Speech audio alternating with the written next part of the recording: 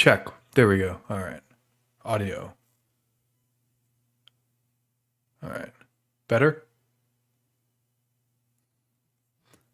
All right. Sorry about that. So how's everyone doing? No, that's coconut water. It is actually I have the bottle with me today, so I can do this. Harmless Harvest coconut water. Organic. Their whole thing is that they don't color it in coconut water. Natural. Yeah, it's pink. Don't worry, it's natural. If you leave pure coconut water alone, like we do, varying antioxidant levels can cause a pinking over time.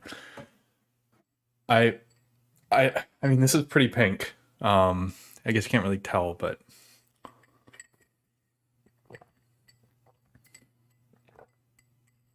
yeah, the green screen is messing with it a bit. Yeah. Uh, right. Wait, I had to switch, right? Tropicana stopped funding my orange juice. No, I'm kidding. Yeah, how's everyone doing today? Am I sitting in two chairs? No. That's just my couch behind me over there.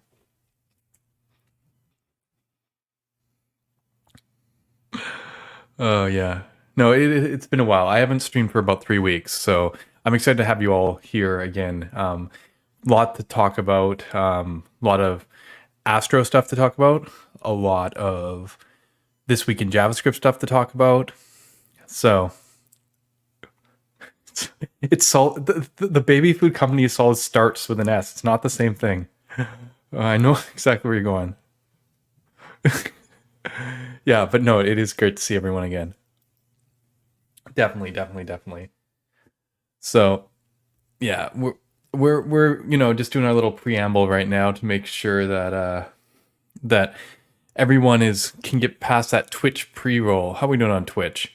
Yeah, the Twitch audience is not doing so good. They usually like when I do the retweet here. Um, but we're gonna wait till we have Fred with us to talk about that. That's right. Fred from Astro is joining us today to talk about what's been going on at Astro. And I'm pretty excited about this because Fred was one of my original guests, and we haven't actually had him back on the show in the last couple years. So yeah, I'm pretty stoked to have him back. He's like OG, like when we used to like do it after hours and it wasn't just coconut water we were drinking. So yeah, no, it was good times. Is Astro 6 out yet? Yeah, I mean, at this rate, you would think that, right? 3 releases a year. No, or 2 releases a year, 3 years. Yeah, I don't know. I mean, we actually, that's not right because you don't start at 1.0. You got to get to 1.0, right? So yeah, we're just chilling here. Fred will be joining us very shortly. Actually, I noticed some people switching back between the Twitch and the YouTube. Thank you, Badger Dev, for the subscribe. Always helps. I probably should set up some subscribe thing on YouTube. I just haven't yet. But if you want to help the channel, subscribing on Twitch is a great way to do that. Yeah, Friday streams are back. I mean, there's always scheduling considerations, but it just worked out that way. I was in Amsterdam talking at JS World Conf, which has an amazing talk that is not up yet, and I'm really excited to show it. I mean, everyone who watches the stream here regularly probably saw most of the contents of it because I took that 4 hour, shape of frameworks to come stream that I did a few months ago, where I showed how Solid Start is kind of like both retro and future. And I made it into a 25-minute talk. Just, playing all the hits back to back. And it's a pretty good talk, and it would be really timely if it came out right about now, but we're going to have to wait for that. It was apparently live stream, but you can't find the live stream anywhere. Anyway, but we're actually here more to talk about Astro, and as I said, I'm pretty excited about this. I was very, very early on the Astro adoption thing. First of all, Astro took a technology approach that I think is really important. islands and they popularized them. They may have not been the first one to do islands or partial hydration, but they're pretty much synonymous with it now. And it's very important to the progression of building on the web. So, that alone holds it in high regard. But then you just have to look at what they've been doing ever since, right? Even though Fred hasn't come back on to join us in a couple years, we've had Matt on here twice. Matt Phillips, and I guess one time wasn't about Astro, but we snuck some Astro in there anyway.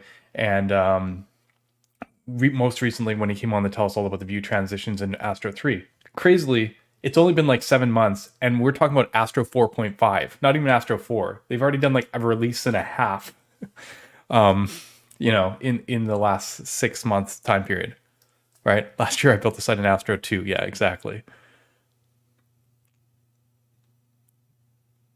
Yeah.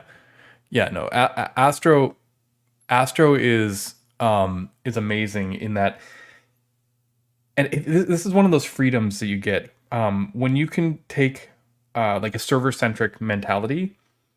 A lot of the extra stuff that you have to worry about, like the back and forth, can kind of fall away, right? Like, why not just await in a component and then, or in a file and then render the stuff, right? Like, this is what we were used to in old templating languages. If you go back even early days of JavaScript, things like Dust, they could do like streaming chain promises await through your template code, because it's just something you can do when you don't have to worry about dynamic updates and isolated, change sets. And when that all falls away, like, you're just writing something that looks like HTML, though it's really JSX. I'll push that to them every time, but you just end up writing this mostly HTML code, especially if it's static, and then just like fetching the data and just like sitting it in. Like, it doesn't get easier than that. This is a large part of the appeal why I feel React server components went the way they did too. There's always a trade-off when you try and put more things together, and right, Astro just keeps it simple, right? So I think it makes it very, very clean.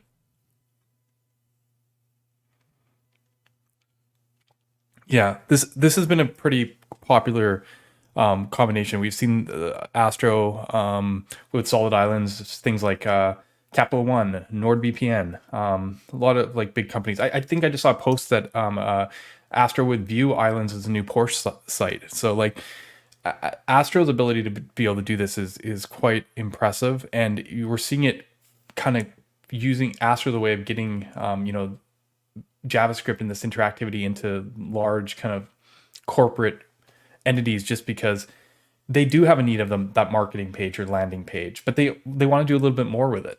So yeah, I mean, I think it's a beautiful fit. Yeah, yeah, exactly, right?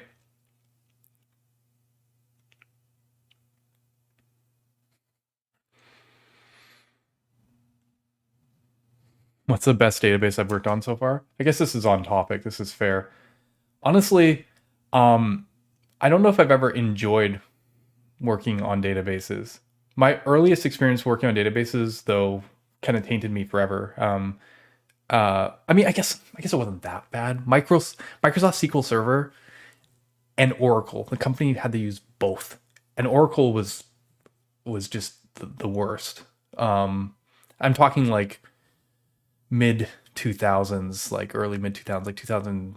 I want to say, yeah, actually, no. I guess I was doing some MySQL stuff before then. Mm, yeah, I don't know. I really got into Postgres for a while. Um, right. I liked that there's a lot of dynamicism inside, the just not just the simple, schema. You started like getting into a lot of advanced topics, but honestly, I haven't had to touch much databases out of making to-do apps in the last couple years. So, you know, it's funny, like it definitely got, for me, the peak was like 2018, 19, when we were moving our microservices across, and I was like, we were trying to switched to serverless setup, and we started realizing where the bottlenecks of our queries were, and we started had to like look at the schedule of like in terms of like how SQL query resolution is going. And that's, I feel like I got more into Postgres that way than I ever did in the past. Like at the beginning, you're just like a junior dev writing queries against the database to do reporting, to getting to the point where you're actually like, no, we have to change the way the queries execute in the database because of the way of what gets hit often and what like what we know to be bottlenecked. Anyways, yeah, I'm not familiar at all with any of this like local DB. I don't even know what index DB. I don't know any of this stuff. I honestly I kind of did a thing where we were all like, I guess I wouldn't say on-prem. Yeah, we were on-prem, then we went AWS microservices, and then I moved everything to serverless, and like we got a big bunch of money our startup got from like AWS to make this migration. So then now next thing you know, we're using like Aurora and like all their like hosted services, and then like I got out of that and just started making JavaScript frameworks. So yeah, yeah, you can save JSON as Postgres. That was a lovely thing. But yeah, I have to admit, I probably haven't touched much in probably about 5 years. So yeah, DynamoDB. Yep. Well, we had Mongo, so we went Mongo to Dynamo, and then we went our old Postgres to Aurora Postgres. Anyways, let's actually get on topic here today, because I could chat here with you guys forever, and I probably will later, but we actually have a guest on our stream today, right? That's why you all are here. So we definitely should get this going, right? What do you guys think? Should we bring Fred on our stream? Sorry, I just need some coconut water. My voice was getting dry. Yeah, let's go, okay? All right, let's welcome Fred. I hope he's ready. How you doing? Hey, I'm doing well. Can you hear me okay?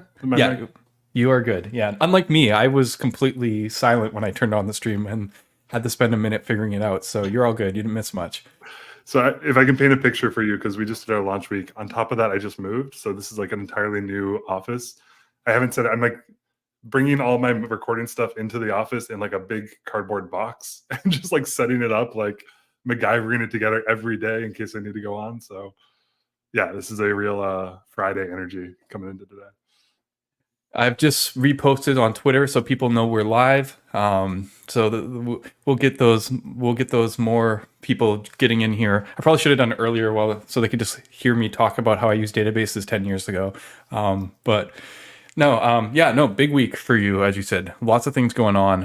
I was trying to like keep track of it, but then I realized I wasn't going to keep track of it, and then I was like, oh, Fred's going to be here anyway, so he can tell me all about this. But it's been a while. I was actually telling the crowd the last time you were on my stream was back when it was after hours, when when I wasn't drinking organic coconut water, So. I was talking about that with my wife. It was like, I think at like 10 p.m. you started streaming, and like I think until like 1 a.m. we were live. I don't think I've ever done anything like that before or after. Yeah. No, it was good times, right? Moving to an earlier time meant that now that people in Europe are there. Yeah. Anyone here from Europe?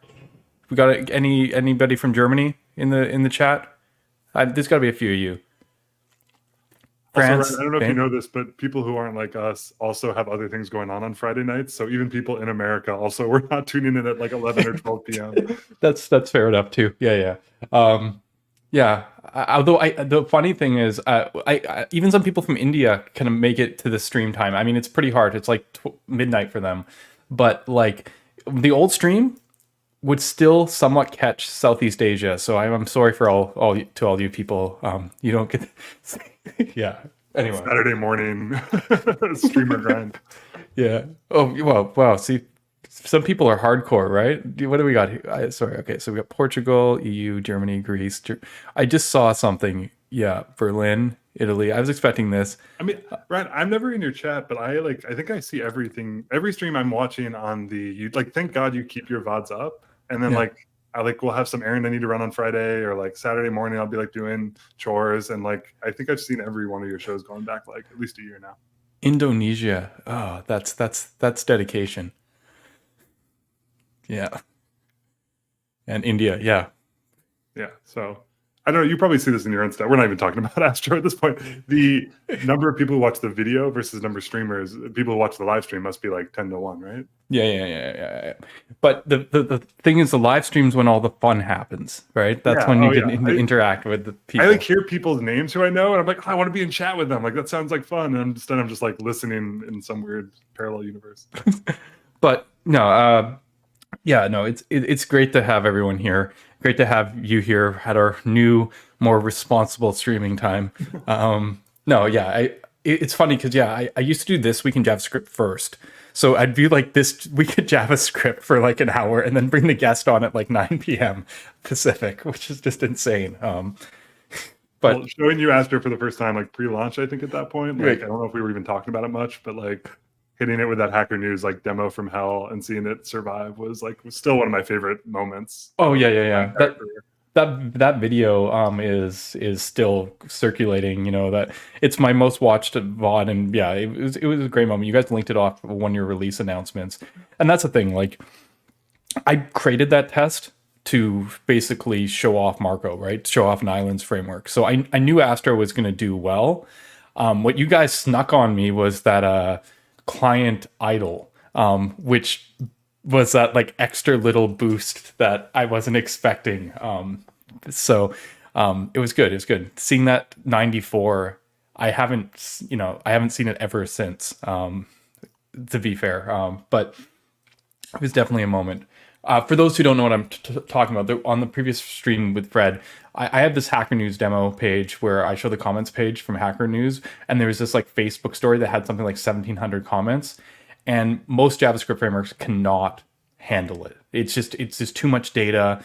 In a real site, you'd probably use virtualization or other mechanisms, but this is a simple Hacker News demo, and essentially, because of hydration, because of all this stuff, a single page app basically can't score higher than 50 on Lighthouse on this. It's like scientifically impossible. I actually Solid Start managed to get like a 51 or 52-ish at some point, but like, you know, me tweaking it up. But if you look, everybody's like 46, 47. The Astro version of that page is a 94. To be fair, there's other ones up in that range. Marco, Quick, basically anyone who cares about hydration, solids, islands, experiment, Fresh. No, Fresh had a different problem. So Fresh wasn't there. Neither were server components. But my point is, like, this was the first time on air where I just been taking all the frameworks and just throwing them in there and just like knowing what was going to happen, and legitimately was surprised when it popped on and it was like 94. Like Fred jumped out of his seat almost. I remember, like, well, because you got to think early in a project, you're like, this might just all break, and I like just have to like vamp and like band-aid over it. Instead, it like, yeah, that was it's also midnight, so I'm like losing my mind a little bit. Yeah. But it was an awesome, legitimate moment that happened on stream. One of my favorites as well. But yes, time has passed. That was like 2 years ago, roughly. And Astro's turns 3 today, right? The first commit was 3 years ago. Yeah, initial commit 3 years ago today. Shout out to Theo. It used to be called Magic Thing. We got there first before Upload Thing and Auth Thing or whatever he's working on. We were Magic Thing first, but I think the second commit is like a find and replace to rename it to Astro. I see. I did not know that. I actually just saw that on Twitter because I was trying to pull up stuff, because I told you I have not been paying attention. So I'm like, what is my like guideline for how the stream should go today? And I was like, okay, launch week starts, Astro 4.5, good. Astro DB, okay, we can talk about this. Some mystery thing happened on Wednesday. Community day, Astro turns 3, and I was like, okay. So at least I have an outline for some of the stuff we're gonna be talking about today. But yeah, something that I just saw posted. Happy birthday, Astro. Initial commit to Snowpack.js Magic Thing repo was pushed on March 15, 2021, renamed to Astro shortly after. Yeah. Oh, it's right here. How complete was this? Oh, well, interesting. Ish, I'd say. I mean, I mean, if you've ever seen Solid's first commit, and I'd already been working on it a year, there's a lot less stuff there. So this is when it's like, oh, like we just shipped syntax highlighting, and you're like, oh, okay, like this is like not for everybody. This is for like a very specific early adopter experimenter. Like, I listen, I don't need syntax highlighting, but like I do like it. That's cool. Yeah. So because you guys started the project about a month earlier, right? If I understand correctly. Yeah, probably at this point it was about a month of development where we were like, I think this is like over the holidays. No, I think even like December. So maybe a couple months of development where we were like, I mean, this is like going back to like, what is this thing we're building even? Like, so for people who don't know, the team that built Astro originally was working on Snowpack and Skypack. It was myself, Matthew, Nate, and Drew Powers, who was on the team at the time. And we were working on Skypack and Snowpack, and like Snowpack was doing well, but like Vite was kind of coming on the scene like, oh crap, like Evan Yu is a legend and is doing a really good job at this. Like, I don't know if they were surpassing us, but like they were doing a really good job. And it was kind of like, oh, do we really want to like fight Vite on this build tool? That's like has a ton of adoption from Vue already out of the gate. Vue 2 was also, oh yeah, go ahead. I was gonna say Vue 2 would have been the game changer, which I guess would have come out around them. Because Vue 1 was like Vite only, or Vite 1 was like Vue only, if I remember correctly. Or so, yeah, I mean this is all ancient history. Vite was originally built using Snowpack to do its, because Snowpack was like OG package installer. It basically was the thing you ran after npm install, and only later did we add the dev tool, the dev server, the build pipeline, all that stuff. Like we started just as an installer for your packages to take any npm package and make it run in the browser as like a script, basically. Oh, okay, interesting. I didn't. Yeah, so Vite used that to like basically get their whole like, what do you do with packages, and then from there we both kind of went our own path to like, okay, let's actually, instead of making these standalone ESM modules, let's actually build a whole build tool and a whole dev server around it so that you can still do import React, and you'll get back this script that you've bundled, but all invisibly and with all the cool Webpack stuff that they've built. Yeah, because I mean, I know we're going back to old history, but we actually didn't talk about, I don't know how much we talked about this last time when we were on, because I didn't have that context, because I was using Snowpack. I was demoing it. I had to open some issues, actually. You guys didn't properly support export conditions, which is important for Solid's renderer. So I was like trying to like hack around Snowpack. And I guess, yeah, around this time was it Snowpack 3 or in Vite 2? Like everybody decided that they're going to do SSR. And this is around the time, like, what, like, why it, like, where did this come from? I might have been like, why Astro? Like, why did you guys like, we're building a bundler thing, we're going to build Astro now? Well, so that was, yeah, I mean, that's really, at that moment, it was kind of like, okay, Snowpack's cool, but Vite's doing it as well. Skypack was this really interesting take where the whole pitch was, instead of bundling your npm packages, what if you link to them on a CDN, like Unpackage or JS Deliver? What if they was all ESM? Basically, what JSR kind of is doing a little bit of this. Yeah. This idea of like, what if everything was ESM, and that meant that you could import it directly? So every website would import from Skypack/React and get React. And the thinking was that if enough people started to do this, there'd be the snowball effect, because browsers would start to cache React. And all of a sudden you're coming to someone's website and the React version is already cached locally, ready to go. So there's this idea of like, if enough people start doing this, those websites are actually going to be faster than others, not because they're like as optimized, but because they're going to be sharing a cache that other websites won't be able to take advantage of. They have the warm React cache. So 40 kilobytes killed from your request bandwidth right out of the gate.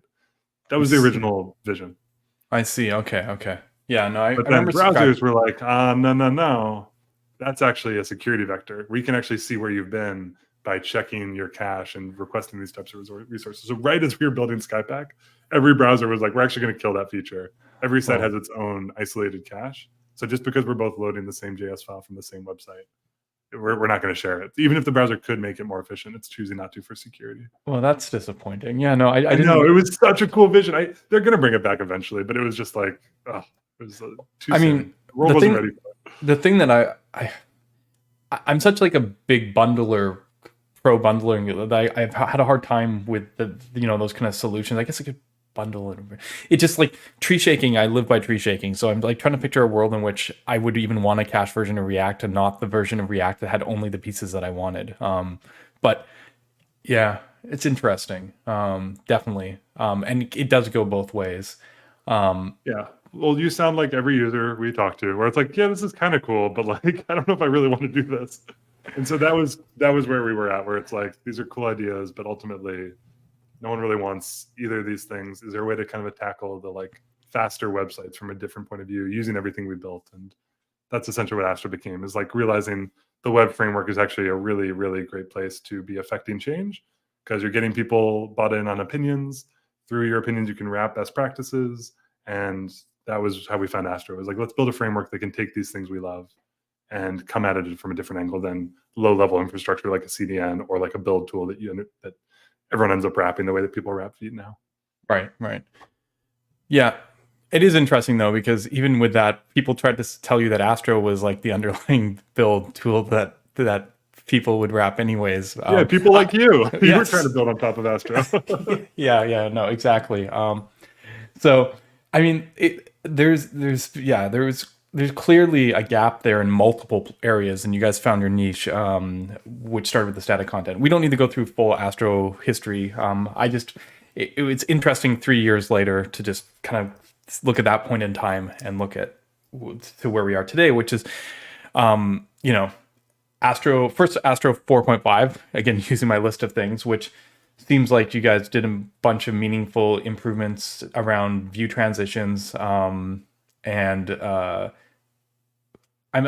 looking at the release notes here. Maybe this will, I'm just trying to. Yeah, I mean, the audit UI is my favorite thing. Like basically Dev audit UI. The Astro Dev server now, when you are literally running the dev server, there's this little toolbar.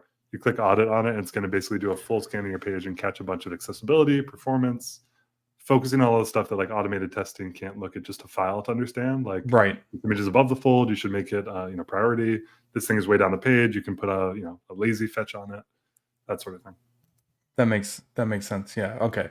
Yeah. Because that's what actually been one of the hardest parts from the accessibility. People have been looking at like compiler tools to do it, but it's like when you have pieces that work in independence, you can't see the relationship between them. It was actually kind of funny. Oh God, I'm not allowed to talk about this, am I? Because I'm not allowed to talk about this framework anymore. Do it.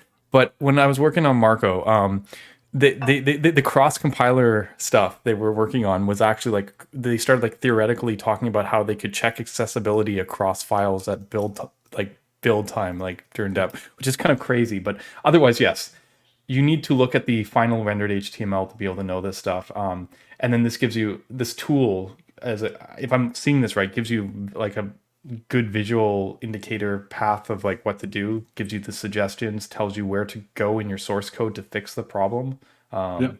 That's awesome. Yeah, it's really cool. It's like it's one of those things where it's like, oh yeah, that sounds cool, and then you open up your own site with it. It's like, oh god, there's all these problems I didn't realize that are affecting accessibility, SEO, stuff like that. Okay, yeah. So it's funny because like you can show a screenshot of it, but you can't like it's hard to capture the whole thing. I think I just like scrolled right by this when I was looking at the release notes. Of course, I'm a little bit obsessed with view transitions and client side writing hybrid, so I'm always very interested. Like these 2 points are especially stuff that you've been harping on. Is like, how do you control re-rendering and rerunning of scripts? Like, how are you keeping the state across view transitions? We're tackling that from a bunch of different ways here. Yeah, exactly. Some of the mechanical pieces that people can do it. I think it's hard to orchestrate in general, like across whole applications. I also think it doesn't matter if most of your site doesn't actually share much state. Like if your site is on the content side of the spectrum, view transitions are just like instantly nicer feeling navigations without any cost. It's what you guys drop one component in the page and you're just like for the most part. So yeah. But this is definitely interesting. I'm glad to see work continuing there. Syntax highlighting improvements. I'm guessing it's yeah. I mean, so much work has gone into Astro DB. Like this was, it's a minor release. It's meant to be continuing iterating on the story and then setting us up for this future of Astro DB being connected to the framework. I got you. Yeah. So basically, like. It was a good release week. You need to represent from all the points. This isn't Astro 5. This is Astro 4.5. So, like, it's got some good incremental improvements. It's just funny at this point. I wouldn't half be surprising Astro 5 at the pace you guys have been going at. No, you're getting at exactly what it is. It's that we release on a cadence. We have basically a 2-week cadence for minor releases, and it wasn't even like, oh, like let's make sure there's like this big exciting launch week. It was like, hey, like this is the week to launch. Let's make sure we get out of 4.5 or 4.6 in this week. Nice. Okay. So yeah, So yeah, we're okay. pretty streamlined, launch cadence at this point. So I'm just because I'm going down my list here of stuff that I was looking at in terms of that. What was the big Wednesday question mark thing? Then we'll start talking DB. What was? Yeah, I did that as like, so the big thing was that we launched a developer portal, but I don't think it's like it almost makes it seem like it's the big thing. Like Tuesday, don't worry about the DB, like dev portal. It's pretty limited in what its focus is. I think there's some cool stuff for the future here that like might make it bigger than the DB one day, but at this point, it's essentially to manage people who are submitting stuff to our theme portal. So if you've got the theme catalog open, you can see all these different themes. And right now, that's all managed by like essentially like JSON files in a GitHub repo that people PR to. Right. And so it's like fine, but then we try to like manage like a form to submit it, and then that goes into a Discord thread where then we go up and it's always just been a bit of a mess for everyone, for us to manage and for people to submit. So this streamlines that all into essentially a portal where we get the dog food AstroDB. It's all built on AstroDB. So there's authentication, image uploads, form submissions. So, sorry. Yeah, go ahead. Understand, what does the dev portal do for like are developers working on Astro, developers who are like looking for tools for their Astro sites? Like what is a developer portal? Yeah, that was the thing. It's like it's really just for theme authors right now, which is like so niche. It's the question marks are just like I don't really know how to explain it, so I'm just gonna put some question marks. Not like this is the biggest surprise we've ever launched, but it's for theme authors to submit themes to our catalog essentially.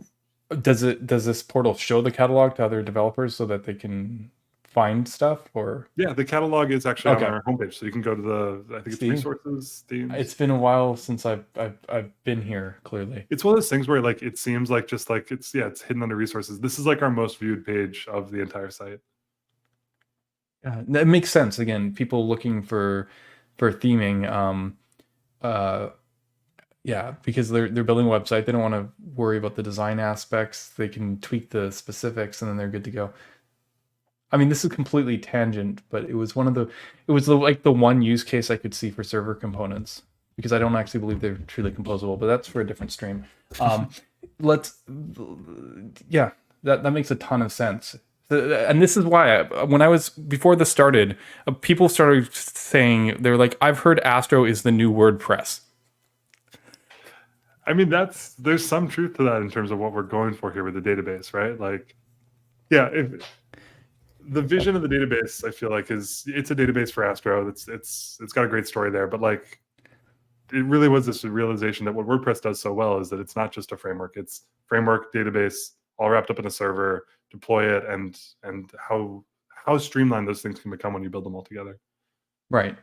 Okay. So now let's talk about that database for a moment here, because it's unfortunate. I feel like everyone else has probably covered this, and I have not been paying attention, as I said. So this is all new for me. So I'm just looking here. Well, I feel what your stream is like. I feel like you like going deep, and I feel like that's actually something that, like, Ben's video is a great one. I think that's an awesome part of that, like what he was able to do with that video. But there's some really cool tech under the hood here that's like more than just, what does it mean to build a database in 2024 that is like not just wrapping Postgres or wrapping MySQL? There's a really interesting kind of tech story here that no one else is doing. That is good. I'm not gonna lie.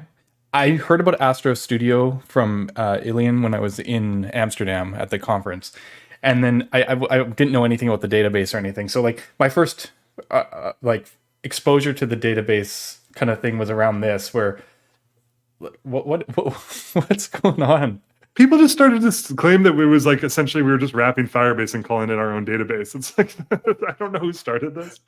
I think it was Zieg, the David Kramer, the CTO of Sentry, just like tweeted this out like for fun, and then it just kind of stuck.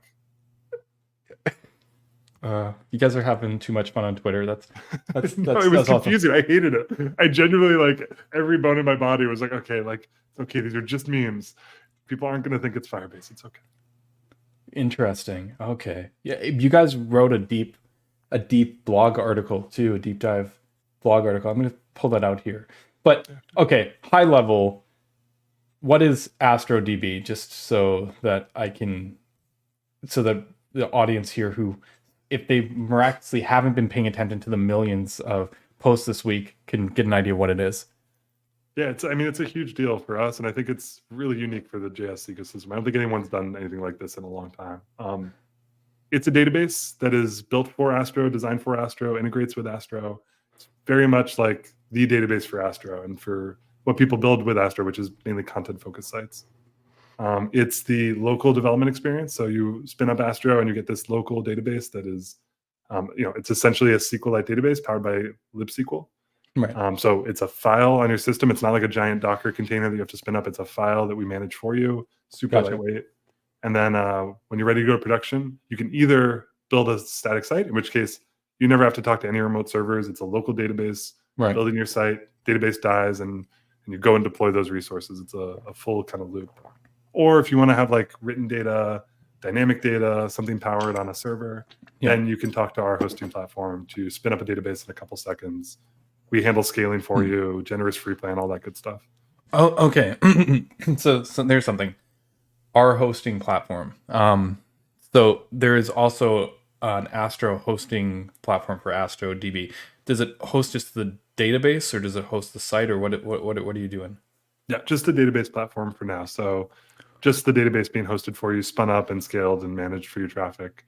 And we're working with Turso. Turso is powering it behind the scenes. They've been awesome. So there's really cool things you can get from SQLite and from libSQL that they give us, like the fact that it costs nothing at rest. It's just a database that is kind of really efficient and can scale up, especially for read-heavy workloads.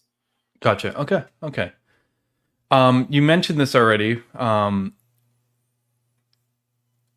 data is designed exclusively for Astro. So people who want to use the database also, like your hosted solution database, also need to be using Astro, right? Yeah. Okay. We've done a couple things even internally where like the Astro site is actually shipping an API, and then the theme catalog is a perfect example. The Dev Portal owns the theme data. The front end is fetching it as an API call. So, it's built for Astro, but Astro can build, so many different things like an API that others can then talk to. Gotcha. Okay. Yeah. I mean, definitely, right? You could just have a page and then put an await in it, and you're like, API endpoint. Exactly. Boom. Done. So yeah. Okay. So I'm trying to think of how to phrase this, because there's two sides of this. I'm curious of what this brings to the Astro experience specifically, because obviously, since it's Astro's database solution, you have ability to have, like, you don't have to worry maybe as generalized in terms of like who will be integrating it. You can optimize for this case. And then the second thing, and this is usually not the topic of our streams at all, but it's kind of like on the other side, just understanding. I'm just picking your brain, understanding how you ended up here, like a little bit, and like why on this side. I mean, people for a while have been they've been wondering. I mean, this came up every time I have a stream. I have somebody nudge me from the corner. They're like, "Can you ask the people from Astro? Can you nudge at them like what their long term plan is, like Astro the company?" Because I love their framework, but like are they going to become a hosting platform like Gatsby? Like yeah, right. Do a Gatsby. We're going to pull a Gatsby. Right. So can you talk about that a little bit before we get into the technical stuff? Just I think that people kind of want to have a glimpse of that. Yeah, no, absolutely. It's something, I mean, it's never been like a secret that we were working on this, but like you said, Eileen, and you were chatting about earlier, but it's definitely been something we've been kind of working towards. I think if there's been quiet about it, it's more just like the only thing we really care about is making Astro as good as possible. Like everything else comes later. And I think that's something we've been trying to be true to, versus like ramming, like, all right, every Astro user now pays us some $20 to use Astro is like the last thing anyone wanted. Most of all of us. No credit card required. Cancel anytime. But the whole thing for building with an open source project, a front end framework, is trying to find the right way to build something for an Astro user. So, I mean, we can get into the whole like economics of like, it's something we talk about a ton internally. Like there are projects like Tailwind, which say we're going to build UI kits and we're going to charge $200 for some components. There's Gatsby saying like, I'd say they even went a step further. It's not like a hosting company for Gatsby. It's like really the only way to make this site not a mess is to use our hosting platform, like our builds without it or instant builds with it. And like, it's not required, but like, man, there's a kind of really heavy implication that you have to use their hosting platform. And There's Yeah. like this whole spectrum of ways to build a company that can support an open source project and vice versa, that it can support the people who use it also. And Yeah. yeah, this is the way that we felt most excited about. It's not locking you into a hosting platform and a walled garden. It's a piece of your stack, so you can keep using the people like Vercel and Netlify who are really good at this. Right. And we get to power one piece of it that we think we can improve in an interesting way that no one's done yet, which is the database layer. Yeah, no, that sounds great. And yeah, And we and talked that, about, there's a part of this which I'd be really curious to get your thoughts on. Not to interrupt, sorry, but I think one thing that we talk about a lot for years now is like the server component story. And there's this parallel here for server components, which is that like this vision of, I want to ship something to NPM that is both the client, the server, and it's able to talk to like a backend database, right? This idea of like a full encapsulation of logic and composability right. in a package, right? And I think there's this kind of dual vision here, which is it's not taking a component approach to it, but it is saying what happens when everyone in that framework has the same API for talking to a database. This idea of I actually can ship an auth component, package, everything that isn't just the front end presentation, but it's actually talking to a database that is consistent across everyone who uses it. So you have this full kind of story from that login component all the way into actually writing or reading from the auth table in your database. And you get to own it all into yourself. It's your database. You can export to SQL whenever you want, but it's fully kind of encapsulated and composable inside of our ecosystem. No, I like this. The one key difference here is you're not, you have all the pieces, so to speak, right? Like you don't have to worry about like React catering to the fact that Next and Remix and Gatsby and Redwood and whoever else, Tanstack and whoever else exists. Like a lot of the difficulties in trying to make these composable pieces comes from the fact that like they all, there's too many pieces that touch on each other. Like they need to be aware of routing. Well, they all have different routers, or they like it's very difficult. Like caching rules around data fetching and all that. Like those depend on providers. They also depend on the architecture. Like these are very difficult problems. What you're explaining to me here is just like a single system. So you don't have to worry about like this kind of displacement problem. So like, yeah, if someone wrote a module or a piece and it referenced Astro DB and, whatever view transition or whatever feature that Astro has in it, people can assume that it will work with everything Astro. The same can't be said about React.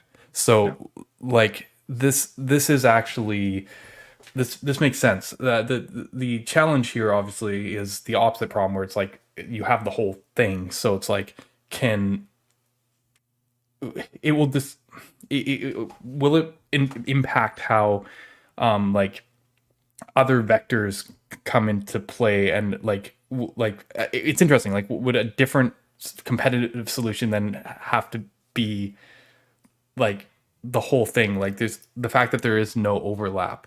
Maybe it's fine though. People don't really like when someone picks up Astro. It's like when they pick up a classical backend server thing, like a PHP or whatever. Like they're not worried about how these things interop with like stuff at the same layer. You're like, okay, can I, if I want to use something other than AstroDB, can I? Yes, definitely. So like layer below, perfectly fine. There's a weird thing on the web where we're like trying to like interrupt at the same layer with everyone and in the browser, because it's like we're stuck there, and you don't have to worry about that. So yeah. Yeah, I mean, if there is a like analogy there to use that like React component all the way down to database, that React component still talks to the backend through an API. There's no way to like, there's not server components. Like that React component is the front end component. So you can imagine like if I'm a clerk, for example, and I wanted to build a layer on top of this, I could ship my React component, but then say, listen, if you want to go build the view component, or if the ecosystem wants to go build it, that same API endpoint exists. You would just be cloning the front end copy, copying that code, transporting it to view, and then you have a view component. So there's work there for sure. It's not like, it's what you lose when you're saying we're going to let any framework build on top of us.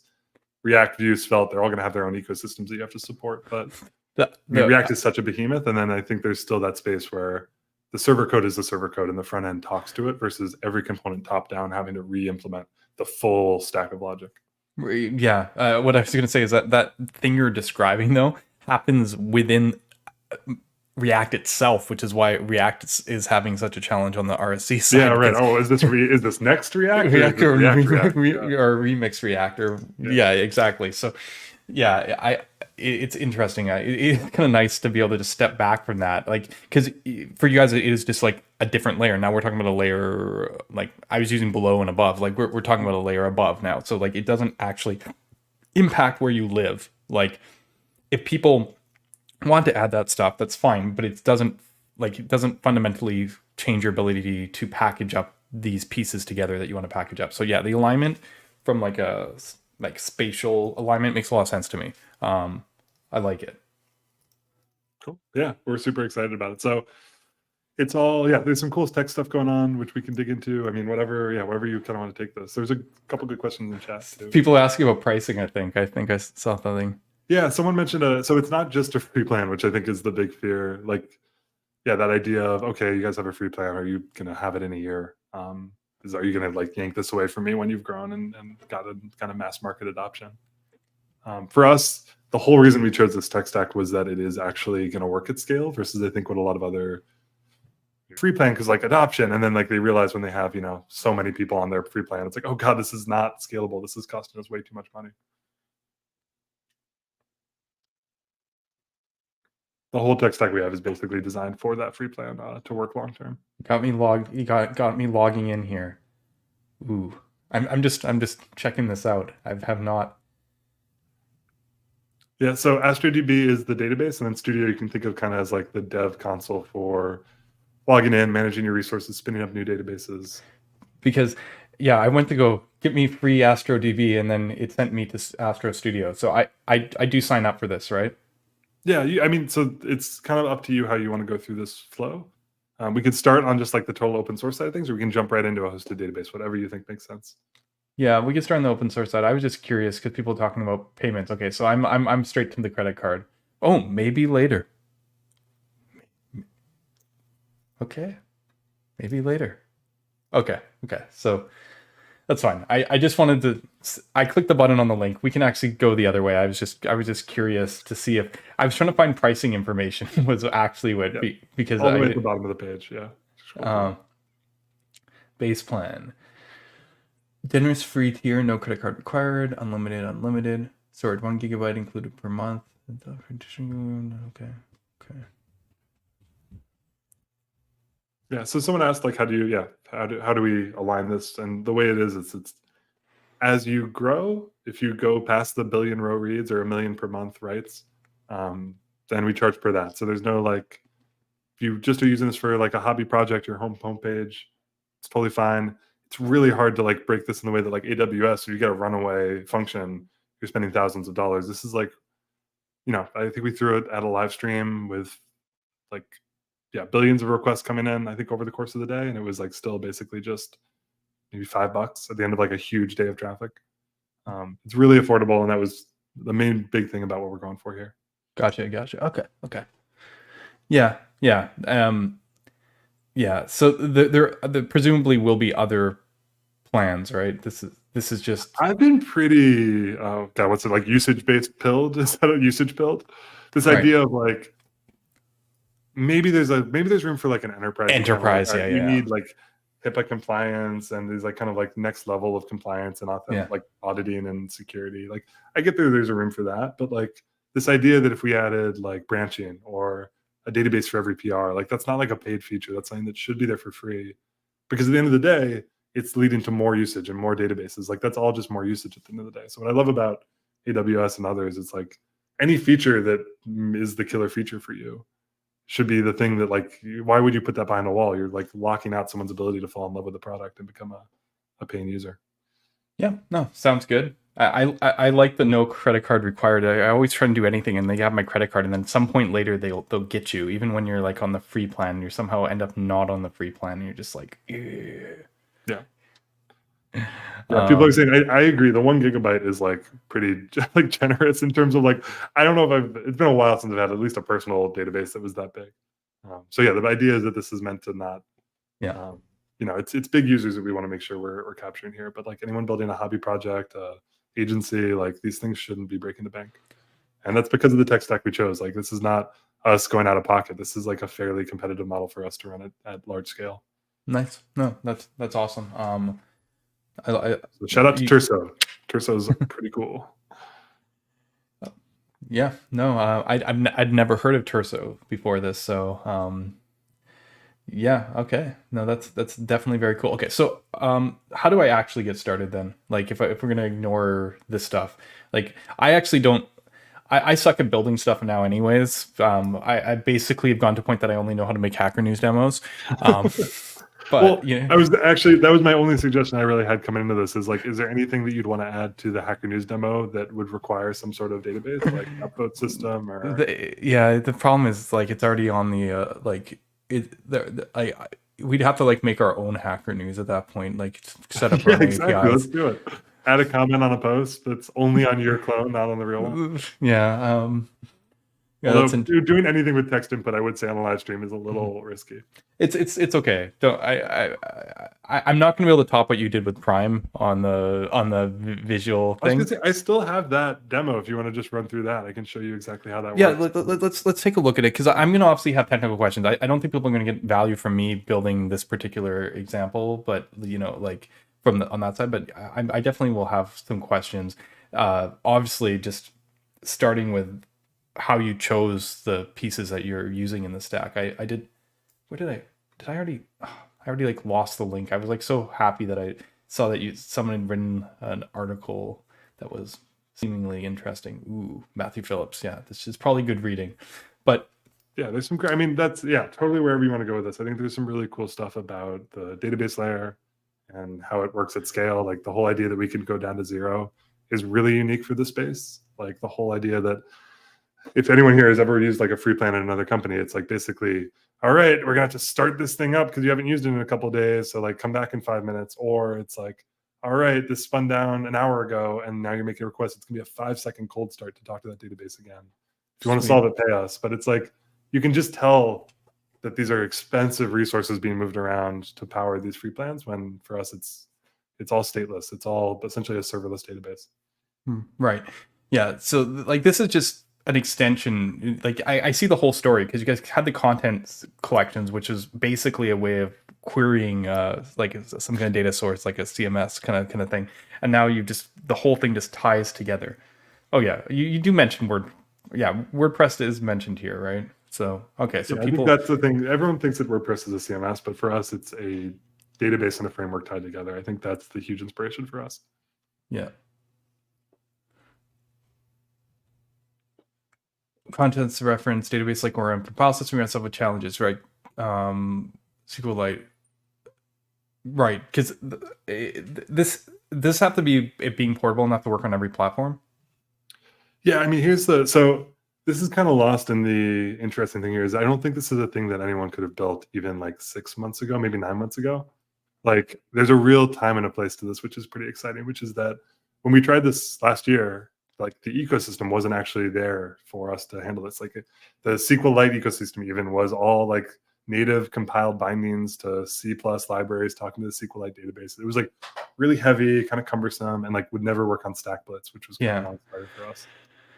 Like, yeah, StackBlitz. Yeah, this is important. No, I love StackBlitz. It's the best thing possible for reproductions, but they don't support async local storage, which it's so funny. In a short period of time, it's become like the standard for any kind of like framework that does compiled RPCs. Like otherwise your API looks like crap. Well, that's what we did. Our server $sign was fine, but then like it always bugged me that like there was no way to get the request in. I refuse to budge from us being transparent, like the function you call being the function you get. I didn't want to like put in secret arguments and all that stuff. ALS next pushed it, everyone got it, but StackBlitz does not have it still to this day, that I have to like do like pseudo patching. Luckily Solid has some tools there that so like it kind of works. But yeah, anyway, sorry. Just was it one of those things you realized way too late? Like, oh god, no, StackBlitz. Yeah. I because I was dragging. Like I always knew ALS was going to be like a solution, and then I was like, but it's only a node. I can never do this. So we started like coming up with crazy ways to abuse the JavaScript language to make it do what we want. And eventually, like we're talking about using bind and this and all these things to kind of sneak the request in, but they didn't work with the arrow functions versus not because of the arrow functions don't have a this, like there's like billions of little problems, and then eventually like we never really solved it, and then Next.js came out and we're like, yeah, we're just using ALS. I'm like, how do you do that? Well, they release in a patch release, break Cloudflare, Netlify, everyone else in 13.2, I think, or whatever. They do break every platform except Vercel. And they're just like, oh yeah. And Dino, I remember, God, Luca got so pissed. He's like, what's the point of having standards? And the response is something like standards plus or something. Yeah. But in the end, all those platforms have async local storage now. Netlify supports it on their functions in the edge, obviously. Cloudflare supports it. Dino supports it. Everyone supports it, thanks to Next basically forcing it through. Except StackBlitz. I didn't realize that though. So because I was like, oh, everyone supports it. It's go time. Thank you, Next. And then it was like, oh wait. I was worried for a moment until I realized that like the 90% case people aren't going to hit it. It was like because there's tricks. We already like the reason async local storage is so powerful. And I don't know if anyone on the stream about Astro cares about it. Is that there's a lot of time when you async, you got to resume context, whether it's reactive context, whether it's your framework context or whatever. So we needed solutions for this to do async on the server even before ALS was available. So we were like patching globals like with like temporary, like, so it had a fixed location, but like the framework would control swapping in which the active process was. Okay. So we had a mechanism to do it within our primitives. So I can make StackBlitz work by using that mechanism to do it. But if you're just randomly going like, I'm going to wait something randomly over here, then yeah, it's not going to work. There's nothing you can do. But luckily for us, there's got to be a bunch of stuff for like, StackBlitz isn't actually production either. It's like just for development. So you can kind of probably get away with some like, I don't know, throw it in like an object store or something, just like a dumb object in the runtime. Yeah. So yeah. Oh, Dave's coming in from pretty late here. Sorry, I'm trying to catch up with the. He does like us. He's like, all right, let's do it. 1:30 a.m. All right, Friday night, let's go. Yeah, exactly. Yeah, that's like the good old days. But yeah. Anyways, tanging away. Yeah, this is actually incredibly important. 90% of our repros come back on StackBlitz. I love that. I hate, honestly, if like I prioritize that way. I know it sounds bad. Like sometimes when there's an issue that's important, I'll prioritize. But I go through the reproductions usually, and if it's like StackBlitz, I'll usually look at it right away. Yeah. If it's GitHub, I'll usually look at it in a couple days. And if it's like because then I can port it to StackBlitz maybe. If it's like some like zip file or something someone sends, I'll see you in a couple months. Like so like nice try, hacker. Like it's just like by the time I actually get to it, StackBlitz just completely makes it that much more pleasant to deal with. Yeah, I agree. I can't imagine. Yeah, the trade-offs for like this is a whole like feature. Like your trade-offs are probably different for ours, but for us, it was like so important that worked. Like I don't even know if it was like because StackBlitz is so more like it represents how cumbersome. Even though it's possible on Node, it's cumbersome, and then not possible on StackBlitz. It was just like together it was too much. Like this is just not up to date. It's not going to work. There's a world where we could have built our own maybe and compiled it from like Go to whatever ES build is doing and have a WASM build, but it was just like at the end of the day we just couldn't do it. So we ended up giving up for actually a while, for a couple months. I see. Okay, so basically Terso, who I've never heard of before because I don't pay attention to this space, basically we're like, okay, we have the same problem, and they found their solution in libsql. Yeah, Terso is actually, so they, I don't know, I actually don't know the full backstory, but it effectively got to this point where they ended up forking SQLite. And they were kind of like frustrated with like SQLite actually doesn't accept, I think, external contributions. I think it's essentially a solo or team-based project, not really focused on external contributions. So there wasn't really a chance to get in the improvements they wanted. They ended up forking and basically building all these really cool features into SQLite while keeping compatibility with the syntax. So to the user, it's exactly the same. But internally, there's a lot more going on in libsql, and including a new driver. So basically solving the problems with the existing SQLite ecosystem. Now there's modern drivers, WASM builds, so you can actually run in StackBlitz, all this cool stuff that brought this back into the focus for us. It solved that huge ecosystem problem that we had run into 6 months ago. That's cool. Dev gets it. There's like a million different packages, and they're all in different states of repair, and none of them work in stack. But was kind of the summary of where we were at. Gotcha. Yeah. No, this is very interesting because I've been obviously looking at different database solutions on the edge, mostly just to make really hot looking demos. You know, that Trellix Ryan Florence demo. Like there's a real tension there between like copying his Fly.io example or like deploying it to like Netlify or Dino Edge and then like have all the fast stuff like don't give me like if we're gonna make that demo, I don't want to just get his like A+. I want to smash them out of the water. So I've been looking at, you know, different things because I'm like, I could use a KV for a demo that simple, but like Brian would probably be like, it isn't SQL, you know. Right. Are you really doing it the right way? But yeah, you know, so interesting. Yeah, so focus scale need bit. Okay.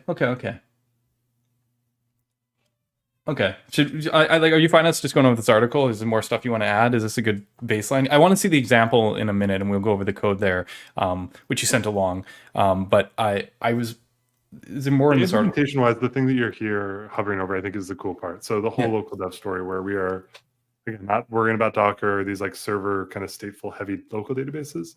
Yeah, you're actually getting an offline. Go on a plane. You can keep working on AstroDB, like fully kind of lightweight database that's local and. You need to clear it out and reset it. It takes a second, and it's basically just a single file. So we create the file. Right. We read a schema from a DB config file. We read a seed information from a DB seed file, and it's good to go. Right. I mean, this is a property of libsql, right? Like it's pretty common to have these like single database file local databases, right? But just like so I like get here. This is. If I'm understanding here, is Astro will automatically do all those steps you just talked about that are available because that's how libsql has the local support.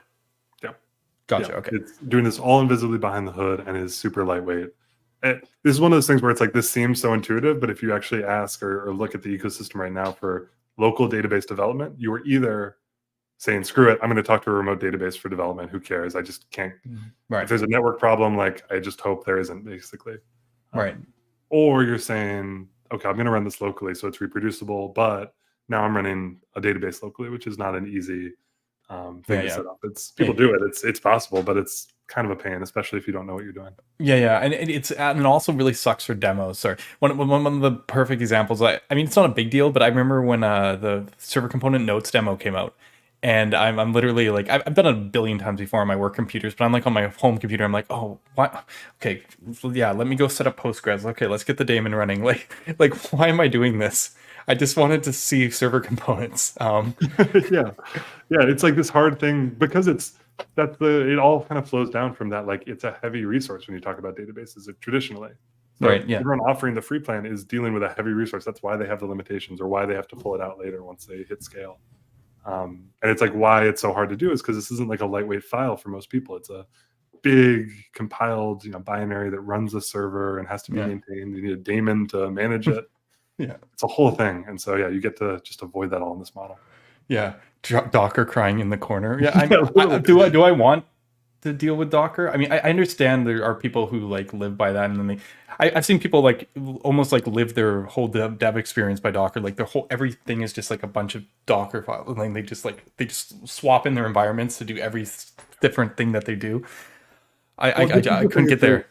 Yeah, this is what feels so Astro to me is like there's two approaches to that. One is like, well, just learn Docker. Like, what do you stop complaining and just learn Docker? It's a really powerful tool to solve this really complex problem.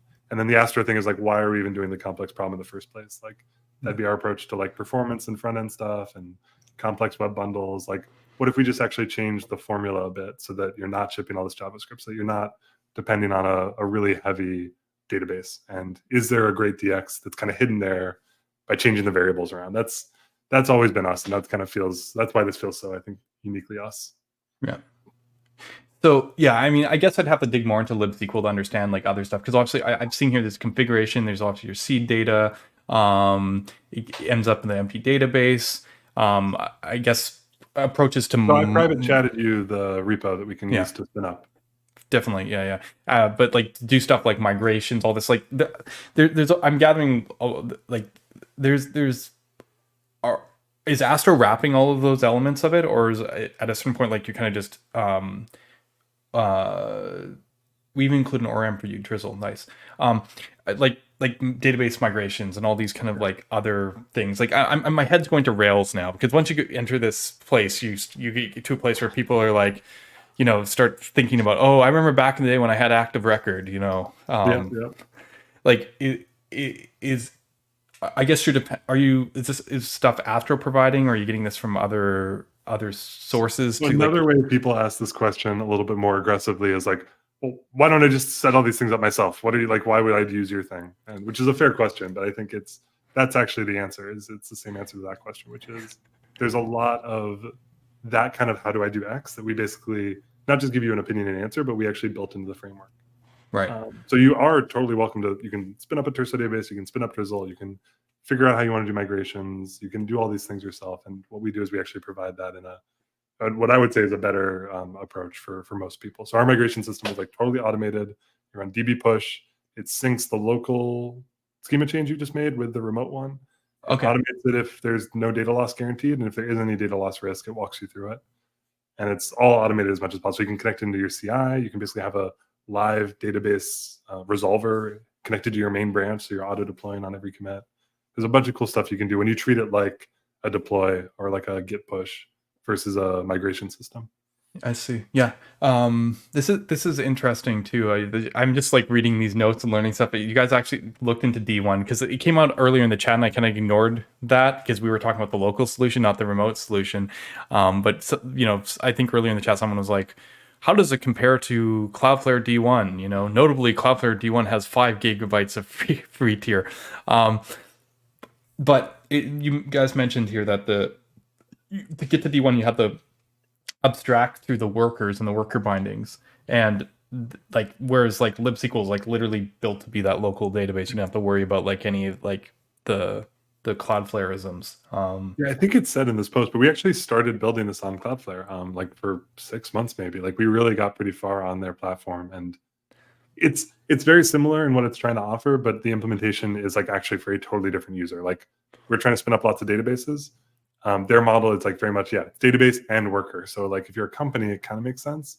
Right. But for us, that meant like, all right, 10,000 databases, 10,000 individual workers to talk to those databases. And like, good luck when you need to go make a change to that proxy layer, that script.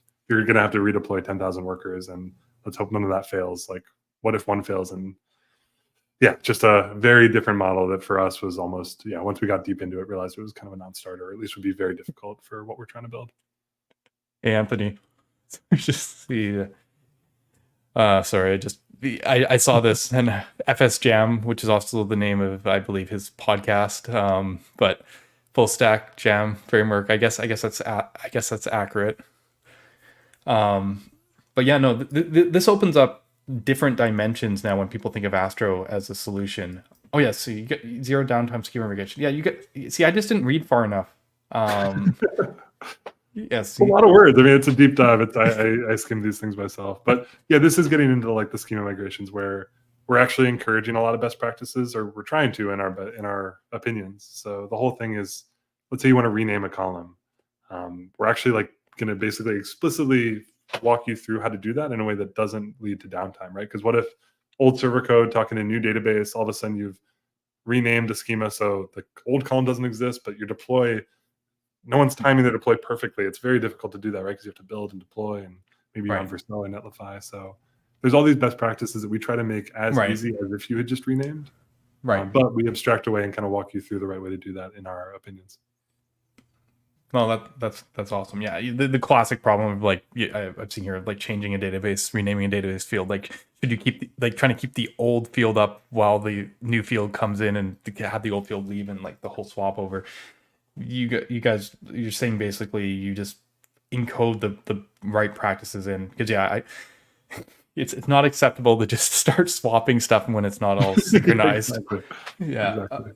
All right. Okay, fine. Let's look at the actual code. You guys want to see some code, right? We've been just talking about Drizzle versus Backbone ORM. You guys, Backbone ORM was a ORM that I worked on back in the day, which was it let you do like relational database queries with JSON from the client and all the way through the whole thing, and it was like MongoDB syntax. So yeah, this is a funny shout out. Anyway, let's pull up the code. Should you pull it up or should I pull it up? You sent it to me.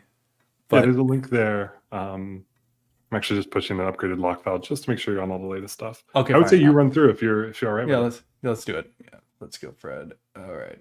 Here we go. DB place. I'm gonna start it just because I can. Now more people will check it out. Maybe.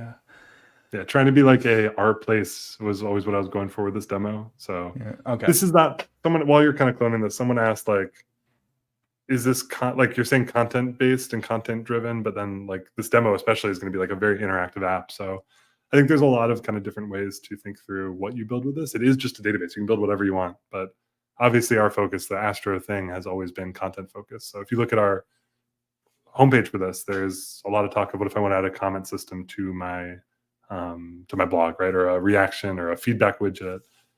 There's all these things that content sites care about that might not even be like build my full app with Astro DB. It's one of the cool things about this is you can kind of put it up next to your content. Like if you have a blog coming from headless CMS, you can build a comment system in Astro DB and you're just referencing that blog post by ID. So you keep your CMS and now you've added this cool new story next to it. Yeah, there's some really cool stuff you can do with how lightweight this is that you don't really have to jump all in and like rebuild my whole site with this new database tech. What's it? Examples, DB place. DB place. Yes, I trust the authors. All right, get his tokens, get his crypto, go. All right, so let's see here. So npm install. So this should be. Oh, let me try and remember stuff. I think I ripped out anything that was like opinionated about where you're going to deploy this. Okay. If I look at my Astro config file, yeah, it's using the node server. So if you want to deploy to Netlify, Okay. that should be pretty simple. Originally, this was written for Vue. That was also pretty simple. Okay, cool. So we have here, let me see. I just want to make sure. Let me full screen that. To run this locally, all you should need to do is just Astro DB, Astro Dev, and DB brand. Yeah, Astro Dev, like any other site. What am I doing wrong? Oh, it's a script, so pm run. Yeah.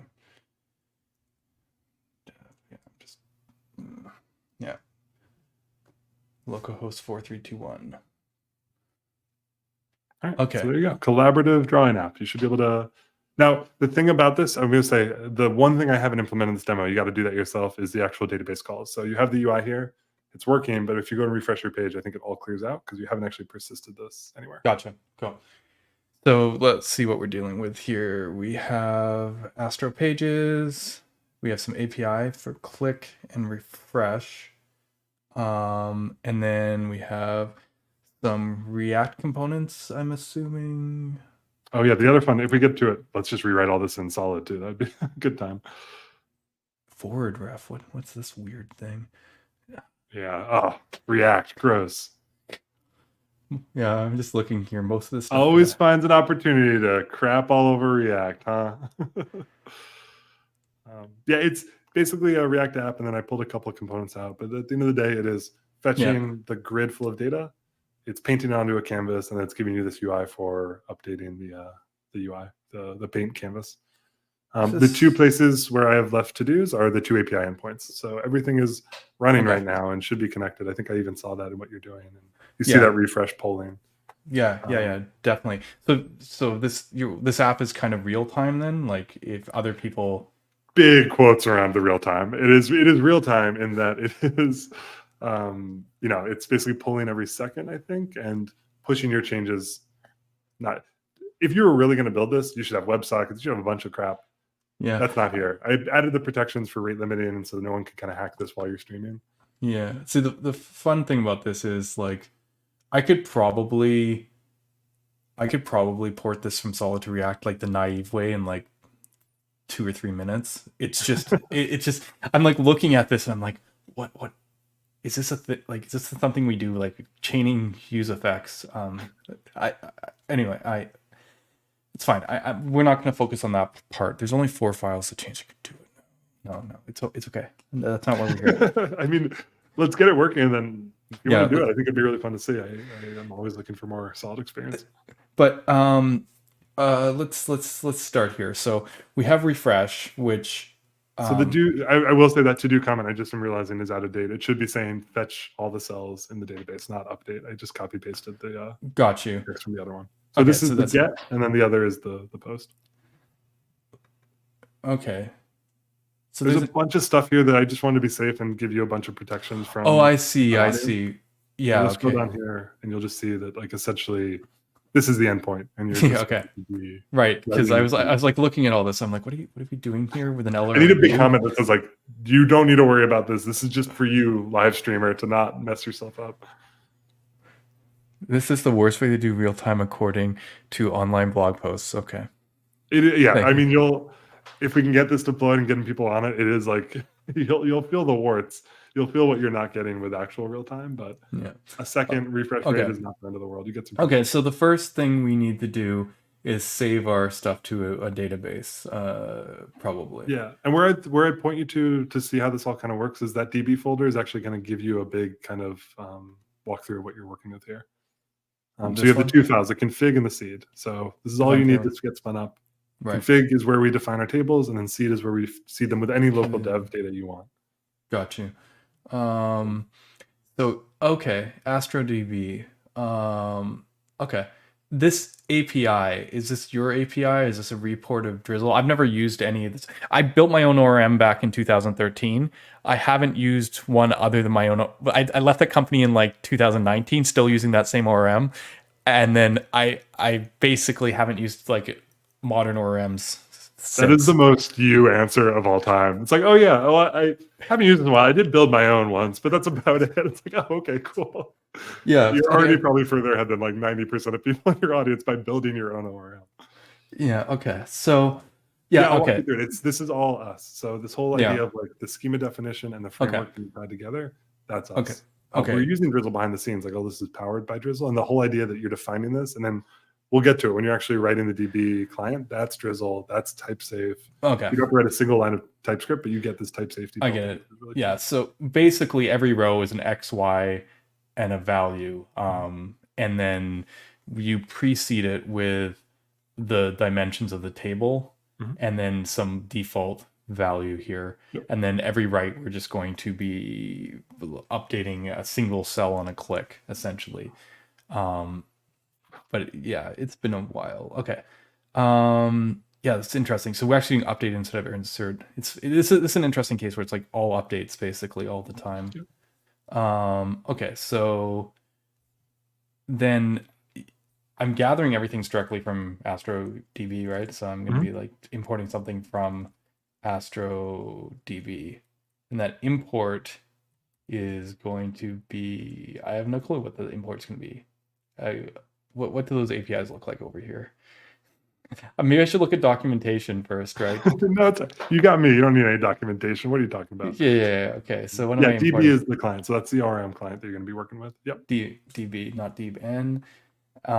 Right. And then somewhere here, so the real answer is actually, you can get pretty far just kind of guessing what Drizzle's doing, but I actually find, especially if I'm starting a new project or just use it for the first time, you can open up the docs and get a pretty good walkthrough of what you're getting. So I can still walk you through it here, but.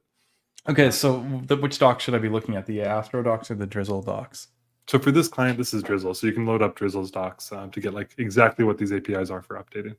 Yeah. See, yeah, because like, I don't know any of the syntax here, because I'm like, part of me going like, do I need to DB reference the table, or can I just use a string? I used to like handwrite everything myself using strings, so you know. Yeah. So would you prefer we can load it up, or I can tell you the answer? Yeah, you can tell me the answer. It's fine. All right. So grid cell, it's a grid cell actual table reference. So capital G, and just importing that directly. That's how Drizzle works. It's using these table references that match the schema you defined.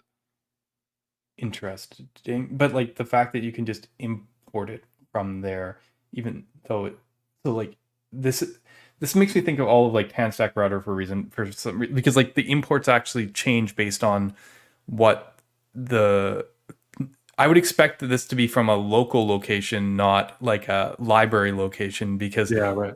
because like the imports change based on the schema. But I guess this is one of the advantages you can have of AstroDB. I don't know about Drizzle, but I'm gathering like does Drizzle work like this? Import grid cell from Drizzle, or do you make They something? do the more like you're exporting the actual table from a file. Exactly. So this is magic you guys can do. Okay, that's awesome. Okay, and then I can just put the information here. Yep, I can so put X, Y value essentially.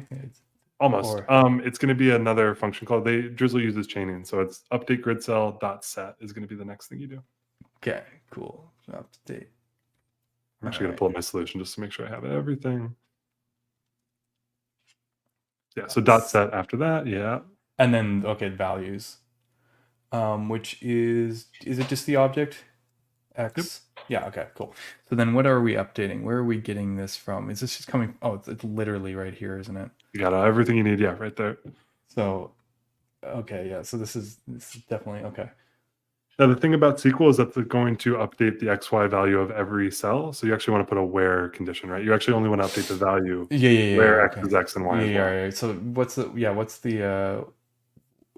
add a dot where, another chain. Okay, yeah, so this is a cursor based. Okay. And this is where Drizzle has a couple helpers. So there's the and. You're going to want to basically put and as the next argument. You'll see an import. Imagine a function that you're importing from Drizzle. And yep. And you're going to get two things, right? Because we want where X is equal to X and where Y is equal to Y. So equal EQ is the right there, actually. I think, literally that exact code snippet is what we're going to grab. X is equal to grid cell dot X. Yeah, sir. Okay, yeah, so we can actually get interesting. Then where is, interesting. Okay, yeah, I got you. Yeah, sorry, I was just like looking at it and I'm like, where's the reference coming from? But this is all just like almost like proxy magic, because I was like expecting a closure or something, but it's okay. Right. This makes it all TypeScript happy. That's quick fix. It's where this, and I'm gathering I can just put multiple arguments in here, equal grid cell y. Now this not import quick fix. Yeah, okay. David in the chat is asking, can you drop down to raw SQL if you need to? Absolutely, especially after seeing some of these like, I want to like wrap like multiple conditions together. That's where I start to want to reach for SQL. Just like SQL operator, which is another thing you import from. It's a function or a template. Yeah. But yeah, people love this like typiness. But yeah. Well, what's cool about that is it actually gives you pretty decent, because template literals in TypeScript are just so powerful now. You can do the thing where like it feels like you're putting a string together, but it's actually doing the escaping and security for you. Yeah. Feels like, this is why the cursor thing was like, when we did back on ORM, it was actually a lot of cursor stuff, because our ORM worked both with SQL and Mongo, and it could make relations between Mongo and SQL databases. But there's some wild stuff. So this is why I was like, the syntax definitely has that feel. Okay. Anyway, you can now run this, but you're not going to see too much anything because you're not actually fetching it. Yeah, so we should do it on the other side too. We have to actually do both. Because it's interesting though. Just out of curiosity, because the like I can click this a bunch, but is the refresh doing anything at this point? Like, I'm gathering it's getting called because I can see it every interval. But are we just returning back empty? And empty is not doing anything, presumably. Yeah. Because does this only send back changes? Yeah, it basically sends back every cell in the database. So if you were actually returning every cell, it's going to basically only overwrite what it sends back. This is not efficient, but this is not sending change sets or anything really complicated. And cool. This is the dumb version of give me every cell, and then for every cell I'm going to go and overwrite the color. So because it's empty, it's basically saying nothing. Yeah. Yeah, this is DBmon all over again. Sorry, I was just thinking what the Solid implementation looked like because this is like the worst case scenario for Solid. Like for React, they like showing off how you can like be really inefficient and how React does decently. In Solid, it's like, no, you would never want to send all the data. Like this is like a diffing problem now. Like you Yeah. basically force the client to like do Oh all yeah, the work. hugely inefficient. I built this in a night. Like, Yeah, yeah, I think one thing I love about this is it probably took me a couple hours to build the full front end, but like the database part took like 10 minutes. It was yeah.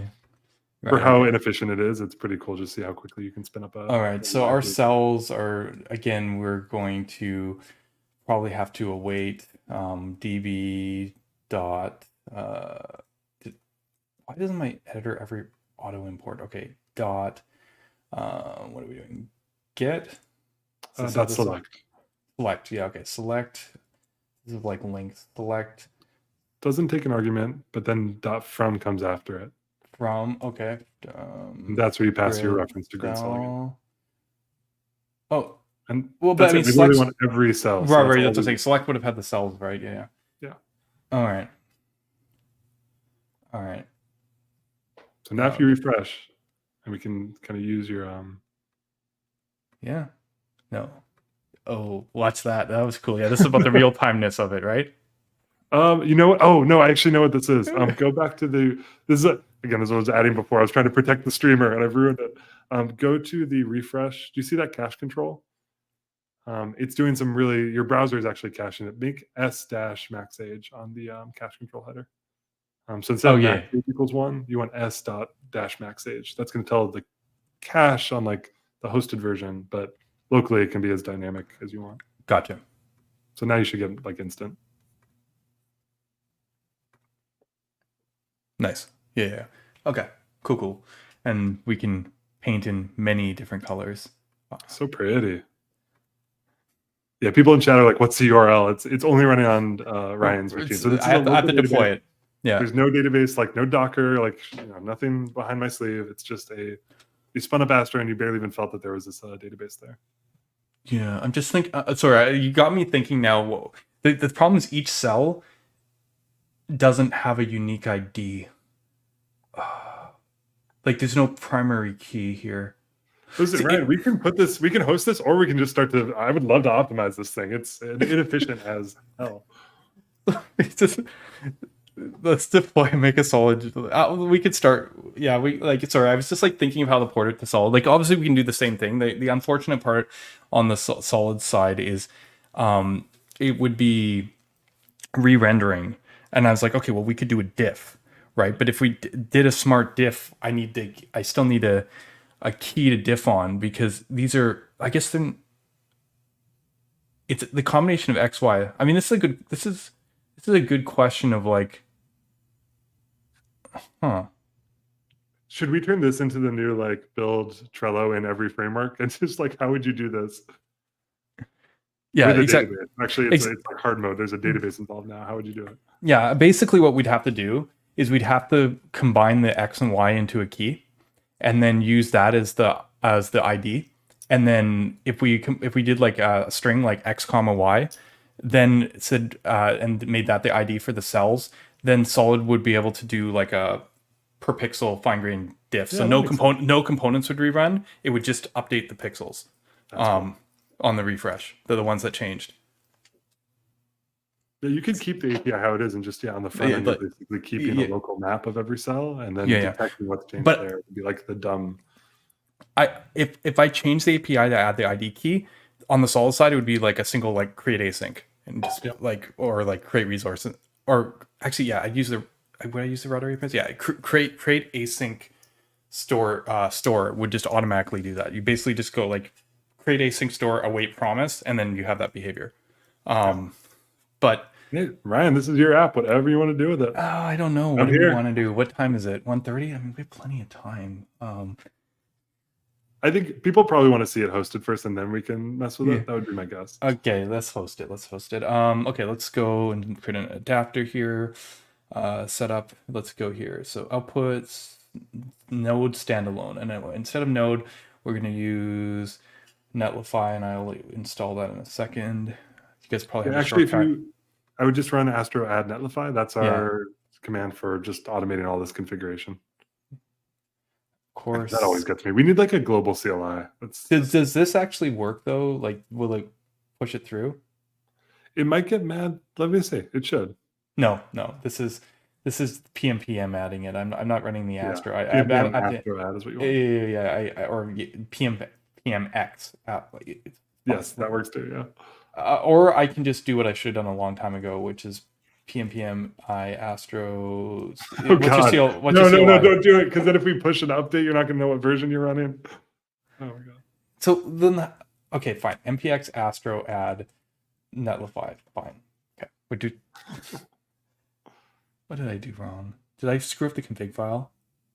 Yeah, I think that because you made that change to, although I'm surprised because you also installed it. Yeah, I would just go back to what you had before you touched it and then try again. Oh yeah, PMPM add. Okay, that's fine. Because I'm like mixing and matching. Right. We're complete. What am I saying? Continue to? I'm just saying yes, right? Yeah. Okay. Bye node. Get out of here, node. Netlify options. Do we care? Does this work on Netlify Edge? Do we care? I don't care. Worth a try, but yeah, I cannot comment on whether it should work. Okay, that's fine. I'm just trying to decide if I want to like manually do this. I don't feel like pushing the repo up at the minute. I can just go like PNPM build. Login required. What?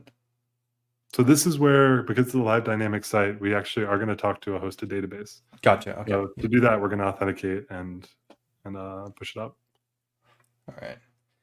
People are like, I've seen this 3 times already. This is because I told you, I'm like, I did it again. I'm just late. I know, I hate it too. But it's like such a pain to show. I guess we could probably show it with your DB login. Okay.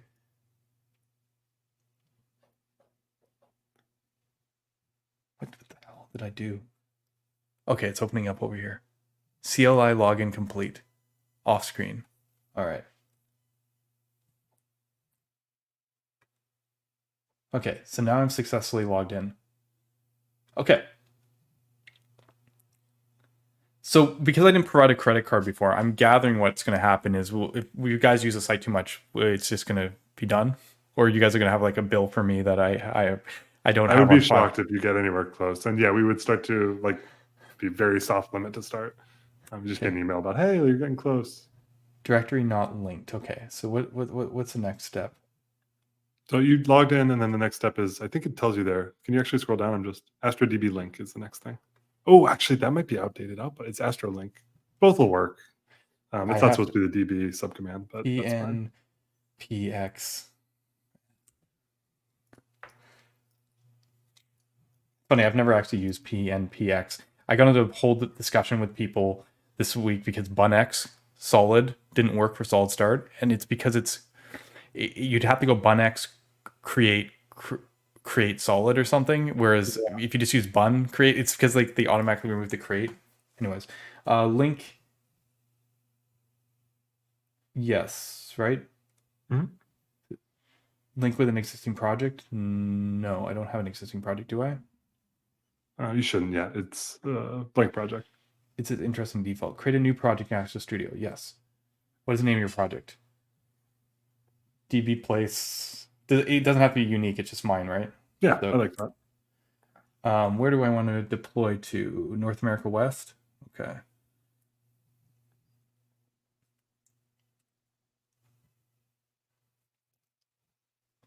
All right. While this, so project created, project linked, you're good to go. The only thing you'll need, which I don't know Netlify, so I'm just going to say this ahead of time, is you need to set a app token in Netlify, like the permission that tells your Netlify app how to talk to the database. Okay. I know how to do that in the web UI. I just don't know how to do that from the CLI, if that's what you're about to do. Yeah. I wasn't going to do it from the CLI. I don't actually know any of this stuff. Honestly, I use the CLI usually to deploy, but interesting. Yeah, okay. So because the next thing that I usually do once I'm built is just run the netlify commands, but you're saying that there's going to probably be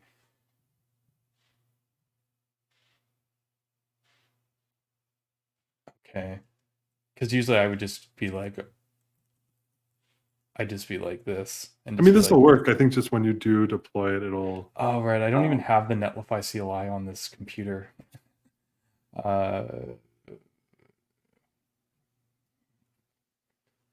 I think like one of them's netlify, one of them's like netlify, and one of them's netlify CLI. Honestly, do you have the GitHub CLI?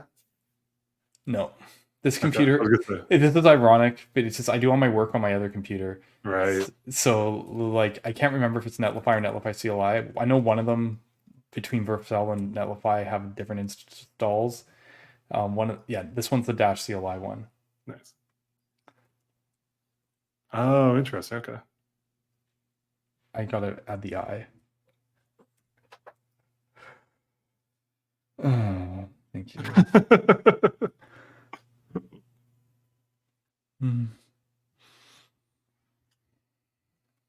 Really, I never actually like. Did I never do this? npm. No, but how am I using pnpm? Npm install for the global stuff. But how am I even using pnpm if I never?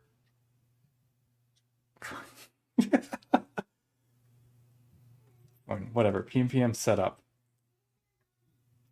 Okay, you're done. Okay. Oh, it's probably because I have to like restart the terminal or some garbage like that. It's fun.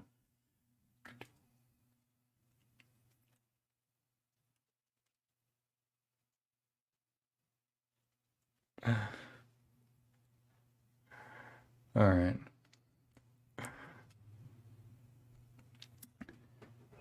Funny, I spent all week deploying demos on every content provider. I use Vercel, I use Netlify, I use their Edge and their and Cloudflare and the functions. I use workers and pages. I use Amplify. I use GitHub pages. I literally just not on this computer.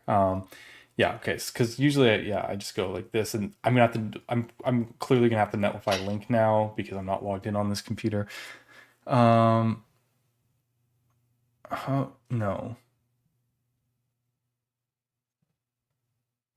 Why is this not even? It's funny. It thinks I'm logged in though. Do they not even let you deploy a local folder?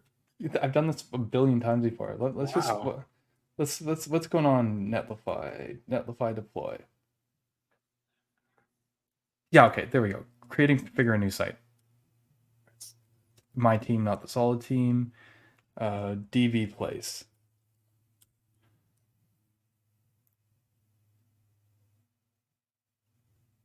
Oh, somebody's already got it. Was it you? No. DB place 2. Not a bad idea. Oh man, this is when I lose all the viewers. For you guys, is it dist? I can never remember. Like, yes, it's dist. I'm pretty sure this one's dist. Because there's dist and there's .netlify. Usually, yeah, this is dist. But you're saying that I will have to actually set up the something so that it will communicate with the database. Which is just a secret in Netlify. So if you, again, the web UI is the only thing I'm familiar with to do this. This function has crashed. Cannot find module libsql linux x64 gnu requires stack. Oh, lovely. Okay, so maybe we were a little bit too aggressive on our choice here. No, because this is actually like a module bundling thing, I think, right? Which is weird because this is Node. We're not using edge functions. We're just using functions.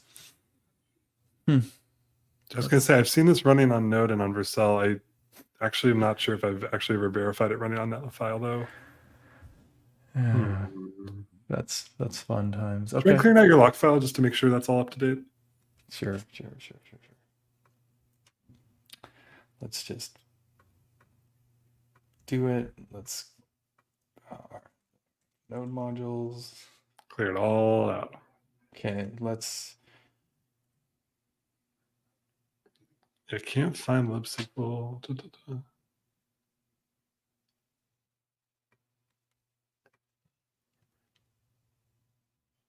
You're using pnpm, right? It's not using npm to install, right? No, it must be smart enough to. Yeah. All right. And then we're gonna build it one more time. Pnpm build.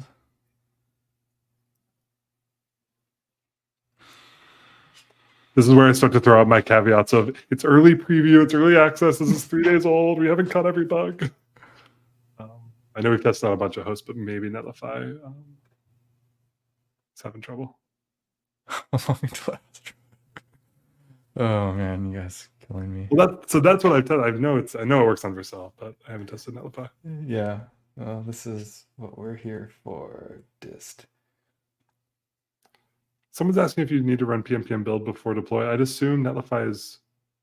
Oh, it's the way I'm. It's the way I'm doing it. Oh, I'm doing it. It's the reason I run build first is because I'm building it locally. So to see that functions internal. So my guess is that your install of node modules. Oh, this is interesting. Yeah, my guess is that you want the build to run on the same machine as Netlify's Linux stuff. It looks like it's looking for a Linux dependency that your local machine might not have because you're on what I assume looks like a Mac, right? Yeah. Oh, okay. Okay. Fair enough. So then to actually do this, okay, fine. Again, I don't know if that's true. Again, this wasn't a problem when I did the exact same workflow for Vercel. No, the problem was I didn't fork your repo. So like, it's fine. Oh, are you pushing dist? Yeah, people are saying pushing dist could also be the problem. Generally, yeah, Netlify CI is more likely a fix. Yeah, because the thing is like the. Oh yeah, wait. Yeah, if you're just if you're just pushing the dist directory, that has imports to dependencies in the node. Thing is, when I build, I'm pretty sure. Like it's usually a dist folder or dist shows up. It's usually a dist folder or a Netlify folder. Like that's usually the what you you do. Have the Netlify folder up there as well. The .netlify folder is a little bit different. It's like an internal folder. Just give me 2 seconds. Okay. Let's go. Yeah, if you're saying this dist folder is a static site, deploy that would definitely be causing you issues because it's trying to import stuff. And the fact that it's a DB import that's failing could just be a red herring. It could just be literally any import inside that app's going to break. Okay, let me go into my account and look at. I want to look at the site for a second. Why is it not? You're showing this on stream. That's brave. Yeah, I guess so. It's a lot of Hacker News demos. It's also the most Brian thing. Yeah, the funniest thing about this is I'm not actually seeing our DB place for some weird reason. It's like maybe a different team in your Netlify account. Yeah, that's what I'm looking at, but I'm like, I didn't deploy it to Solid, I'm pretty sure. No, I didn't. Every time anyone asks, are you guys doing hosting? I'm always like, no, like there's all these other great hosts. Like we don't need to do that. And then, like I run into so many trouble.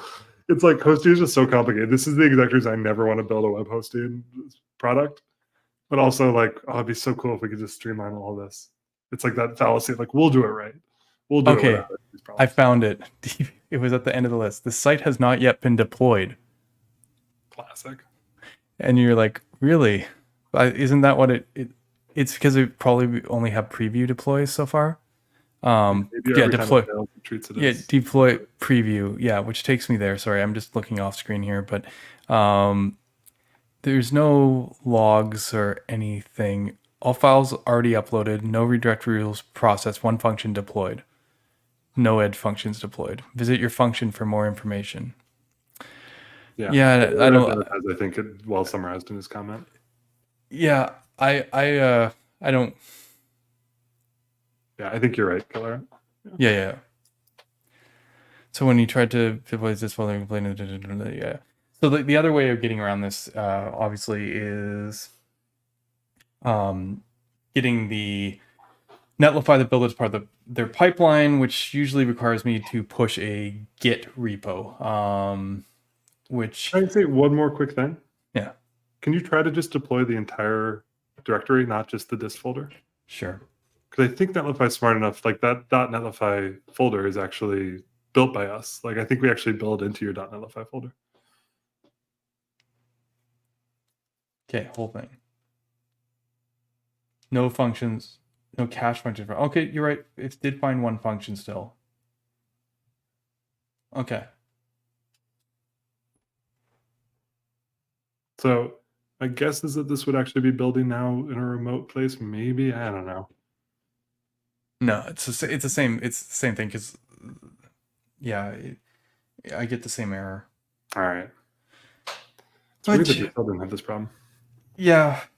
So yeah, I mean, it's so funny. It's just because I never want to build. I don't want to have like a billion Git repos. So like I never push stuff off, and which means I'm usually just like hacking this along.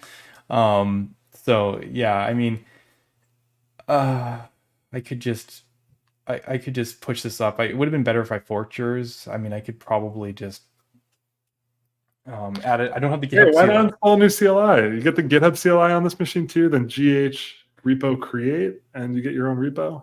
You can also rm-rm rf the .git repo. So many words. You could rm the .git directory, and that this is where we are. So because as I said, I don't even have the GitHub CLI. So what we're doing here.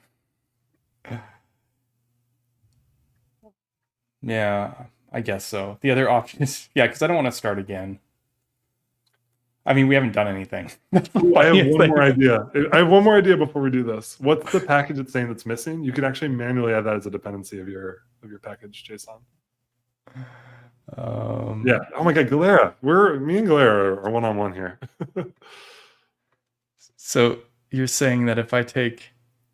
Well, I think it's saying that dependency isn't existing on your machine because your machine only installed the Mac one. Right. So if I you force it. Okay. Let's then build. I'm just gonna do anyways, and then this is so funny. Yeah, what did Dev say? Docker smiling in the corner. Yeah, exactly. Docker.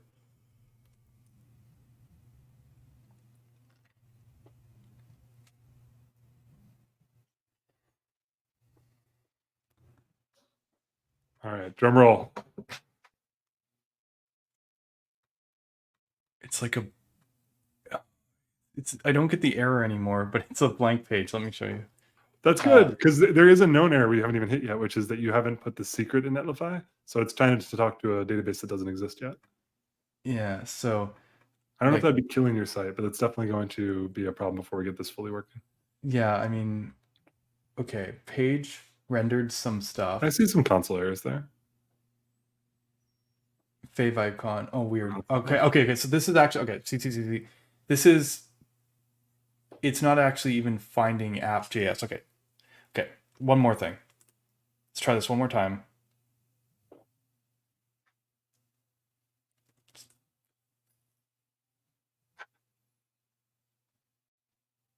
I want to try dist.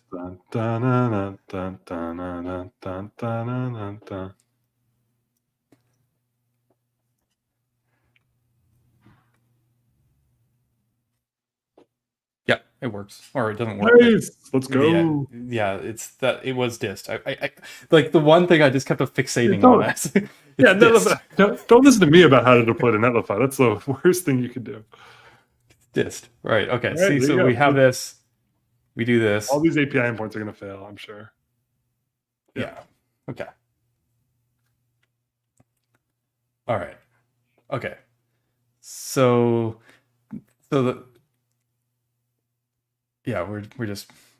we just killed it. Yeah, refresh is just not being very happy right now. And as long as the page goes, I'm just going to keep on hitting Netlify over and over again with an error. Okay, so let's not do that for a moment. what's the secret thing that I gotta do? So you're gonna want to do this off stream because it's gonna Yeah. show a secret that talks to your database directly. Yeah, You yeah. go to that web portal, the studio.astro.build, that place you created your account. That's gonna have a Studio. link right on that project to create an app token. It's called Studio. Sorry, what is it? Studio.astro.build. Okay, yeah. Master.build. Sweet. And then I see my project. You can go into that, create an app token, and then you're going to save that as Create an environment variable in Netlify. Generate. Please fill out this name. I need to give it a name. Netlify.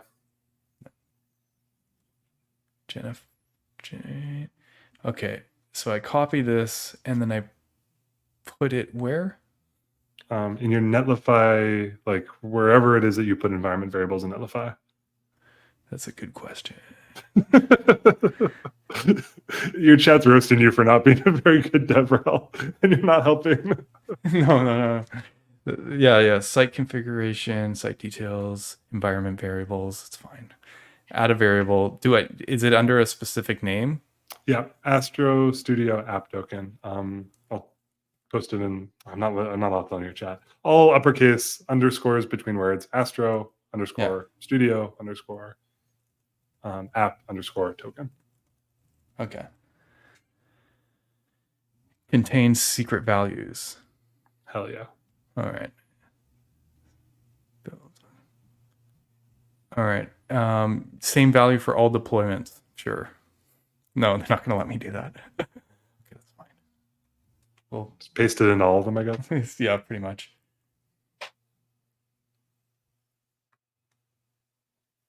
All right. Cool. Astro underscore studio underscore app token. Okay. Cool. And do I have to redeploy again, or is this just going to... Probably. And I think there's that -- prod thing that you want to do anyway, so I think I redeploy. Yeah. I mean, I will need to do -- prod when we actually want it. All right. Yeah. Fine. Let's go to prod. It's probably not going to work, though. What's the difference between the two, besides the URL? I mean, I think that's the main difference, right? Like the preview builds. I don't know. There's some tooling that I've seen before on the preview builds. Okay. Well, all right. So if all goes well, I haven't actually seen any of your logs yet, so I assume that this was the 500 you were seeing. I guess we'll know for sure now. Nope. Well, the problem is that the problem is, I might have to. Sorry, I know I'm off screen right now. You guys are missing all the good stuff. I'll pull it back on here, although I have to go back. Oh, did I not deploy dist? Why is it doing this again? Unexpected ended JSON input at H. Oh, no. That's not the same thing. It's finding the app. It's just... Okay, so check out your server logs in Netlify. I'm curious. Yeah, exactly. Yeah. Like, how much of this do I put on screen? Logs. Always an important question. Functions. Oh, Ben's here. Yeah. Classic Netlify. Okay. Red screen Netlify is always a... Okay, now... Failed to execute query. Bad request. Oh my God, of course. We haven't actually pushed your database anywhere. You just have an empty database up there. Oh, okay. We need to actually push your schema. Okay. So this isn't like... Okay. So how do we do that, Fred? So the final piece, it's all going to come together. Mwah, chef's kiss. Astro DB push. Run that locally. Okay. It's going to push up your schema to production. Okay. Astro DB. And remember, we need that PM Astro. Yeah, exactly. We've finally been Pavlovian trained. DB push. DB push, 2 words, 1 word. Yep, just like that. Okay.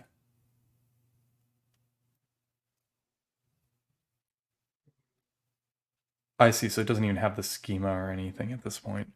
Yeah. So you created a project with just a blank database. This command is what actually filled it. So now, actually, if you go back, I don't even think you need to redeploy Netlify. I think Netlify is not actually erroring anymore. Beautiful. Share that link. I want to click it. I want to play. I guess what is it? DB place to .netlify.app, was it? Yeah. Where did I put the app? Did I closed it again because it was erroring too much. Yeah, DB place 2.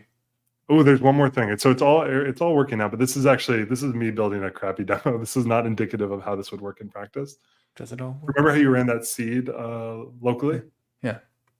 Right now there's an empty database. So the way I built this, it's empty and we're updating, which means there actually isn't anything to update yet. So the last thing you need to do is actually run that seed file, but now we want to run it on production. Okay. Yeah. But what I'm getting at is, it's. I know, I did already chef kiss. Right, you're updating rows that were never seeded. Okay. So the last thing you want to do is Astro DB execute. That's going to let you run any script you want against your production database. And you're going to want to do you're going to pass it the file, which is db/seed. Okay, so you mean like... Yeah, this is going to seed it. So as soon as it starts running, we should all be able to color our hearts out. You might need to do -- remote. I can't remember if that's required. Let's find out. Let's see if anyone's still on the stream. I haven't been paying any attention to chat. I'm so sorry, guys. Hey Tanner, how's it going? Yeah, you guys making fun of my Netlify DevRel skills. I think you need that -- remote because it looks like it finished, but I don't see any data. Okay, where is the -- remote? Yeah, I need that. Take it on the end. I'm so excited. I have it open. I'm looking to draw my little heart out.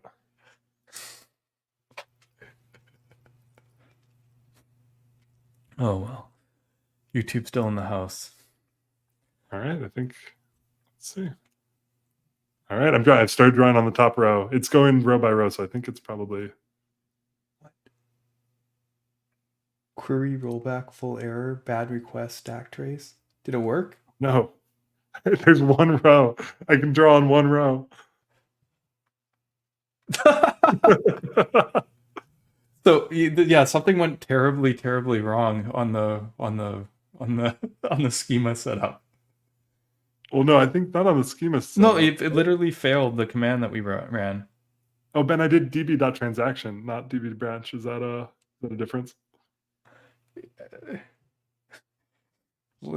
Like I have a 400 stack error on the query rollback full error 400 bad request as part of this seeding. Yeah, it's something about the transaction.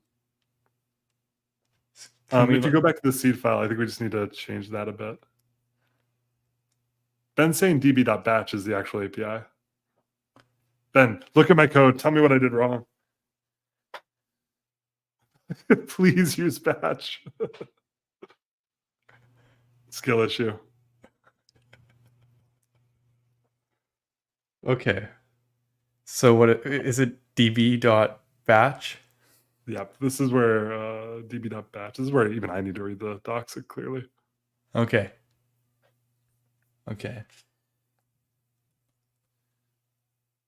It does not take an async function. What does batch take? Oh, it takes an array of queries. Oh, okay. Yeah. Oh, okay. Because so right now, API. So yeah, because right now we're going through and we're doing a transaction per like column. Okay, so basically you want to db batch. I guess you want to create a. Do we want to like collect all the promises? And then yeah, is it like a promise all? Although I guess these are TX inserts, so they actually do the call. I don't know enough about their because you get the transaction from. I mean, you can get rid of the transaction as well, and we just do the. Yeah, basically, Ben is saying there's two ways to go here. You could remove the transaction entirely, and it's going to be writing one at a time from your machine to the remote database. It's not super efficient. It ends up being a slow process. Or you can turn this all into a batch, which would be using db.batch. But we have to refactor this code a bit. It's not going to be a like closure. It's instead going to be you're looping and pushing into an array that you're creating and then running db.batch at the end. So the first thing I heard was that if I just did this, it would be very slow, but it will work. It's kind of fun to watch, though. I would argue. Ben's going to hate me for this. I think it's fun. It's like, you remember how JPEGs used to load? It's like that, basically.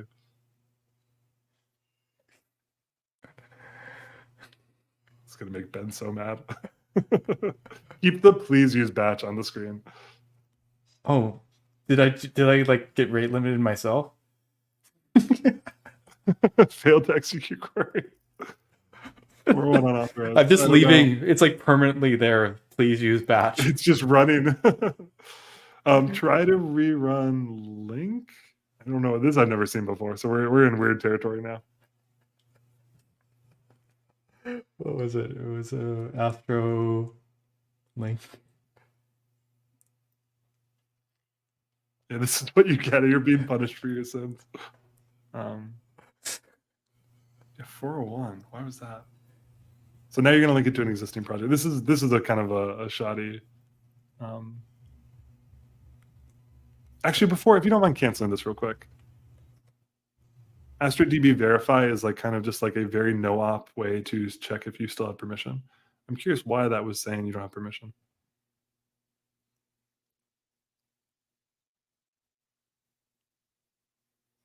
Oh.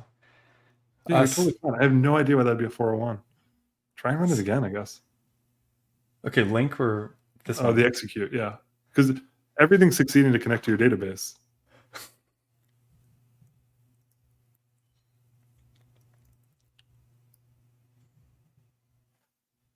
All right, there's no output because there's no logs here. You are currently seeding the database 1 pixel at a time, round tripping as we go. Okay. So you can see it's reset a lot of the,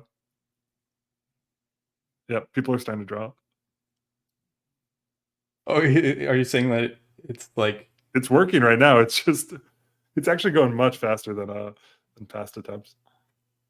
You can kind of try and feel out where the current insert is at.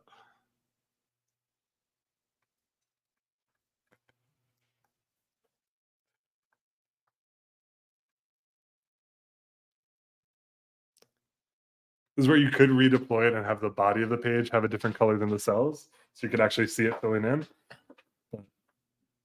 Small effect for a small payoff.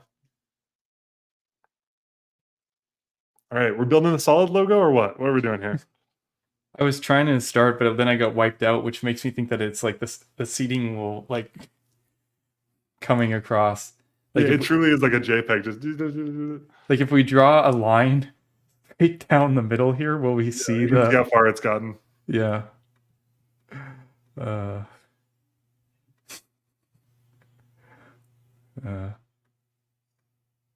it finish? Is this...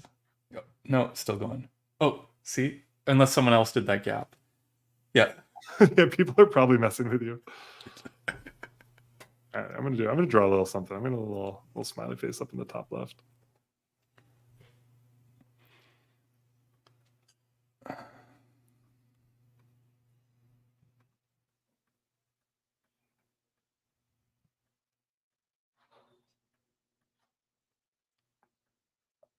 A bunch of artists.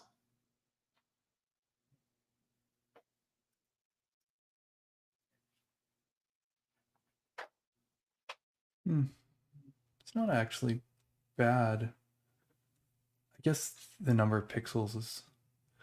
Yeah, I was just kind of curious, like how much downstream work we were actually getting from this. Well, this is where if everything goes right, that S max age that we touched at the top of the stream, that should be caching. So you're only actually database-wise making a fetch every 5 seconds. Sorry, every 1 second. Right. The updates are definitely, it's an update per, but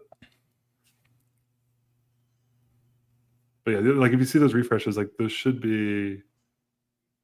Oh yeah, those are 3 or 6 seconds. That should be way faster. That should be going Oh, okay, well let's make sure I'm not throttling the network. I do that from time to time.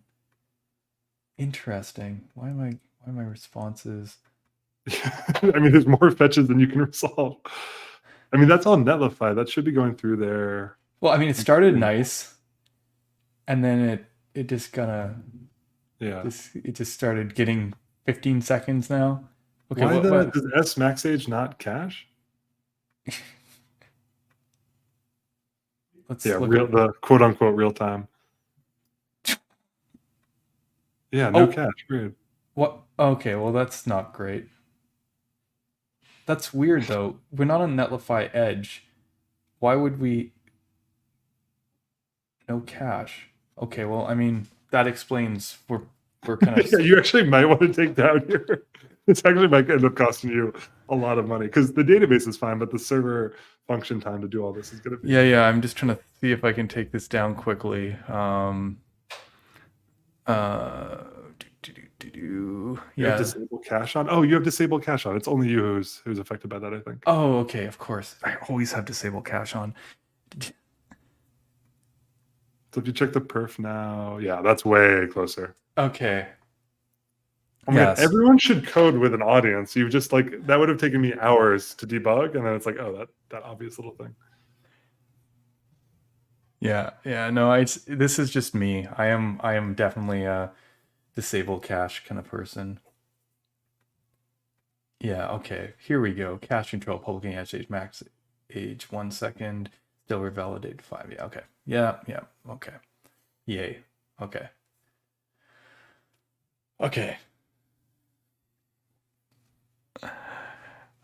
Yes, I think we've had our fun now. I think someone's attempting the solid logo in the in the center. Yeah. I think some people are messing with it. Yeah, there's a whole other dynamic on this real-time stuff. I've been thinking a lot about this recently. There's a PR to add WebSockets to Solid Start just as a router. So like you just go in your Solid Start project, like create WebSocket, and then like everything works. And uses Nitro underneath and this whole setup. So real time, I haven't done much with stateful servers yet, but yeah, this is an area I've definitely played with TL draw. So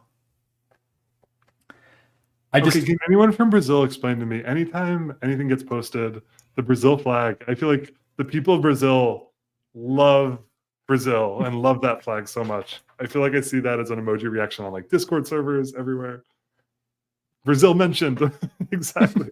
It's like, I love that. Yeah, okay, that's awesome. All right. Come to Brazil. I'm such a boomer. All right. I know you don't have much more time with us today, so anything else you want to do? We didn't get a chance to convert this to a hyper optimized solid app, but I think people will live. Yeah, Fred, it's been great having you on. Did anyone have any quick questions for Fred? I know he's got to leave soon, but let's see if we can very quickly. Maybe he has like 2 minutes. Yeah, I've got a couple minutes. Send Fred some questions. I mean, I probably should put the screen up for a bit too. More, it's so much fun to watch. And the thing that I think is funny is like it's hard to do. Like it's easier to destroy someone's like malicious work. I don't know if this is baiting everyone, but I won't even say what I'm going to say. Never mind. It's like a self-correcting canvas, is what I'd say. As long as you have good people in your audience. Fred, do you have an Astro tattoo yet? No. I know the reference coming here. Not any tattoos. I feel like if I was, I guess that would be the thing. Oh, but know what I have? I'm wearing today.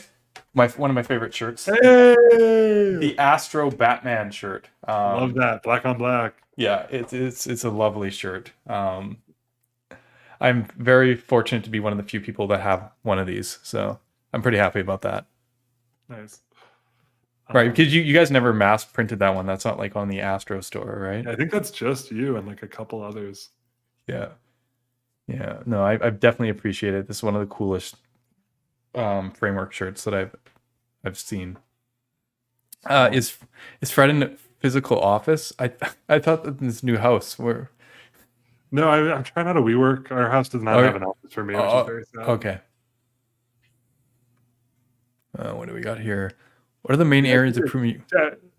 One thing I'll say while you're collecting questions is just appreciate the we're an open source project, so we have this tendency to just we'll ship the code and we'll fix it up, and we're still very much early preview. That's the goal here. So appreciate your patience trying out new hosting platforms and all that stuff.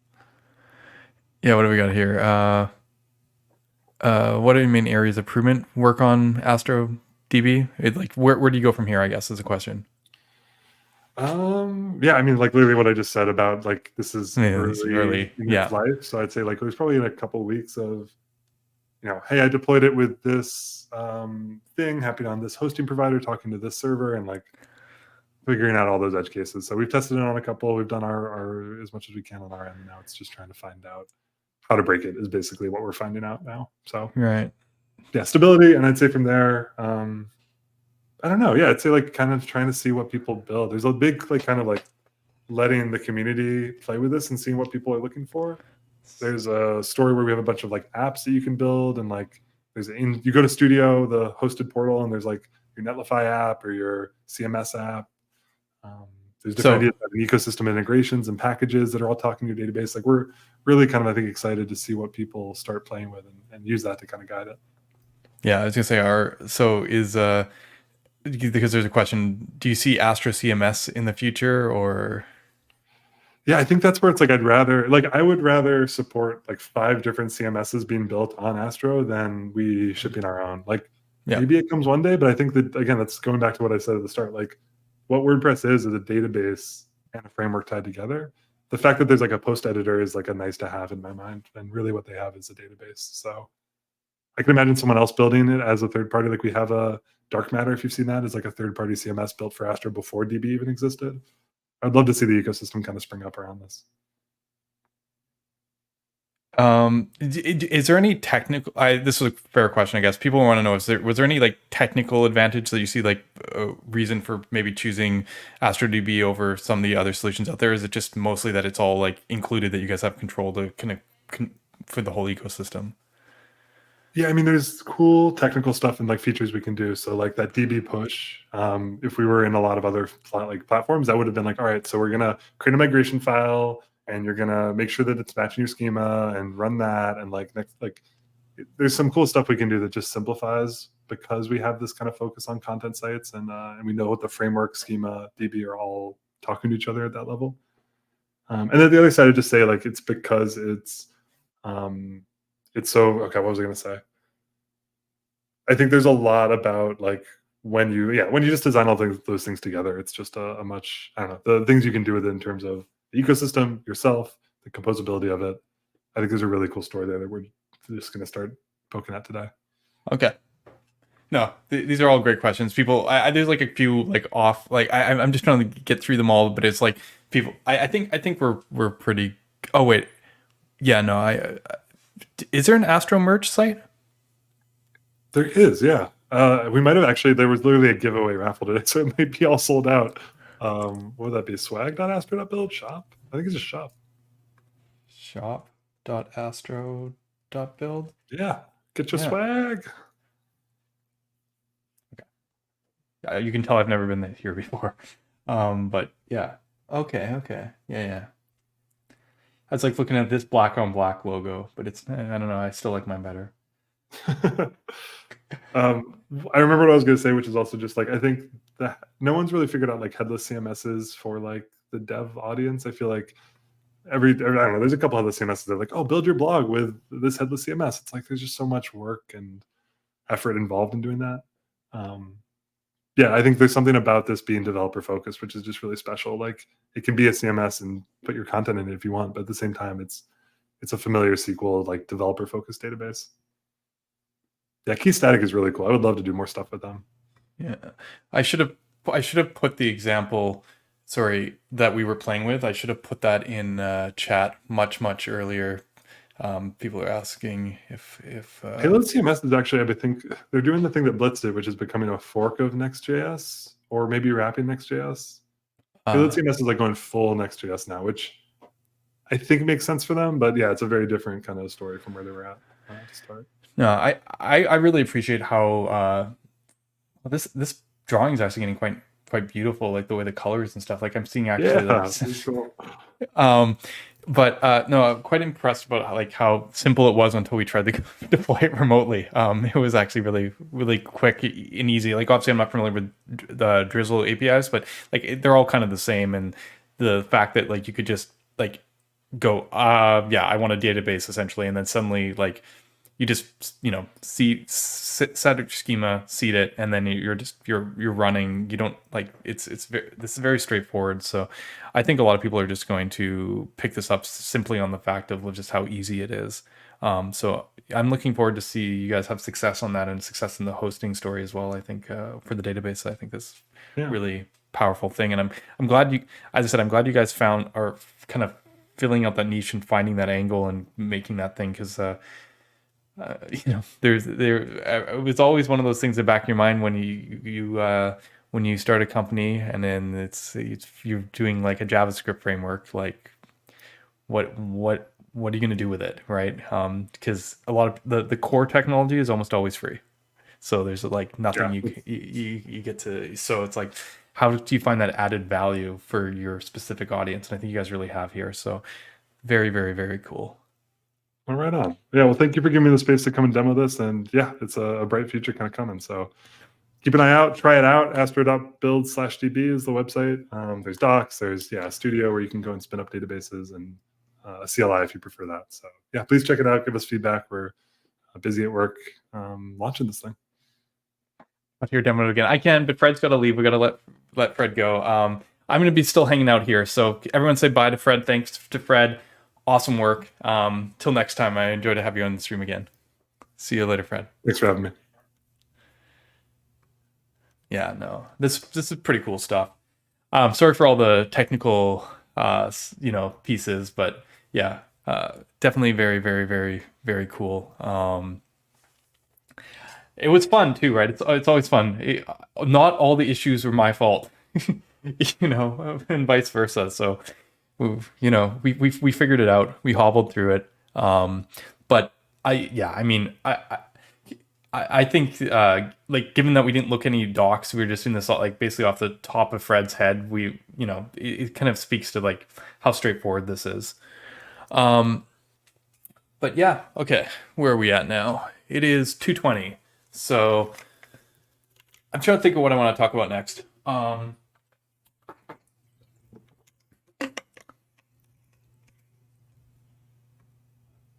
Yeah.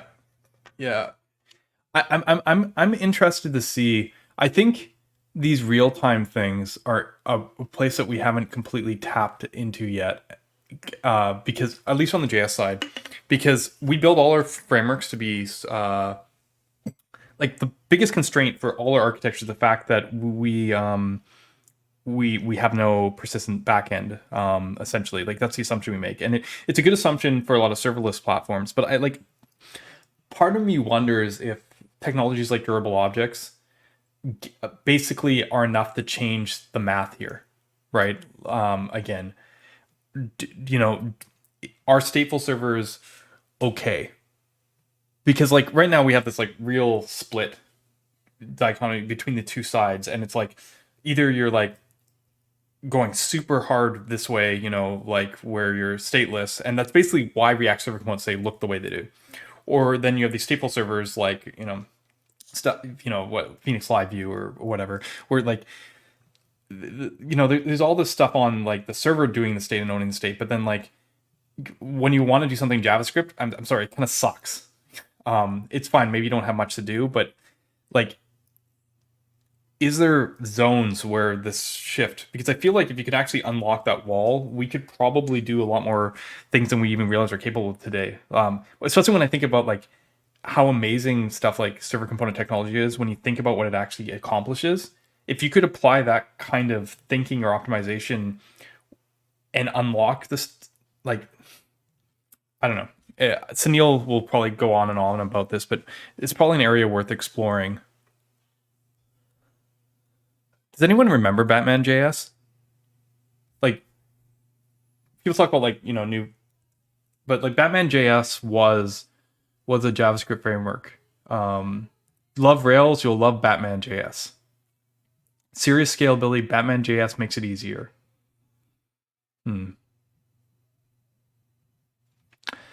Different times.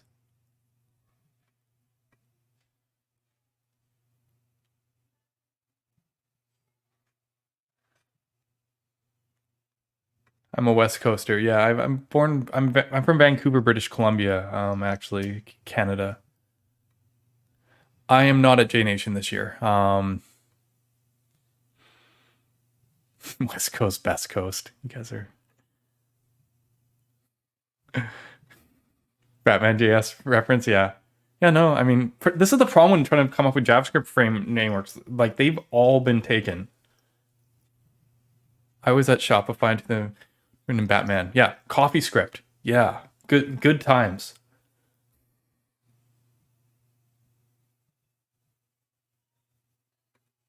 Ooh, this is an interesting question.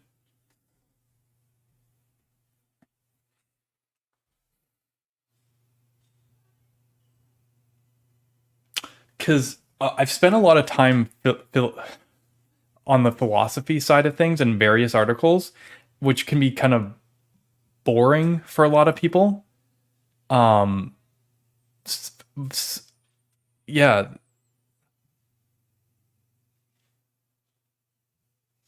but it's actually kind of tricky here because like I'm trying to think if I can like I have a lot of stuff about how reactivity works, how rendering works. Like some of my favorites articles of all time were for that kind of stuff is like fast the real cost of UI components.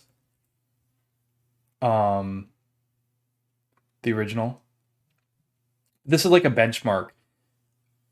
God, there's so much theory here that I don't know how to package it up because uh this one's pretty good, but it's mostly a benchmark. Um, I don't know if that's what you're looking for. But the funny thing is, most of my articles are written from a framework author's perspective, so like they're. I know that's not very helpful.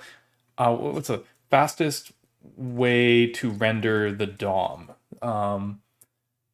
Yeah, there we go. The fastest way to render the DOM. Um, these are all articles I wrote in 2019, so they were a very critical time period when I was like understanding that, like, essentially, it's so funny because I've said the same stuff so many times that I lose track of it. I Yeah, I don't know. This is actually a really good question and one that I should have a better answer to because there's a difference between the JS frameworks and the meta frameworks. And like I had a whole okay, maybe this is worth looking at, but it's so like metaphysical. Designing solid JS, I created on Medium, I had a whole series um of like talking about opposite like different design principles that I looked at. Designing immutability. God, there's so I should put them into like a more final reactivity, dualities, components. This is just like I spent like a year basically about about like what a ideal UI framework should do, and talking about the cost of compilation, all this stuff. Um, yeah, I don't even remember the content of most of these articles anymore. Um, reactivity, that was a good one if I remember. Talk about the problems with React hooks, compilation shortcomings, granularity. I don't know. There's a lot of stuff in my old Medium content because that's when I was actually designing Solid initially, and I feel like that's probably a decent place to start. Anyway, the start suffix seems to be alive and well. Yes. We're going to talk about that a little bit this week in JavaScript because I haven't been on for 3 weeks and Tanner's been doing some awesome work. So we should look at that.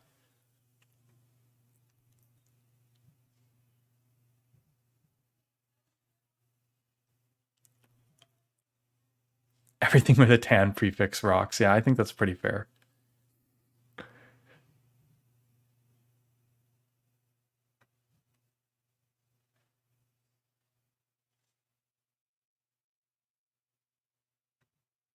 Well, it's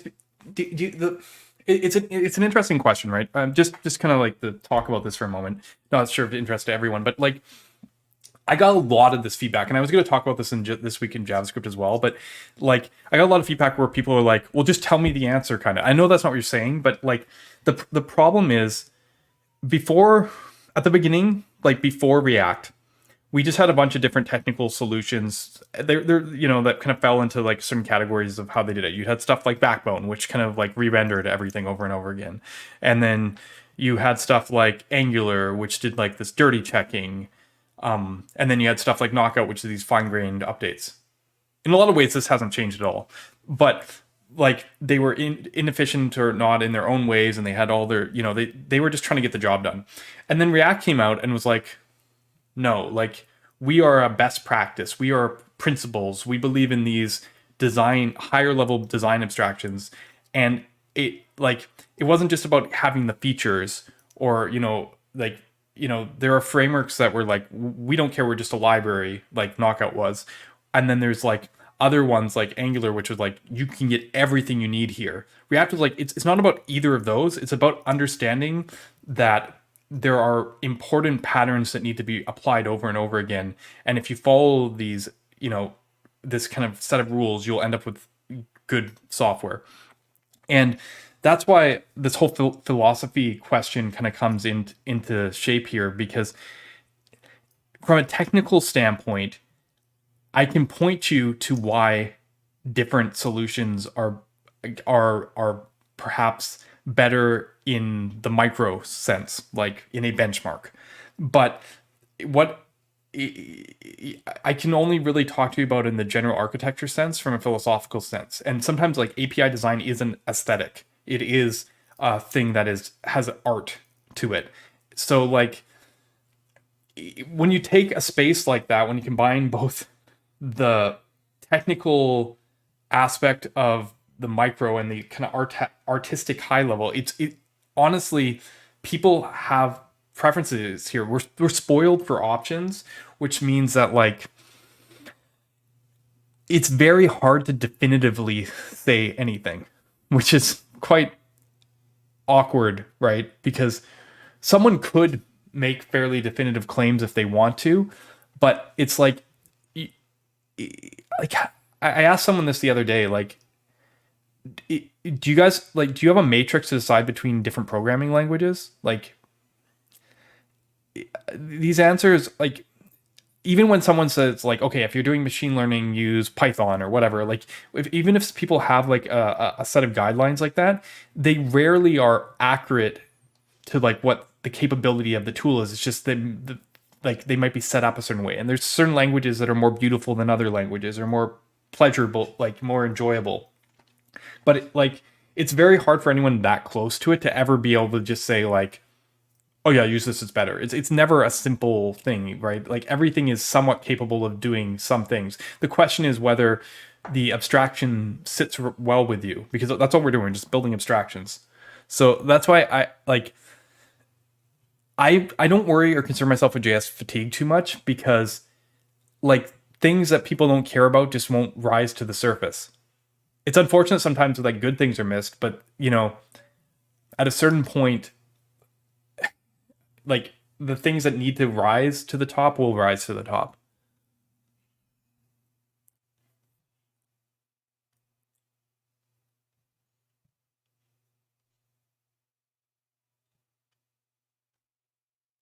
Anyway, here we go. 3 weeks of JavaScript. Let's just talk about it right now. What do you want to talk about, Tanner? I'm just rambling here, but yeah, I mean, we can. Wait.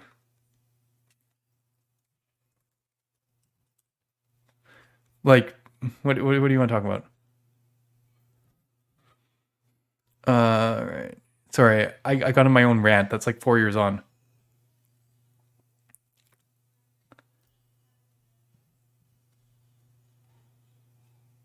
All right. Give me a second here. Thanks people for their patience. Let's do sorry, 1 second.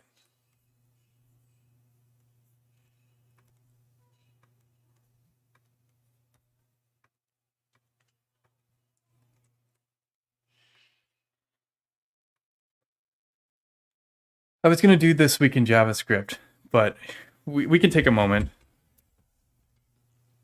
Maybe I can have some help this week on JavaScript, in fact. right? Sorry, what's it? Oh, one of my favorite writers. Every framework is an exploration and experiment in the problem space. Love to see more. Yes, exactly. If you haven't, you should definitely read articles published by this author. I've covered them in stream. You should go. Do you have a link to like your blog? I mean, I can go look it up, but just send me the link to the blog. I'm going to post it on here again because your stuff is just amazing.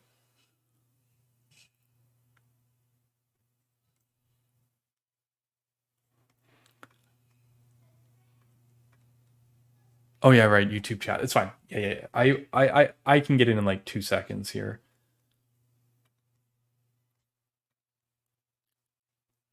Yeah. Check this out. That's all I gotta say.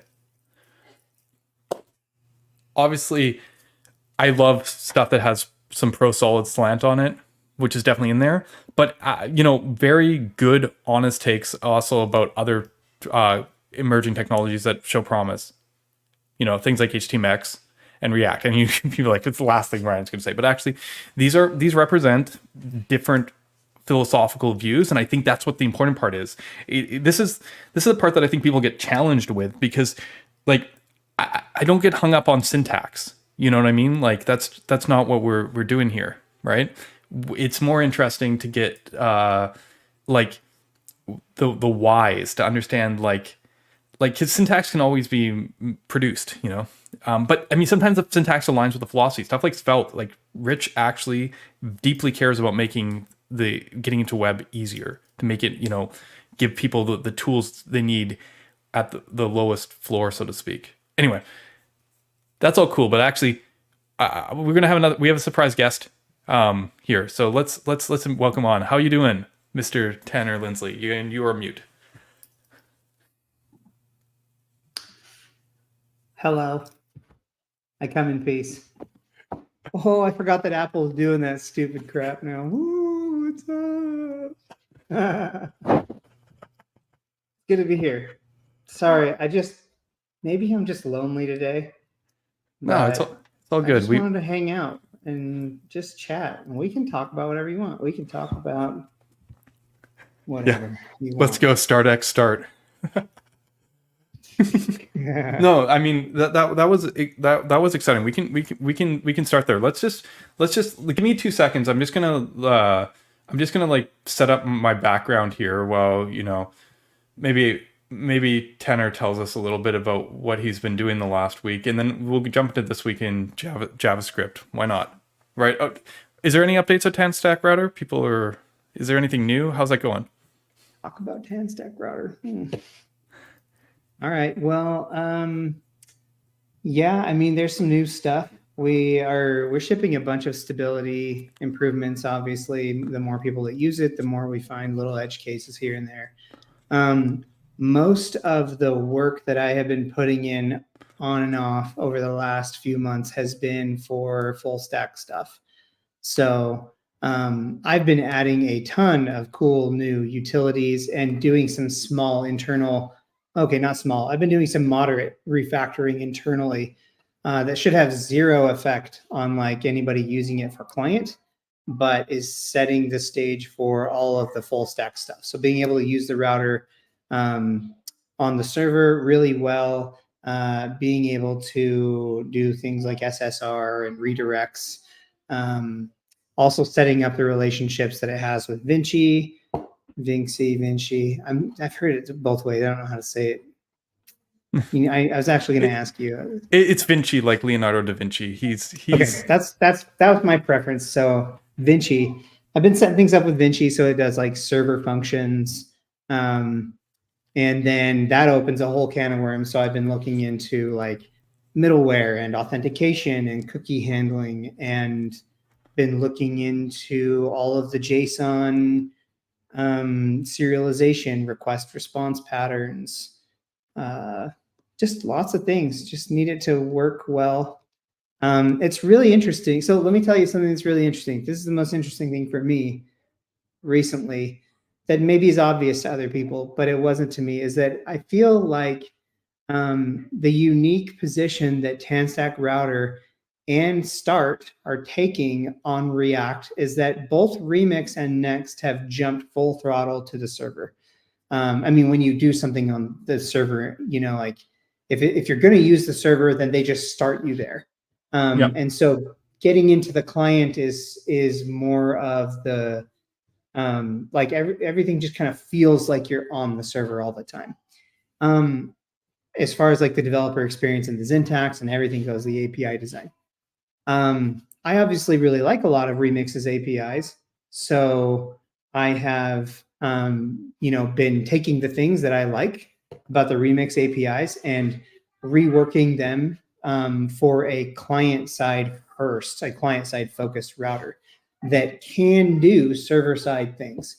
So I really like the idea that like we have loaders in Tanstack router. These loaders are 100% isomorphic. They run on the client and they run on the server, and they run during SSR. They're not these server-only things. And if you want to do something on the server and keep it there, you just make a server function, very similar to Start, solid Start. And I think that is a cool distinction because I still think that a lot of React developers and probably just a lot of front-end developers want to stay focused on the client and focused on the front end and let their back-end team that probably exists for a lot of companies and a lot of people keep doing their thing, right? They don't need to own everything on the server and do everything themselves on the server. In fact, there's a lot of front-end devs who are building wonderful applications that have never written a lick of MySQL in their life, and they've never interacted with a database, and they don't want to. That's fine. That's up to them. And I don't want it to feel like a chore to have to get back to that experience, you know? So that's kind of the unique take, I think. It's almost like if you were to take, my hope is that if you were to just take Next.js and Remix and all the Tanstack utilities and smush them together and kind of stay in the old isomorphic style of writing web applications, that's what Tanstack Start is going to be. Right. See, it's perfect. The reason you saw as you were talking, I was like bringing all this stuff across is because this was actually the oldest tweet that I actually wanted to talk about today. And it's actually what you were touching on a bit, because Ryan Florence posted this, and this is where he's reaffirming that they're building towards RSCs. But you notice they had to build a bridge back to CRA. You know, like it wasn't like they didn't start from the CSR and kind of build up on there. They went to SSR, and now they're kind of back porting to see it, which is it's similar, but it's a slightly different thing. I think it's good they are actually putting the branch out there, so to speak, but it is a little bit different from building with the CSR APIs in mind in the first place. Like, for example, Remix now has client loaders, so you have loaders and client loaders. Like, you have multiple. The isomorphic way feels like it makes a lot of sense if you start from the client side approach. Obviously, Solid Start and Tanstack router have this. Svelte and SvelteKit started with the isomorphic as well, and Sapper. So like this is not just in our JSX ecosystems as well. Just to kind of give a little bit of a broader look on that. So it's interesting. There's a lot of people in chat here kind of talking about this whole RSC thing. Because I mean, I can jump to it. I'm pretty sure I reposted it in here somewhere. That where were we? Here we go. A wild full stack React framework appears. This tweet. You've actually moved Tanstack.com over to this setup, which is pretty cool. Yeah, I mean, that honestly, like I don't see any other way to make it work, to make it happen. I would love to like drop this into Nozzle, obviously, but it would be a bigger lift. And I was just looking at all the projects that I'm involved in, and one of them was staring me right in the face. It's like, oh, hey, Tanstack.com is using Remix, and that's awesome. Remix is great. That's what has helped me learn like a lot about why I love the request response primitives so much, and help me learn what I like about the primitive web that Remix has, taught me, hey, guess what? Not all of this primitive stuff is terrible. A lot of it's really good. And then obviously there's some things that I'm like, you know what? Sometimes the primitive stuff is pretty terrible. And it's just not likely to change. And that's the stuff that I'd like to paint over. But Tanstack.com was a prime candidate to be like, hey, you know what? If I could get Tanstack.com running fully, like server-side rendered with loaders and actions and deployed to Vercel using Tanstack router and Vinci, then there's no reason that we couldn't just take that experience and package it up somehow. So that's kind of been my goal. We just had our third child probably about 5 weeks ago. So I've been on paternity leave. But that's mostly the few little moments that I get in the open source side of things. That's kind of where my focus has been, is like, and there's been a lot of people helping me do this as well, obviously, but let's get all of Tanstack.com running on Tanstack router. So it's been an interesting journey doing that. We have a branch, it's running and it works. You can go there right now. I think it's maybe my latest deployment didn't break anything. It's tsr.tanstack.com.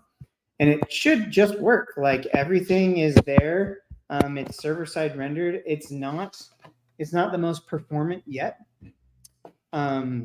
Nobody benchmark it or anything like that, because obviously we're doing like terrible things, and I don't have any code splitting in place. Like I'm loading megabytes of crap, So right. I'm seeing like server functions running on page load and other fun stuff. Yeah, it's really cool. So it is cool though. I like seeing _server on a different project other than my own. Yeah, it's really fun. So like that _server is mostly just calling out to go get like sponsor information to build that sponsorship bubble.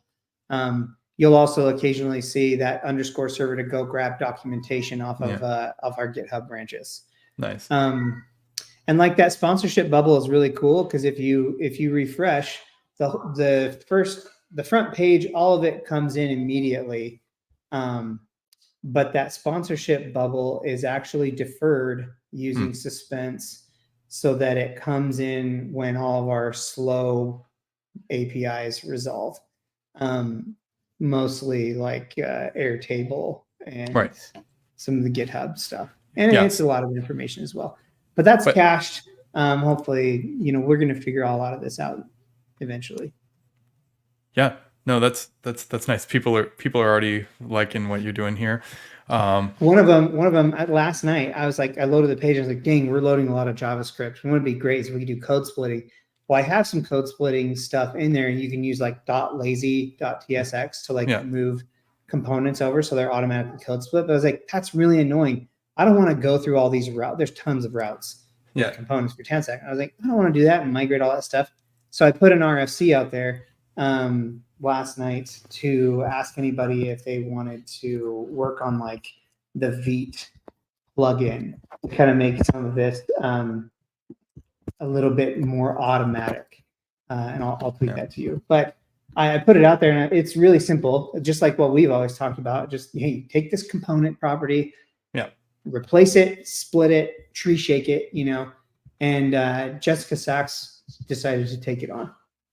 Nice. So Jess is doing that right now, and it's really exciting. So yeah. So I mean, like if we install that, we run that, and then you'll load just a small portion of that JavaScript. Right. Get some better performance out of it.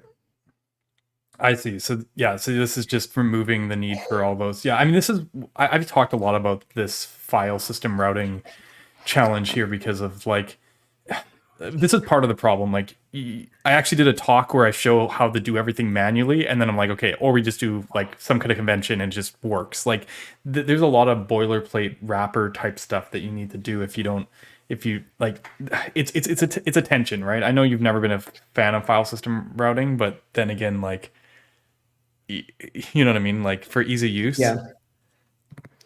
Yeah, I get it. It's, you know, I talked to Nikhil a little bit about this, and he's like, oh yeah, you know, Vinci, can Vinci do this? Yes, it could, like in a roundabout way, be very hacky, right? But already, like, I'm kind of breaking out of the normal flow for what a lot of the plugins do, where they do like top level exports. Right. A lot of people get away with really simple plugins that do this because you're just looking at top level exports and trimming those away, and then just you can trim those using something like ES Build if you wanted, like Remix was doing, or maybe is still doing for a while. Yeah. That's not a problem. But because I had to write everything so that it would be type safe, top level exports are terrible for type safety. Right. Yeah. Because then you have to cast arguments and import types, and there's no context. Yeah. Oh, you've seen our routes. What was it? Satisfies blank or whatever. Like. Right, you're writing satisfies or something like that. Yeah. And that's fine, you know, but I didn't want any of that. So all of my stuff that I need to split and, like, you know, do the compiler work on is inside of a function call. Usually just one, like create file route or create route. Right. So already I can't use a lot of these like generic tools out there that are like, oh yeah, we'll code split your stuff for you. Right. Yeah, can't do it. It's got to be custom. Tricky. All right. All right, where am I here? Yeah, okay. Yeah, so very, very, very excited stuff. Yeah, I wanted to kind of jump right into that. Yeah, experimental deployment. You had the link right here. You didn't have to look for it. But yeah, should we continue our chat? I got a bunch of topics this week, so yeah, let's go back. I'm gonna scroll back down a little bit. I'm gonna get a couple quick solid things. Actually, maybe this was actually the first thing that I have here. I remember this one. Right, because Dan did a nice thread that he was talking about. People talk about streaming in React frameworks. They tend to focus on HTML arriving in the stream. Did you know RCs use streaming as well for all feature spawn navigations? You can think of it as previously loaded JSON. We're sending JSON with holes, and it later gets filled. However, in the UI, we never show the arbitrary holes. Instead, the UI states are determined where you put suspense boundaries. Traditional data fetching approaches, most other frameworks are, you fetch everything first and then you start rendering. With RCs, you start rendering in memory right way without waiting for data as soon as enough data stream. The thing is, I don't know if this is, like, he talks about RCs, but it's because React specifically chose to use RCs here. In general, if you have suspense, I think this is true, right? Because like, what's the difference between streaming back the next page response and doing like 5 independent requests that can all arrive at different times? Like, you're right. Yeah. Like you know what I mean? Like if you go to the next page and you have 5 requests you fire off at the same time and they take different lanes and suspense fills in the holes, that is no different than streaming after the fact. Not really.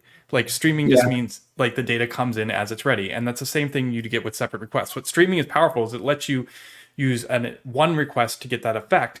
And there are places where that matters. Like when the page initially loads is one place. Another place that matters is basically it matters any place that you would have to go to the server anyway. And then you're like, well, why do I want to do multiple trips? So like mutations, that's a place where streaming could benefit. Initial page loads where it can benefit. Actually, next navigation, I'd argue, doesn't benefit from streaming as much because you just get separate data requests. We'll probably get Tanner back in a bit, but he had to drop off the stream, it looks like, for a moment. But yeah, I thought this was an interesting thinking here. Obviously, because I think like even Vue or like anybody who has like kind of inverted svelte, I think they all actually category here. I said like I'm proud not to be part of most other frameworks here, but I actually think most other frameworks do okay here. I think mutation is the one exception where RCs really excel because they can go to the server and like redirect to the next page and I'll do it on the same response, right? And that's where the streaming matters. But for straight navigation, I'm not sure it actually matters that much.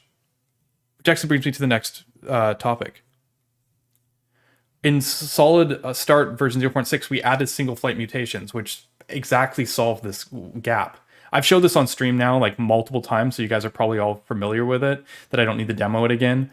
But essentially, when you're in Solid, if you do like a mutation of some sort, like use a server action, we actually send back the data for the next route in the same process. So if you're on a details page and you click save, we'll actually send back the data for like the listing page that you redirect to, and the client will get the redirect like response right away, and then the rest of the data will stream in all in a single request. See, that's an example of where streaming matters. So yeah, the timing of this was actually almost perfect, because he literally posted this and then we released the feature not using RSCs the very next day. So anyway, let's keep on going. Is chat still live? You guys got kind of quiet for a bit. I know it's Friday afternoon, but I don't have Tanner here right now to keep me company. He still wants to talk RSCs though, so he's got a baby emergency. Maybe he'll come back in a bit. Yeah. Okay. Good. I'm just making sure we're still going here.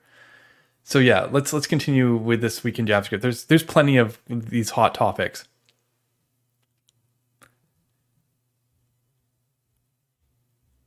I'm not. I think it's important. I'm not opposed to server components. I actually see value here. You got to remember, I worked. Again, I always remind people about my work on Marco and Islands frameworks and all this stuff. The HTML partials are a really powerful way to reduce JavaScript. They're an absolute way to reduce JavaScript. So conceptually, server components are really powerful. I'm not 100% happy with the React implementation today, but it could be improved. So like the problem is that it is a trade-off. Like architecturally, it has different constraints. It doesn't just fit the gap. You can't just be like, okay, now I'm in server component lands. Now other pieces, change. You're waiting for the Rackus conversation. I had a really good conversation with him. Yeah, definitely here for the Tanner RCs. We'll bring it back around for him. We'll focus on Solid for a moment here. But yeah, sorry, Tanner. Hopefully, we'll be back in a bit. We'll see. So yeah. What do we got here? React Summit stage, meet Ryan Solid. Yeah, okay. Yeah, I'll be talking there. Let's just go through the Solid news really quick while Tanner is away. We'll see. Yeah, Ebenezer's got a new LinkedIn course. I just post this up. Usually I don't necessarily post people's like paid content type stuff, but Ebenezer has been such a help to the community. He's been posting content on Solid for years now. Back when he originally was working at JetBrains, and they were doing weekly newsletters over there. JetBrains is one of our big sponsors on Open Collective. I never would have guessed it, but we a lot of Solid love over there. So yeah, just kind of put that out there. I love seeing. I'm just going to burn through these because a lot of these I reposted just because they have like little interest pieces. Like I love seeing that different patterns can apply across different JSX frameworks. This is just an example of Panda CSS using it with Solid versus React, but like it's very cool to see that because of templating being shared that you can actually share some other assets. What do we got here? Take flight we already talked about. Is there anything else actually interesting in it? Veep5 support. I guess that's pretty good. Yeah, React Summit talks. Oh yeah, news for everyone. Create JD app is back.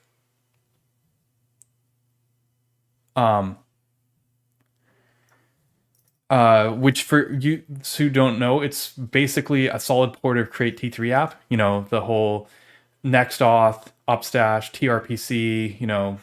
I think Prisma or whatever database is the latest one that people like, but built on the new Solid Start beta. It's up there, full auth solution, everything you need to make a modern, web application get started. I'm super stoked to see this come back. Yeah, I gave a really cool talk in Amsterdam. I would love for this to go live. The live stream apparently isn't available yet. maybe like I could snipe the video. I got a DM from someone that said they had the live stream link, but it's not supposed to be posted yet. I don't think I should post it on stream though, probably. Yeah. What did it say? I was watching a stream and I remember that I have the link from DevWorld stream with your talk here, but I'm not sure they wanted to make it public because it was a paid thing. Yeah. I'm probably bending the rules a bit, aren't I? Okay, let's keep on going. It was a really emphasized the power of our APIs in Solid Start. Let's keep on going. Yeah, Daniel Alfonso, new Solid newsletter. Check it out. We have people working actively on DX now. This is amazing to see this kind of growth in our community. People actually out there, other than myself, promoting. I don't have to travel as much. It's great to be able to spend more time with my family.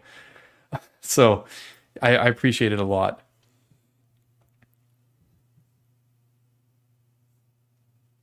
I'll be back in Amsterdam to give a talk in June.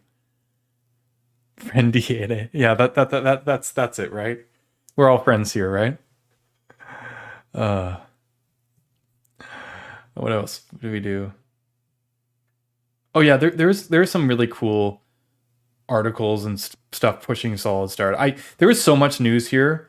Like here's the WebSocket stuff, like in Vinci and in using Solid, like a lot of really cool tech that's just like coming to the surface here. Another great one. I missed a lot in these 3 weeks. It's been a busy time period. Daniel, again, got us into testing libraries. It's funny, Kent C. Dodds was like, hey, it would be great to have, solid testing library. I'm like, we've had that for 4 years, haven't we? It's like, we just never got into the docs. I think there was a perception, at least when I started, that like, if we asked to be on people's official docs, they wouldn't include us before. And then at some point that tipped and I never kept up with it. Yeah. What do we got here? Udemy course. Okay, fine. I guess I'm posting people's courses. Another Solid Start release. Not much going on here. Honestly, yeah, just okay. I wanted to talk about this one with Tanner on stream. I wonder if he'll come back for this. We'll get there. We'll get there. The rest of the stuff is just okay. One last solid thing before we move on. Phaser. Has anyone heard of Phaser? I hadn't. Never talked to these people, but I was like, okay, let's. They tweeted something with Solid. Let's check out what this is. And as it turns out, it is let's see, sorry. It is like, I think it's a game engine that uses Solid for like adding like UI pieces. This newly launched Phaser 3 Solid.js project template is a game changer for game developers seeking an efficient productive workflow. This template harnesses the strength of Phaser 3 for game mechanics with the reactivity of Solid.js, creating a seamless development experience. Key features include a bridge for Solid to Phaser communication, hot reloading, instant feedback. Template simplifies development, blah, blah, blah. Yeah. There you go. I don't know who this target audience is for it, but it's really cool to see, like, as a blend of Phaser 3's game development capability with Solid's reactivity and performance. Yeah, it's interesting to see like people applying Solid to like different locations. Yeah, I like in different ways that I hadn't anticipated. Okay, that's enough for Solid news. Okay, let's talk stuff. What do we got here? Why did I take this quote from Dan?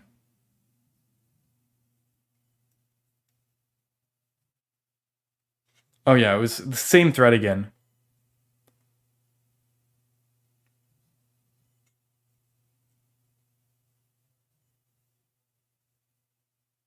Yeah, I probably bookmarked this for fairly petty reasons. He's explaining that the difference between RSCs and like with streaming or not is the difference between block like await and then set state and just set stating the stream. But like in my head when I saw this, I'm like, I thought of like the difference between React and Solid being React awaiting in their components and Solid just doing non-blocking. Yeah, this is not an important post. I was just kind of, I realized like if I took the parallel there, like he's talking about why this isn't good and why this is better, but it's also the same argument I'd make for why Solid's async model is better than async await in components. Sorry. This is a problem. I'm looking at stuff that I flagged to talk about like 3 weeks ago.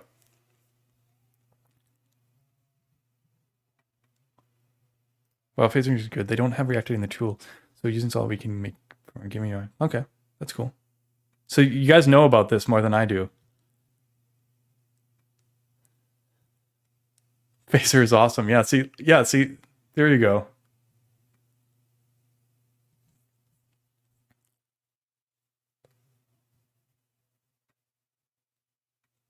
Oh yeah, this was a fun one. I don't know how I've been kind of vocally critical of stuff around React recently, and we'll talk about that in a minute. So a lot of these tweets look funny in hindsight, but man, it's really odd to see. Like, it's not odd. Like, I get it. I get why React devs are really excited about React use, but it's like I really feels like a poor man's signals. I don't know how else to put it. Like, they're like, look, I can just use the thing like this and it's great. And then what's the first thing you see in this example? Like, what stands out to me in this example is, why are there two components? Why couldn't I just write my code and just go like, use this thing and use it? Can anyone tell me why there's two components here? You guys, can you see the code? Ryan, just take the win. Fine. It's just, it's because you have to read it under the suspense boundary. Yeah, you can't really read it. Let me see if I can blow it up. Yeah, the coloration. This is like the worst. Like, even if I had a white background, this would be terrible.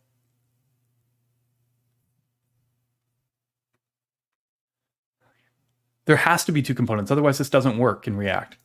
This is why React has like, I think this is the biggest reason why Next has like .fallback, like all the different files like in their app directory rather, because every place you'd have to make like a bunch of components just to get the wrappers going. Because in like React works like component granular level. So when you like use here, it throws. So it has to throw up to something. Like there has to be a try catch. Yeah.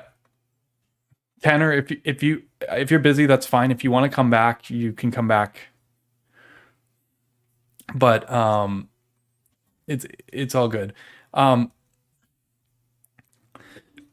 yeah, like I saw this is the kind of thing. Like I saw the post and I didn't want to be the guy to be like, you could just do this in like you could just literally put the create resource at the top of the status and just call it a day and have one component. It's just this is just, I'm not a solid dev or even work solid, but they're 2-year-old implementation creator. It doesn't require you to create a wrapper with suspense due to the nature of signals. Write the same code as solid as a test, you might be surprised.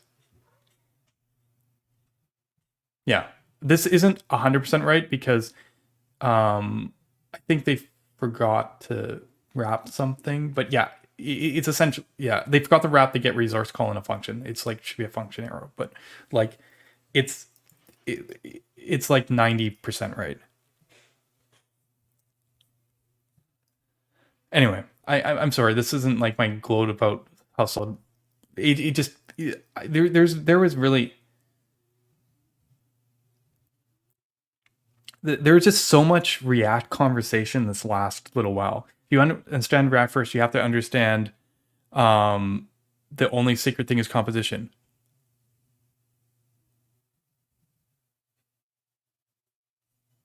Yeah, server response is rough too. I don't know.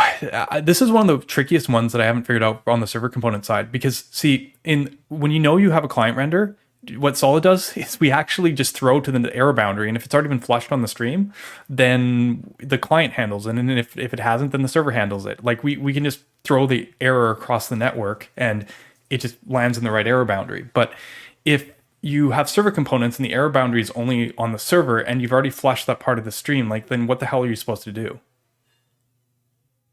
I don't know. Right? Like, it was really easy for me to just rethrow through the network. I mean, I could say that's because of Cerevel or whatever, but yeah.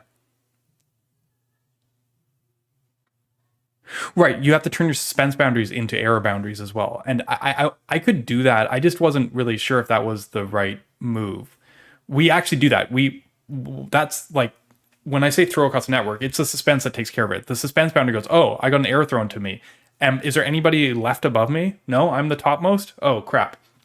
Then I will serialize it, send it across. And then the client side version of it goes, oh, you got an error. Well, I don't know how to handle errors. I'm going to throw that up to the error boundary, and then the error boundary handles it. Right.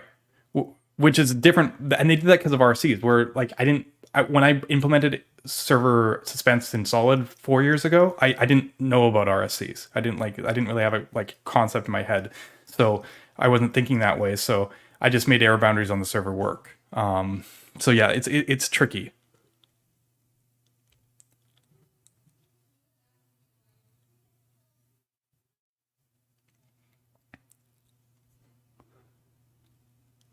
So anyway,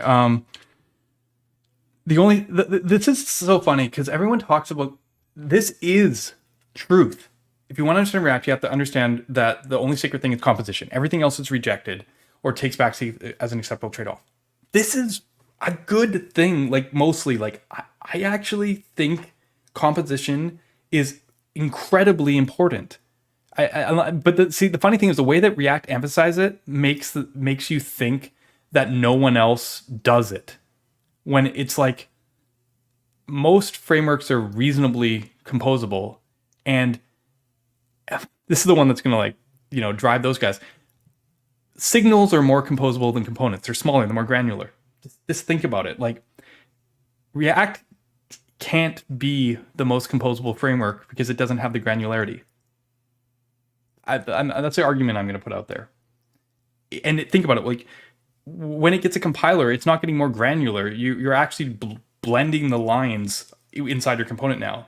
Like, yes, they can isolate the execution by letting you not control the boundaries. Like, the compiler is almost like opposite of composition. So, like, this is one of those things where it's like there's everything works in ranges, right? Yeah, Vue literally calls their reactive primitives APIs when they switched from their objects into something more, using primitives, the composition API. Like, yeah.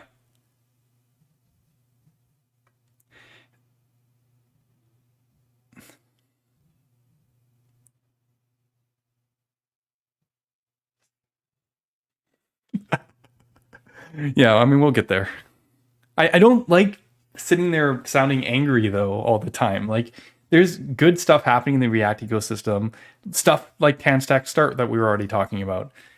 And there is like, you know what I mean? Like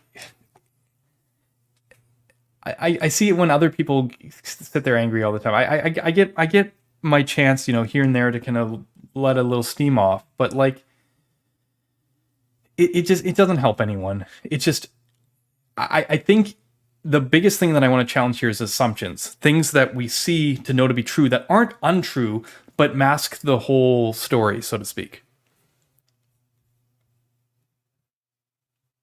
Right?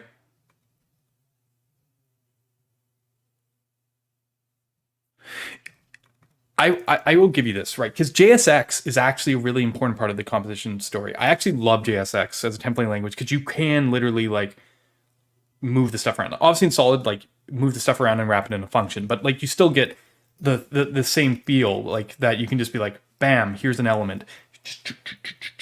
That there is that feeling that's arguably smaller than a component, but like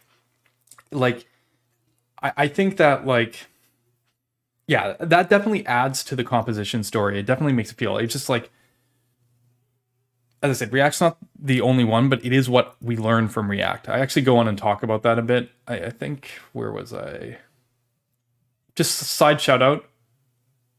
Love the work that's been going on with Valibot. It's getting big. We use like a lot more popular. We use it in all the solid start validation examples. Sorry, Zod.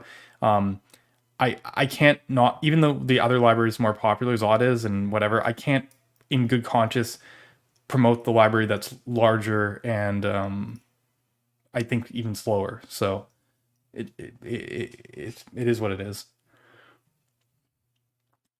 Speaking of Vue, I finally got to meet Evan Yu, but sorry, that's not what I was looking for. Oh God, there's so many good topics this week. I'm gonna have to come back to that one, and that one, and that one. Because we're talking about here is actually this.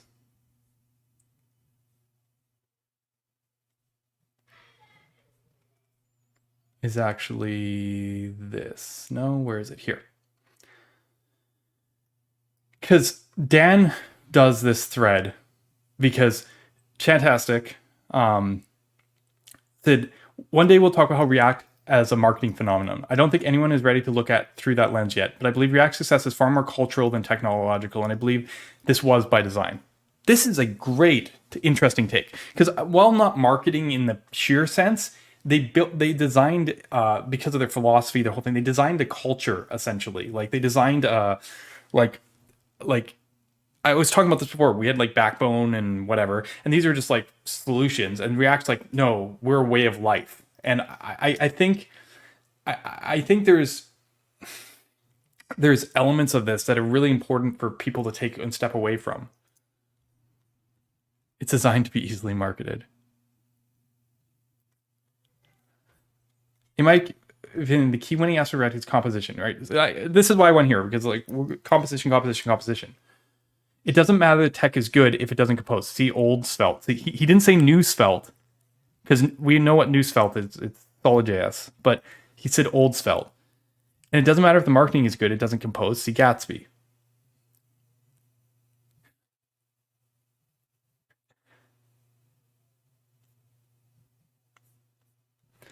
Components was a composition for UI. It's weird if you recall systems around that time that didn't compose the same way. You couldn't put two jQuery plugins or two Angular directives or two Backbone views written by different people and have them work together seamlessly.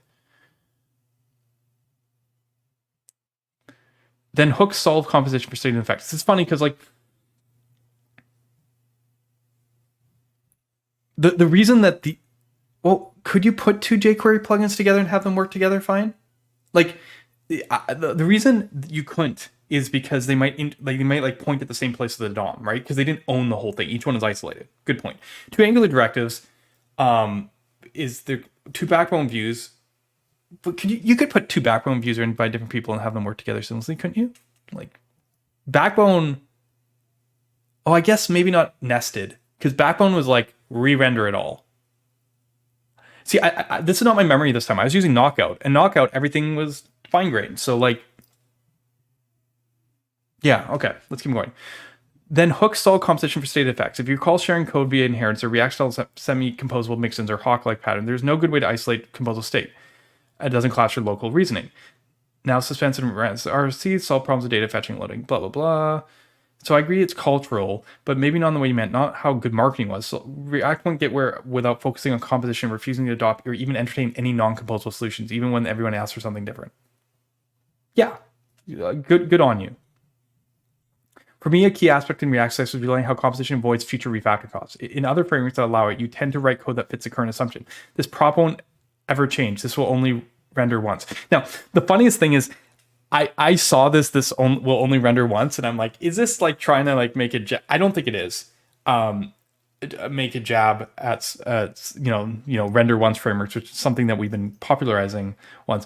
But being a render once framework only matters if you put the choice, if people don't treat everything as being reactive. And this is why I wrote this article, which is, I had to post this like 6 times this week. This is criminally underread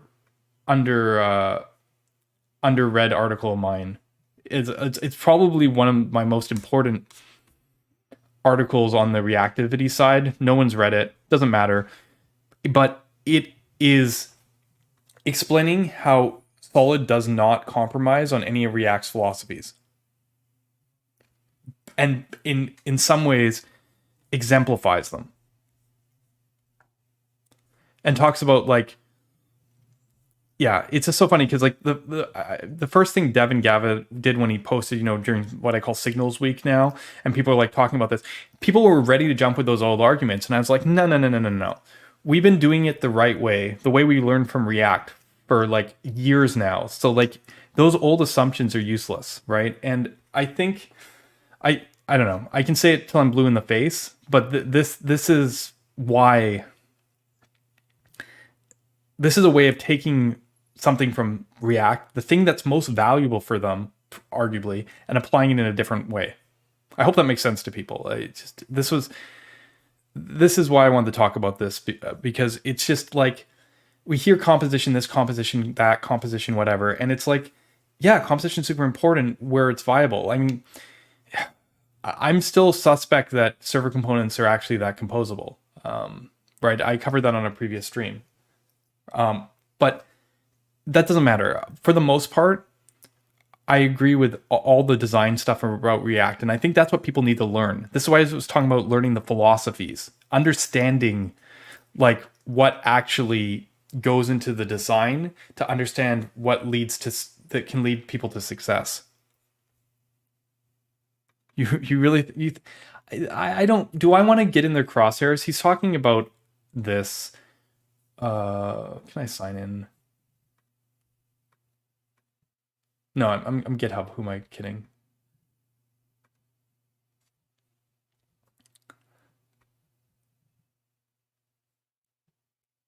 There we go.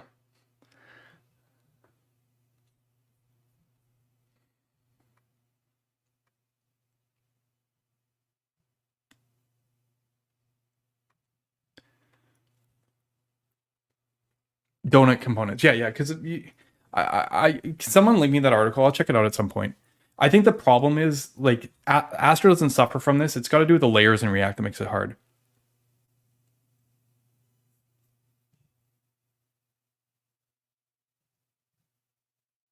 Yeah, it's not about. I'm less worried about the fuzziness. I'm talking. What I want to talk about is that you actually, the way the data flows, like the pieces are dependent on, like, you can have composable Next.js server components. You can't have composable React server components, is the way I'm going to put it. You were basically forcing ourselves onto each platform unless the server components are basically shared components. Yes, Astro, when it gets into this space, has a different problem, but that one's a different thing altogether. Generally speaking, simplification often just bypasses a whole category of issues. Yes, I'm sure it does come up a lot.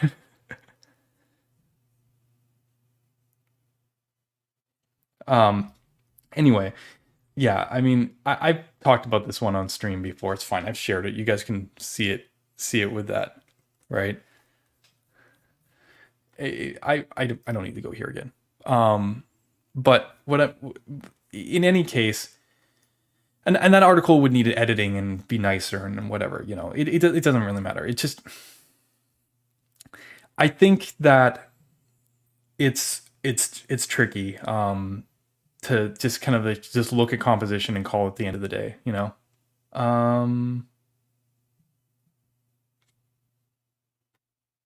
Astro 4.5.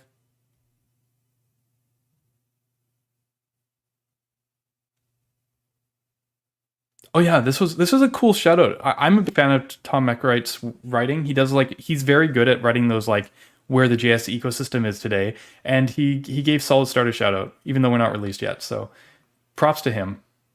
I don't have much to say about this. He really likes Remix. It's not surprising. You know, like there's middle grounds and whatnot, but it's cool. To be fair, SvelteKit, I feel it's unfair for SvelteKit to keep on getting piled into this because they've had production now for 2 years. Their framework does basically everything Remix does. In some ways, their framework does more. Actually, it's a little bit more interesting. People just don't realize it, probably because it's Svelte. but like, it's fine. Like, I'm just doing this from an empathetic standpoint because I'm sure, like, 6 months into Solid Start after 1.0 out, I'm gonna be feeling the same thing, being like, seriously, look at this thing. It literally does what you want to so much smoother, but it's not React. So I can empathize with Rich and gang here. I mean, it's fine. Okay. Oh man, we'll get there. I think that's what I want to end on. Okay. Should we talk about this Trellix demo? I don't have much to say.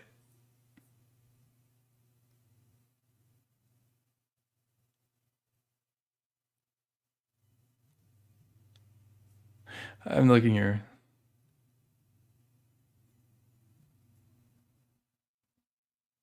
Well, it's because Angular left the throne. They were like, here you go, king, or whatever. Like they decrown, like they basically just they didn't realize it, but they just like hopped right out of the conversation with the Angular 1 to 2 migration. React literally would have to like drop the ball, and there's a great team, and they have a good pulse on things. They get it. Like I still stand by that they're working on their philosophy. I think it's a philosophy worth going. The worst thing to happen is that frameworks like don't have the ability to continue work when they're innovating. Like that we can't like continue to work towards this future. That things just get homogenized. Like obviously is that there's no alternatives to React, but to even talk about alternatives to React has to exist in the first place. And I would hate, there might be some consolidation right now. Like a lot of people are pointing out that like Svelte 5 and Vue Vapor are basically just becoming Solid.js. And but there's still some philosophical differences there that make it worth, talking. But I mean, we'll get to that in a minute. Actually, I just want to give Trellix a quick shout out because I actually don't have much to say about this.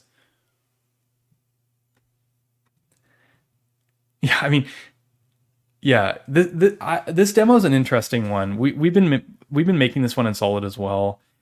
He's going to be pretty critical of all of them.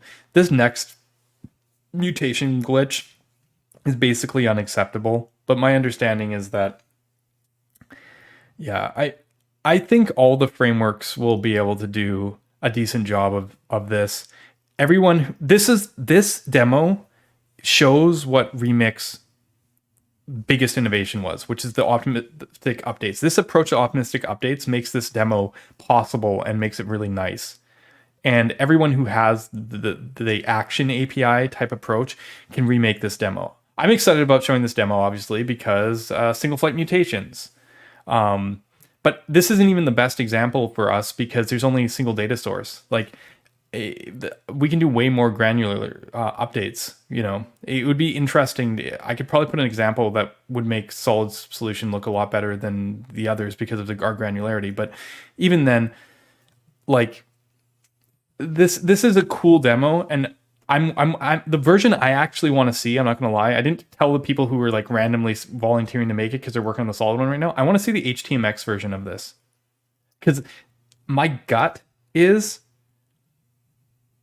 you will be able to make a nice HTMX version of this in a certain way, but this will be like the example where you're just like, yeah, you know what? I actually prefer to use React over HTMX or any client-side library because it's just like, I think the authoring, this is a good example to show a place where you're interacting with the server. So it's like reasonable to fall into this domain, but that also you're dealing with JavaScript and optimistic updates and stuff like this. And it's kind of awkward. To handle it properly. I think this might be the example for that. Anyway, I'm not 100% on that. I did see Dominic's example, and again, with query and stuff, can definitely do that, and he had the client-side stuff. It was very awesome. Even, I think Ryan gave it a pretty good score, other than you guys didn't implement the whole app. It was just the board, which is honestly, let's face it, the only part that actually matters. But whatever.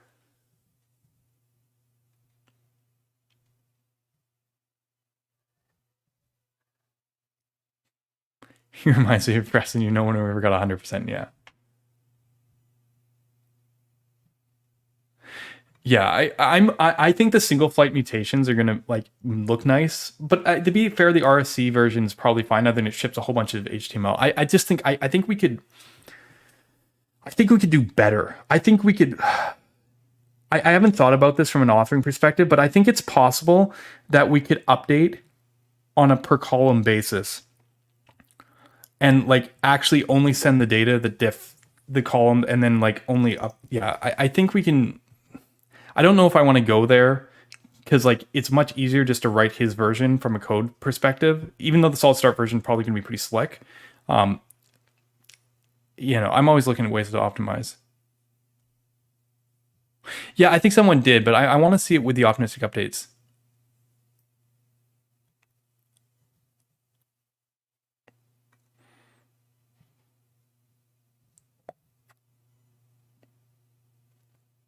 Yeah, yeah, okay, exactly. Yeah.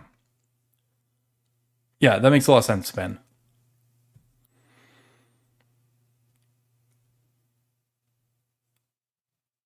Yeah, it's going to take a while for people to understand the shortcomings of HTMX. I think we have to go here though because we need to understand why. I think a generation brought up on React doesn't understand why we have client-side stuff. Yeah, the problem is like an HTMX plus Alpine solution is almost strictly worse than any other solution I can think of. Like it's funny. Like it's. Well, I want to see it from a developer experience angle, but like I think people like Alpine's actually relatively large and then relatively slow too. Like it's like people on the HTMX side will do exactly this, but then like the solution will actually be worse. It's just like, why didn't you use a front end framework that could just do this, produce faster page, smaller JavaScript? Like it's or do. Honestly, just do what Ben said. Just do it. Like do it vanilla. But then you kind of acknowledging you're probably not going to scale it too far. But it's fine for this demo. Yeah, exactly. I mean, this is the question. But on the other hand, God, there's so many elements that we do in Solid, like little details that I think people would be like, wow, like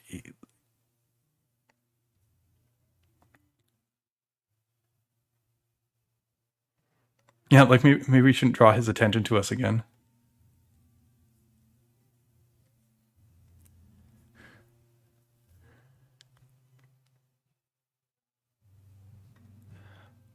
Oh yeah, actually we'll test it once Svelte 5's up. The faster is like by 0.01. So Dominic was on our stream. He probably like he mentioned that he noticed like a few optimization things that we weren't doing in Solid. Like he's like use var here instead of let, or like very micro things. From perspective, anyone looking at it, I've seen more variation change from run to run. That being said, I've seen the new Svelte consistently get that 0.01 or 0.02 ahead of Solid here recently. So I will say that those optimizations seem to be more than, what do you call it, like variance. So it's probably worth looking at it, but it is like micro of micro. Like effectively, I always consider anyone above 110 basically the same performance. It's basically not noticeable.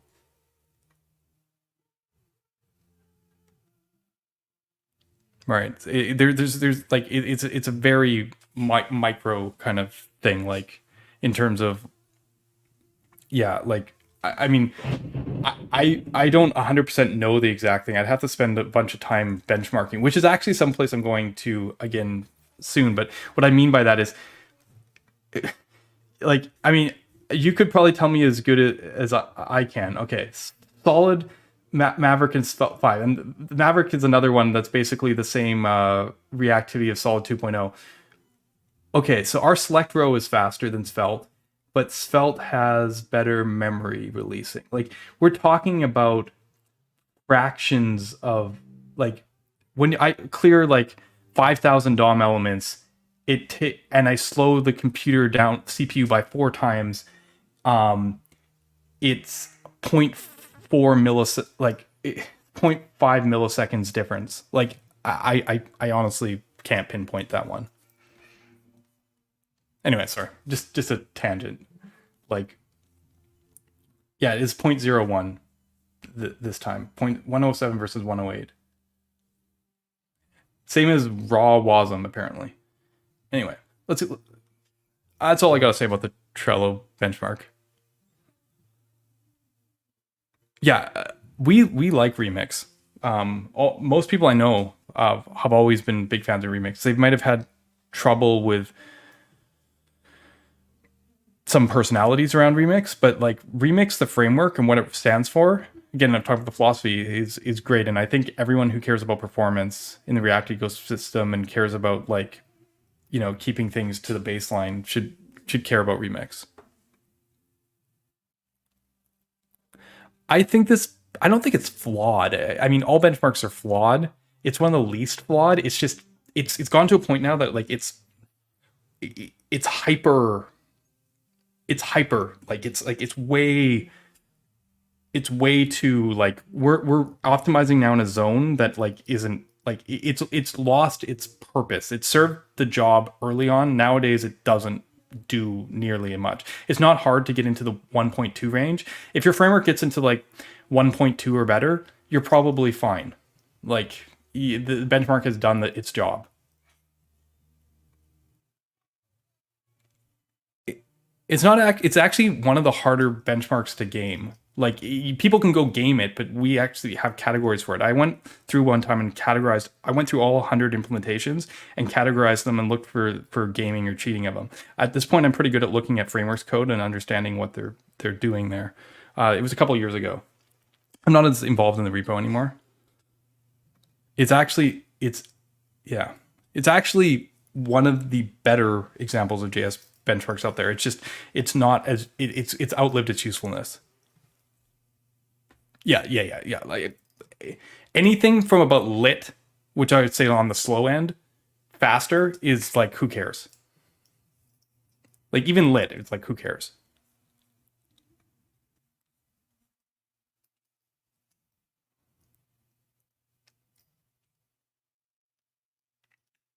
Yeah.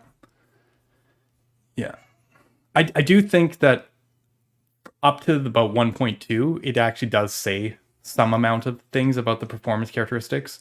Things that score above that aren't in what I consider necessarily because this is just looking at pure raw DOM operations. I think it's still an important place to optimize, and like reconciliation and whatnot. There you go. Right? There's always a new author in the audience.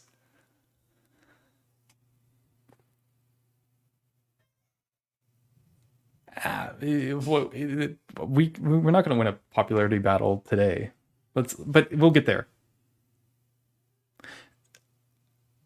Okay, so March 10. What was this responding to? I remember this being really good. Yeah. Okay. Let's keep going.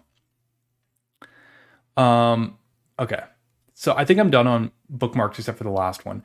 So let's go back and talk about some of the crap I posted this week that got people going. So what else did I do this week? I've been working a lot on Hacker News demos for Solid Start. They now all basically work with caching, but it was definitely fun to find some bugs in Nitro and Vinci and get them worked out. So Solid Start is in a good place. But that was what I was doing Monday, Tuesday. But on the weekend, I forget what this is subtweeting, but I saw someone post something, and I was like, man, it was so easy back in the day. Like, when I built Solid, I noticed there's a gap. I actually had an article about this, what every framework could learn from React. Okay.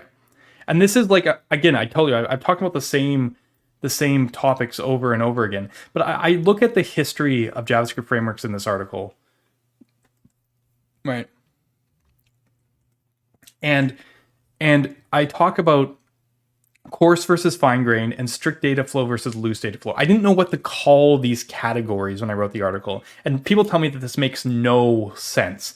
But I've been making this, my head, I've had this graph, and I talked about it again on like Solid History, past, present, future stream. And people are like, Ryan, what the hell are you talking about? This stupid graph that you keep on doing. But it's where I recognize that there was a gap in one of the quadrants conceptually. There was like, I didn't have the right names for these terms, and I've been working on this chart, and I talked about historically how like everyone was here and then they were trying to go here where Knockout was, which I thought was a good place, and then like React came out, so everyone started going here, you know, because they wanted to be more like React, but they didn't realize like they weren't in the same, like it's like when you're in they're working in one dimension when you don't see that like it's two dimensions, right? You're just like, oh, React is this way, not that way, you know, like if it's like a 2D point in 3D plane, like it just, you know what I mean? Like you got 3D zone and then you have a piece of paper sitting there, you know, you see stuff like that might be a distance from you. You don't realize that it's like on the other side. Does that make any sense? And I recognized that there was like a gap here. And now I've never been very good at expressing this until Dan and Abramoff and I had that conversation after the Signals article where we was in the chat, and he made me realize what these quadrants were. I talked about this before being like fine grain and coarse grain, and this being like philosophy, or like there's so many dualisms, like immutability versus mutability. What's another example of those? I had all those articles I was showing earlier. OOP versus FP. Like there's a lot of things that are seemingly opposite. Fine grain versus coarse grain.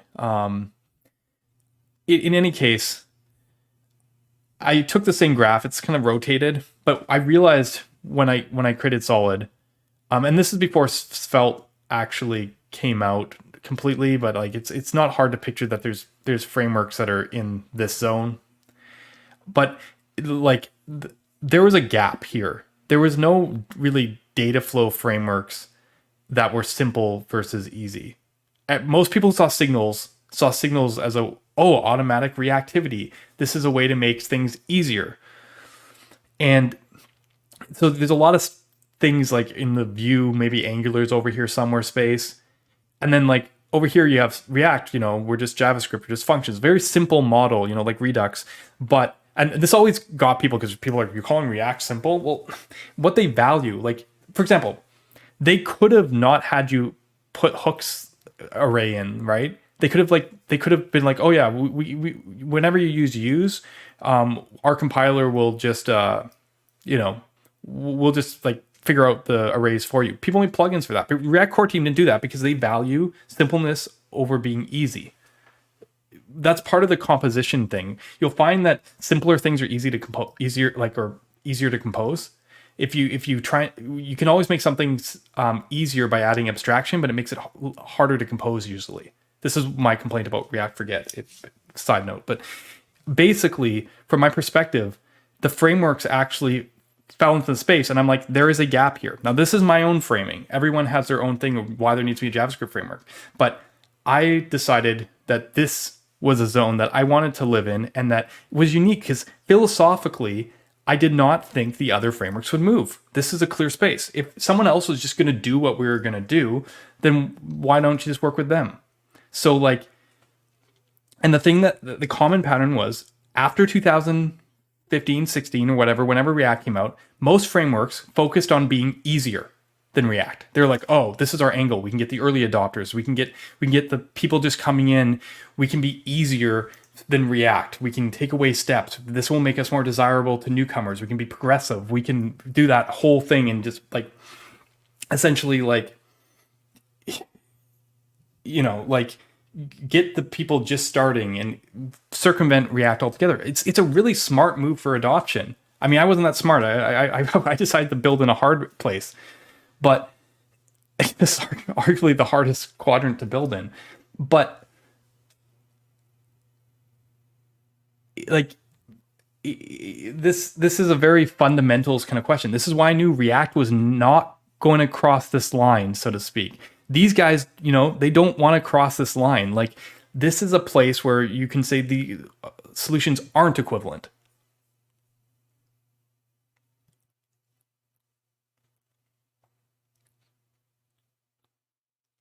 Right? So, I mean, you all following so far, right? Like, it was very easy for me to see the space. I know not everyone sees it. A bunch of people saw solid and were like, oh, isn't this pre-act? See, again, not seeing this line. Sorry, Swix.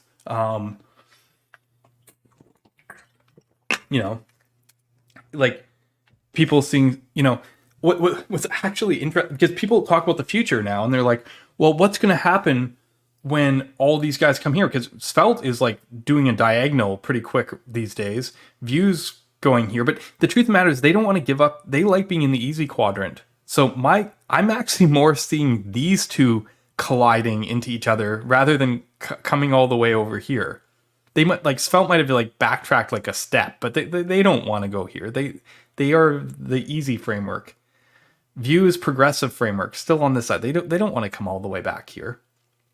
So, like, it's actually these two that are colliding when Svelte is moving from control flow, coarse-grained, essentially, to data flow, like fine-grained, data-driven of things. So I hope this graph and this explanation makes sense to people. But for me, this was always a way that I knew that React is actually kind of was in a zone of its own, and kind of Solid was too. And there's a lot of tools that are over here. Anyway, where does the HTMX sit? HTMX, I don't think is control. Interesting.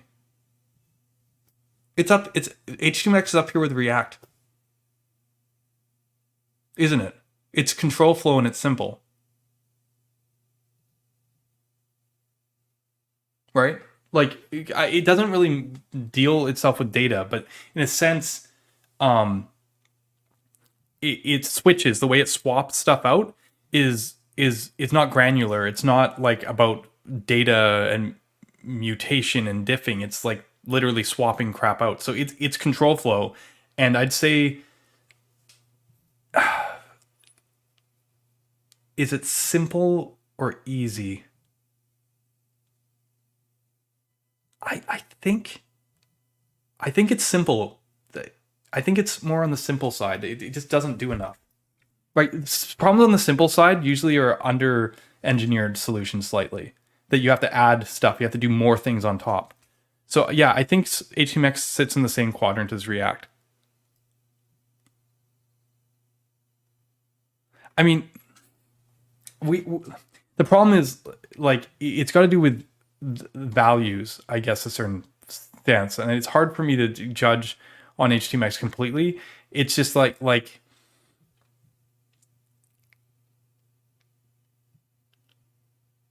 yeah, it's hard. I actually don't know where it sits on the simple versus easy scale.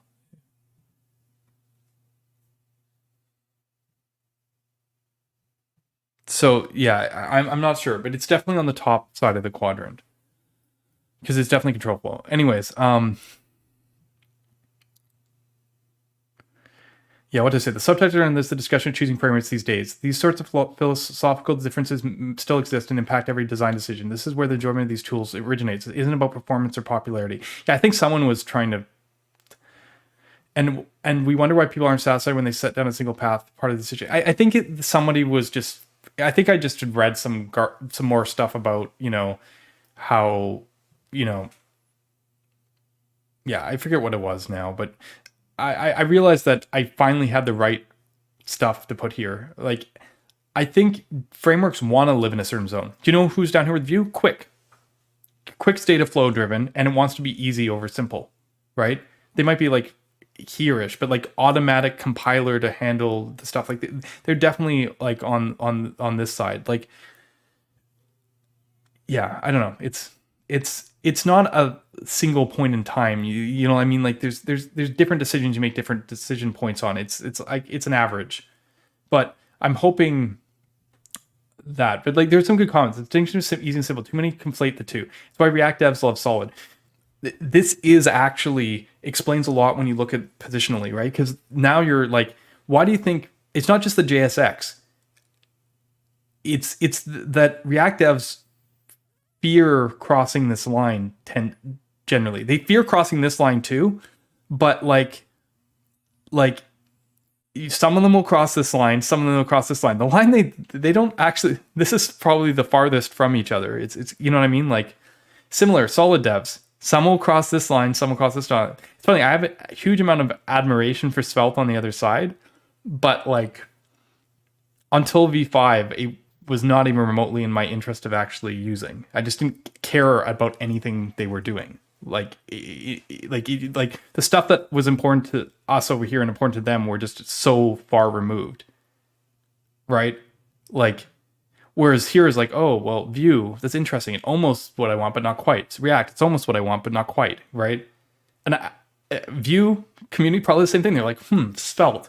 I like that it's easy, but solid, kind of like thing, but it's not as easy. Like there is definitely this tension. This is why like these guys, like as I said, we're like passing ships, and I think actually React and Vue are kind of passing ships too. I don't know. Well, the funny thing you mentioned, it's somewhat in the center of the whole thing. How it started, how it's going. Ricky posted this, Ricky Hanlon from the React core team. I mean, he's kind of playing with it a little bit. But like, yeah, I spent a lot of time in this thread explaining to people the difference between simple and easy, like incredible amount of time. I did post about this in the past, but yeah, it's Svelte 3 is the epitome of easy over simple. Yeah, exactly. I think this is a really important distinction for people to make. This control flow versus data flow is less important. This is a technical distinction, but this is a very important philosophical distinction to make. Where's Angular? Angular is actually something that's closer to the middle. It's Angular, ironically, is itself control flow, but RxJS is data flow. So like it tries to hover this line, and its Angular values easy over simple. Somewhat, maybe not as hard as these guys because they're willing to, but like, so Angular's like over here somewhere.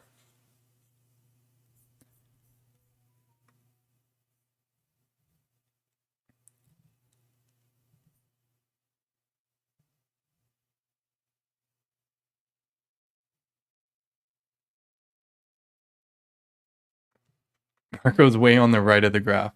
Yeah. Marco is down here. It's like easy and data flow. It's like I enjoy Marco because it's so far on the like it's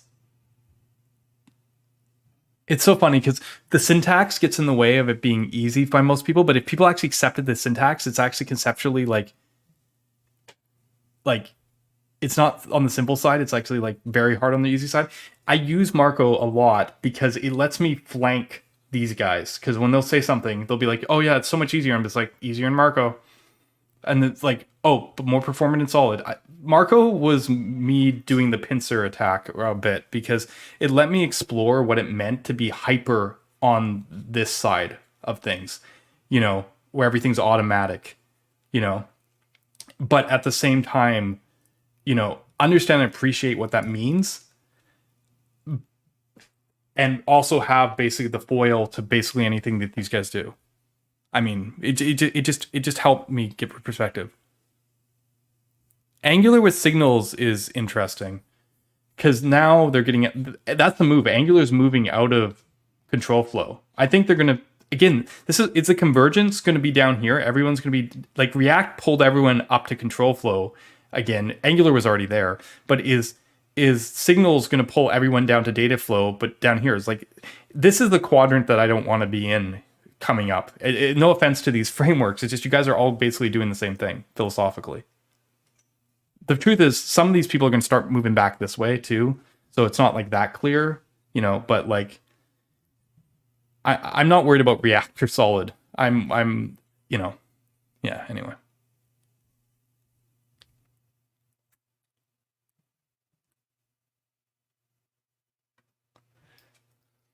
Yeah, this has just been my mental model. Like, I like mapping stuff. This helped me a lot. Simple means, yeah, I mean, it depends what it is. SFCs are an example of something that is done for easiness rather than simplicity. That's one example. Yes, they are working that way. It depends on, yeah, it is quite possible that Angular actually is less concerned with being easy and more like, it's possible that Angular is walking more this way as well.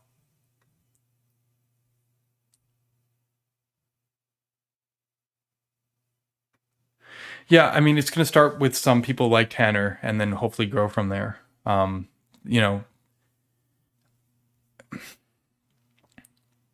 Yeah, so yeah, this is how I think, and I hope people can appreciate that. I had a lot of really good how I think threads this week. Yeah, easy generally more is magic. The funniest thing is, at a certain point in time, pre-compilers, if you like zoomed in this scale, most reactive solutions were on the easy side. Like, in a sense, React classically might be slightly more harder, simpler than, say, Solid, but React itself has moved itself. Like, when they added hooks, we're getting very quickly out of simple.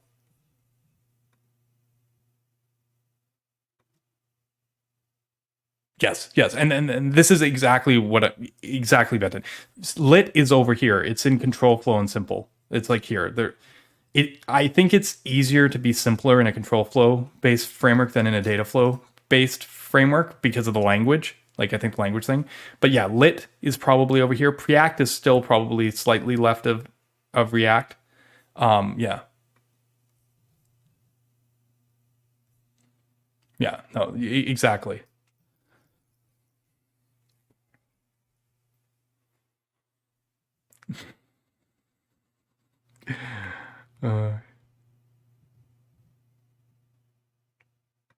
Yes, of course. There's a whole ecosystem, training teachers. There's a huge amount of money in React just like sitting there, like being around React. We'll talk about more.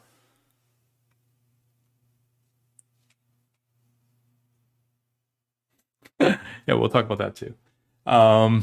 Yeah, so I don't know if I was looking at bookmarks here. Yeah, this was an amazing article. I've never read this before. This is an old Paul Graham article. I've read some of his stuff, obviously, but this is from like 2004. I'm ready for a post-React world. Oh, there's a quote.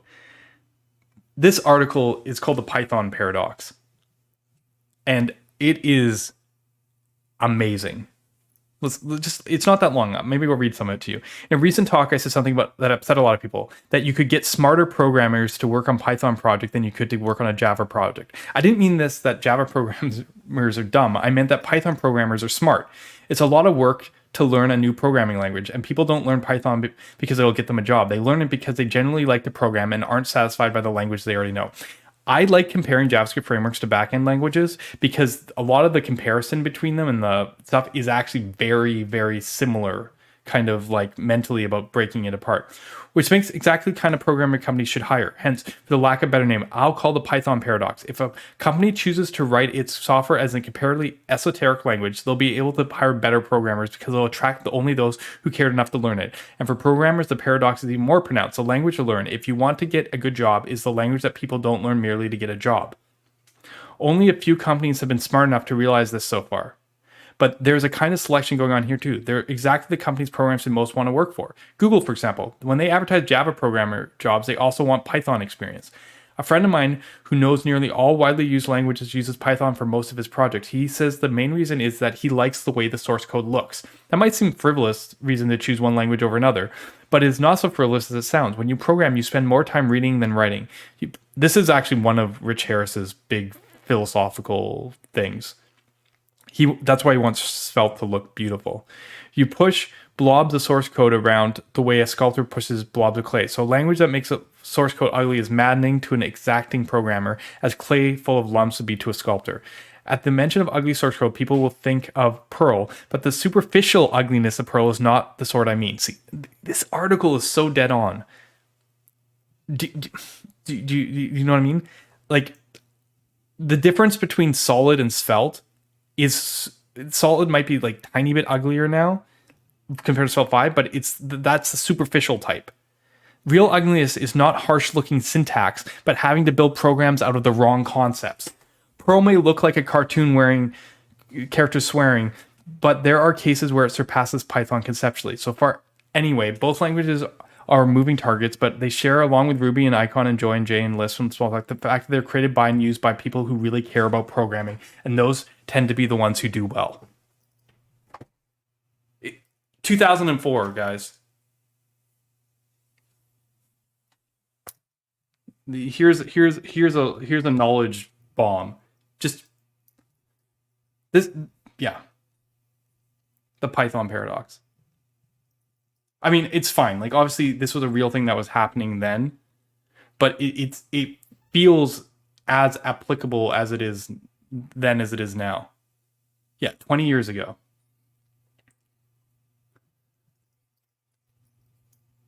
Yeah.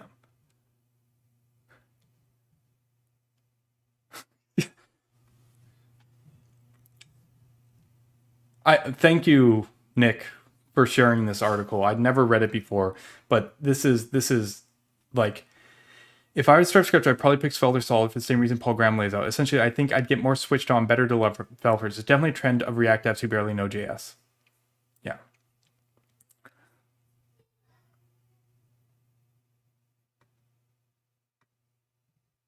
Yeah. So this is why I have a soapbox right now, so to speak, because this is kind of the part of the conversation, and it's so funny how this stuff all lines up in a single week, right? Because we might have started here, right? No, let me go back. This is where, but like the very next thing, where was I going? Yeah, here it is, right? Yeah, it's where the jobs and money are, right?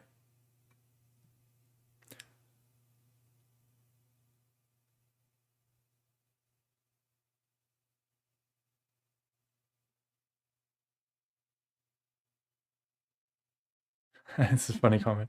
Doesn't require good parents to flock to a language, bad programmers avoid it. Yeah. Because, yeah, the funny thing is, a lot of the responses to this, and I didn't talk about them yet, is people, what I was saying earlier in the stream, where people wanted to essentially be, well, Ryan, don't be so wishy-washy. Look at the responses to this. See, I think I'm being very, I'm putting my belief system here into things. Ryan over there just being a cool dude. Be like Ryan, right? It's because like Ryan Florence was basically like insulting everybody's projects while I'm posting this. But I'm being very definitive about like things I consider valuable. Maybe focus on writing things we don't know about Solid. These subjective tweets are what confuses everyone. Imagine Tim Cook coming out and like, Android has some great features. It's a tough one. I'm not saying that. I'm saying that this is by far the best quadrant to be in, and this is why you want to come here. This is why we're not Vue or Svelte or React, and why we're not worried about them absorbing us.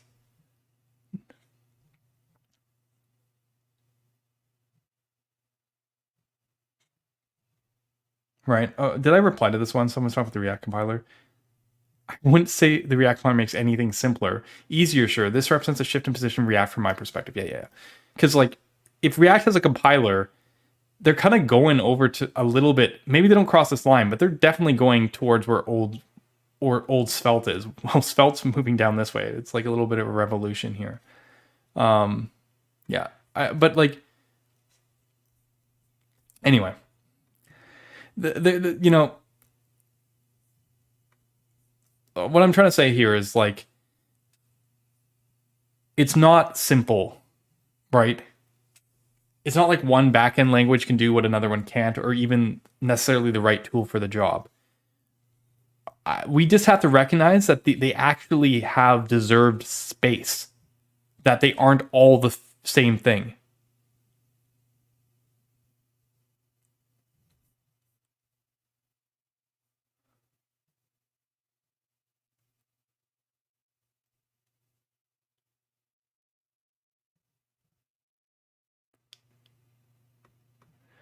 Sent me Masadi if web dev enters the post React world. Solid.js is a solid place, thanks. No, I don't think so. People don't want to be on this side. This takes perseverance. This is why I have such an admiration of historically of React. And whenever they move this way, I get concerned. Those are the things, like, this is the React that I love. This is the React that I learned to appreciate. If they move this way, and I think it's inevitable. Here's the thing, you guys got to understand. These places aren't fixed.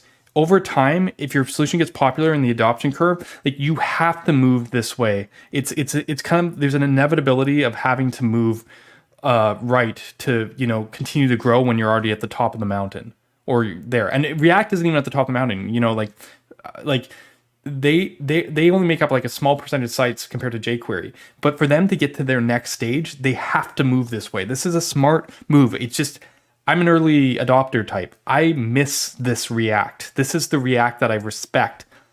Do you know what I mean? Like, this is why I've always been so positive about React, because this is a place that I respect on this side. It's just like, maybe it's like too punk rock, like, don't sell out. You know what I mean?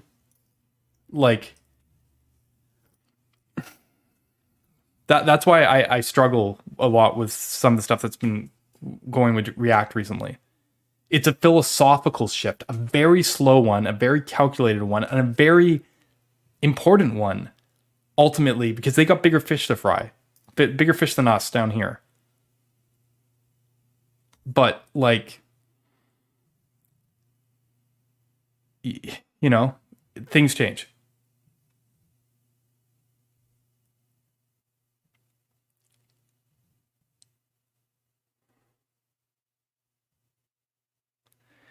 You could stay left for pretty long.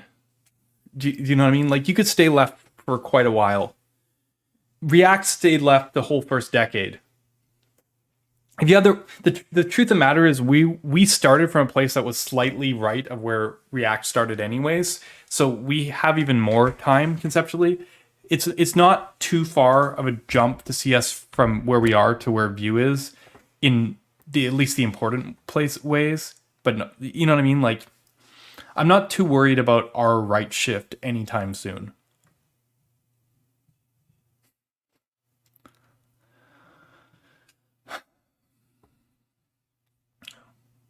But yeah, I mean, you have to understand how much I like React to understand this chart. Anyway, perhaps from my perspective.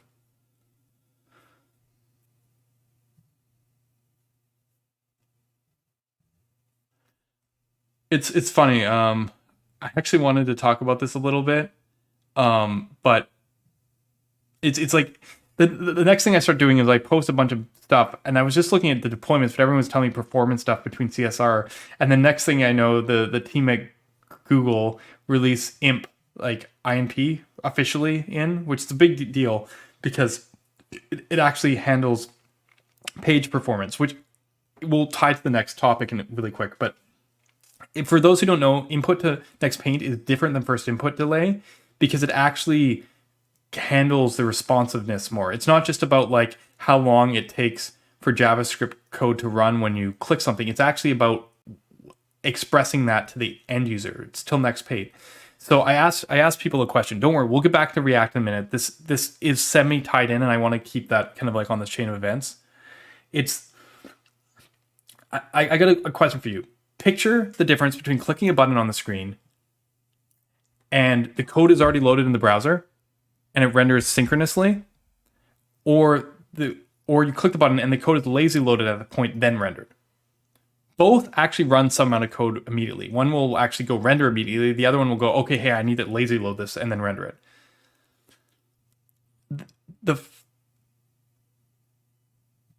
But the thing is, the second one will be done first synchronously because it defers the work. It'll just see, oh, lazy load the code, done. Where the first one actually, like, you'd have to wait till all the rendering happens synchronously. So one will block longer, but it completes the interaction first. So my question here is, what is more responsive?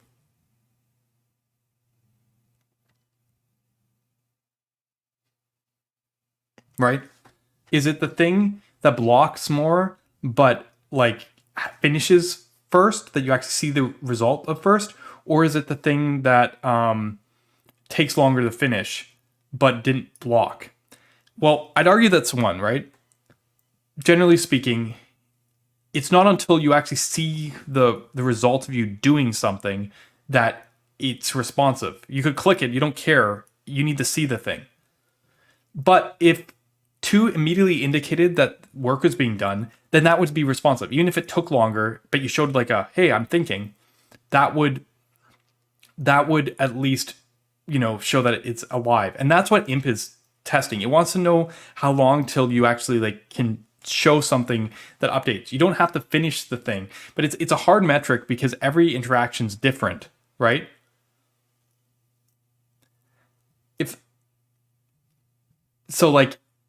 I think what we want is more responsiveness. We want to be able to have indicators that stuff has updated rather than necessarily it finishing first. And this is an interesting metric because it does punish a lot of single page app type situations. It's definitely hard. It's the reason why, if you guys have ever noticed on my I'm like wondering if it's on this one. I might not be on. Yeah. If you ever notice, I always have these Web Vitals things open. See IMP. Whenever I'm on any website, I'm actually. You can track IMP. This is all IMP here. This is something I've been watching for the last little while. I'm very interested in this metric, and now it's an official metric for like core Web Vitals.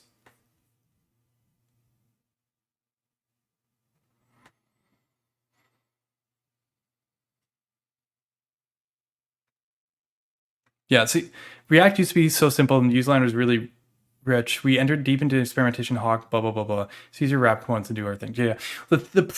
See, I actually, yeah, it's one of those interesting challenges because sometimes like being completely simple is hard because it can lead to more boilerplate. So there is a question of where the sweet spot is, and that can shift over time. Like Tanner Linsley will tell you straight up that like React's simplicity of not having a state management system means that every third-party library basically needs to invent its own state management system if it wants to like handle state, in any kind of independent sort of way. So like example of being overly simple, but that can be good, right? As you said, the ecosystem was able to live off of that. So like, I think it's important that we can see that kind of balance. The solid V2 become even simpler. Yeah, I mean, I've learned how to better reorganize stuff. My goal is, as a framework author, is always how to make stuff simpler. Going left is incredibly hard from any starting point. It's painful. But it's the thing that I can offer you, right? Because you can always add more abstractions. You can always make something more easy. People can always do that out in the ecosystem, so to speak. But it's very hard to get the right set of primitives and stay left. And that's what I see my mission is. Yeah, I mean, the mental model isn't. We're not shifting anywhere yet. The solid hacking. These are simple interactions. IMP is what do we got here? Which one should I do? Start Netlify, sure. Okay, so yeah, what do we get? LCP 444, imp 0. So very good. First input today, 1 millisecond apparently. I don't, but let's go here. So 16 milliseconds, yeah. See, let's go to this one. I'm not getting all interactions this way. It's interaction. Maybe it's the first time you hit a certain type of interaction. 16 milliseconds is good as long as you're sub 50. But like this is a dirt simple page, so it's not really. Yeah. Anyway.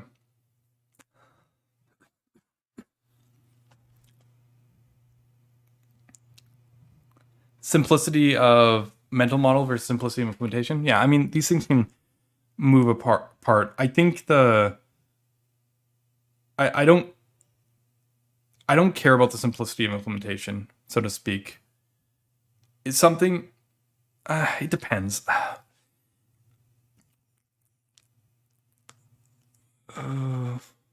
It depends. Yeah. This is.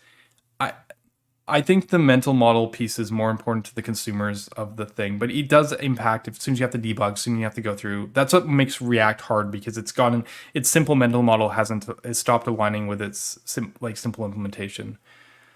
But like for me, it was a values philosophical thing, which is why I was looking at it, not implementation. That's why it's fair when people go React simple. Are you crazy? Well, no, I'm talking about values, mental model. Like that's where people can carve out unique spaces. Someone can always go in and try and make a simpler version of React, maybe Preact simpler than React, for example. But that still overlaps in the same space. It's the mental model that's important, I think. People like the right side. You guys wouldn't be here if you didn't have some preference towards the left. Anyway.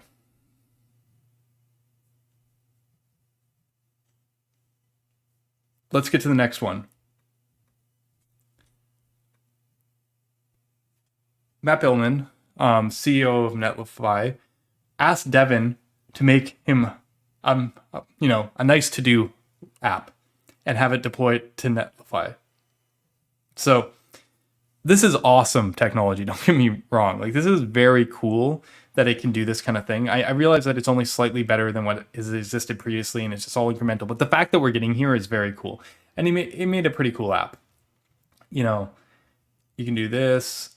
I don't think enter key works. No, it doesn't. You can add functions. So it's like you can't actually cross things out, but you can edit, and you can save. And it's a simple to list with actually less functionality than 2D MVC, but it looks pretty. Is there some animations when I delete? Yeah, I mean, there might be some stuff happening here. I don't know. So this is cool. And Matt was showing this off, which is definitely cool stuff. And he's showing, this is something to get excited about, right? But you know me. What's the first thing I do when I see something like this? Well, first thing I did was I looked at the console and I was like, 130 kilobytes of JavaScript. There's only one framework I know that would do that. This is React. For like an app this simple. Pretty much, I mean, I guess it could be Angular, but like Devin's not, yeah, I was like, okay, this is gonna be React. So I actually looked in the code and I found Framer Motion and I found Chakra UI and it's React, right? So what I decided to benchmark in Lighthouse, and it's about an 80. I think I got an 82 once, but most of the time I get it actually between 75 and 79. This was actually a pretty good run. Odd total blocking time, pretty high. Largest contentful paint's high because, yeah, it's a single page app. It's a client-side rendered SPA. It's not a SSR. So, it is what it is.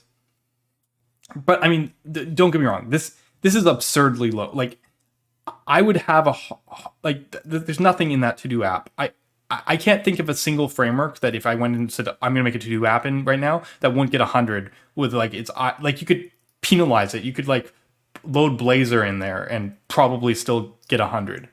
Okay, maybe that's a little far. Blazor probably is an exaggeration, but I'm not sure Blazor could get 100. But anyway, you get my point. So this is pretty bad. I could look. I could see some Webpacks. There's basically no tree shaking going on. But it started getting me thinking, right? Yeah, it's Chakra. Yeah, yeah, Chakra UI and frame motion. Why did it choose these libraries? And is this what developers just do? They go, oh, I'm making my new app. I'm just going to grab the giant libraries in the ecosystem. I don't care that they're, humongous or whatever. And it makes, I think some problems like accessibility are just actually hard, which is why a lot of UI component libraries are much larger than you'd hope they'd be.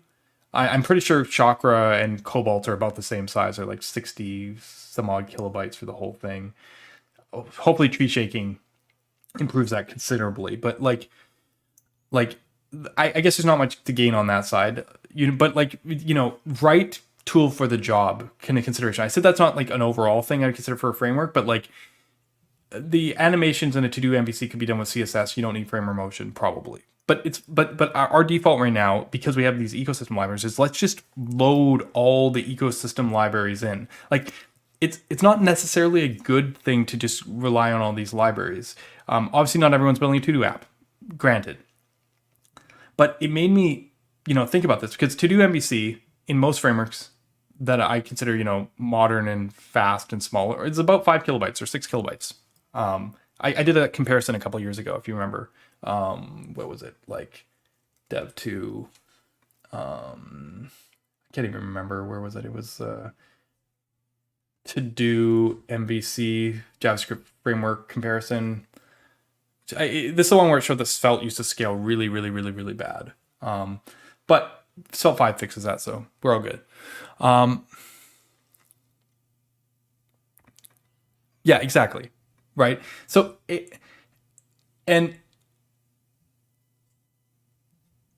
but like, it's like, I was like, do we want our AI to do this? Like, is this what we want our AI to do? Like, we do this because it's easy, but do we want our AI to pick all the things? We'd rather them get closer to the vanilla, right? Like, maybe not. Maybe can't tweak it. So, like, basically, I was just noting that it basically didn't do anything for our complacency when making the right technical decisions. If popular governance with the trends, does AI just propagate the same average expectation? Is the future everything being mid? I meant mid in the middling sense. I'm not some 20-year-old kid, but maybe I'm talking to the young folks fine today. But like this is like the question. It's like, would you rather have it generate the most optimal code for you that you can't edit, or would you rather it just pull in all the same crap and follow like what they think you would know? Yeah, I probably am. I think I might have ran out of characters. After I saw the reaction to that, I kept on going with it. I have to admit. Yeah. Yeah, no, it's a good term, honestly. It makes middling sound even worse. Because it is middling, right?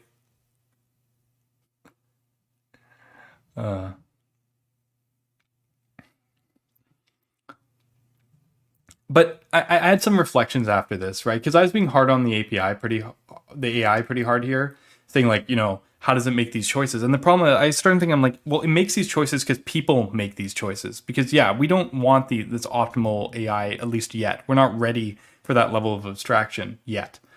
We might one day. I think the truth is we have to find better primitives, because whenever you get a new layer, like something above what you already think is the highest level of abstraction, what usually happens is the next levels, like the things you built up to get to that level, get ripped out. And then you go, okay, wait a second. Now that this is where we're at, we actually need different primitives. This happens all the time. Because when you get to the most opinionated level, you have to make very conscious trade-offs. If you find a new higher abstraction, usually those trade-offs end up shifting or changing, which means that you actually end up having to rip out the previous high abstraction to actually best benefit the new higher abstraction. So I actually think that, like, generally speaking, like, we won't have that duality that I was saying. Like, we won't have just like unreadable code the AI produces, or this garbage, to be quite honest. It's going to land somewhere in the middle. So I'm not actually too worried about that. It's just more that, why are these initial steps looking like this?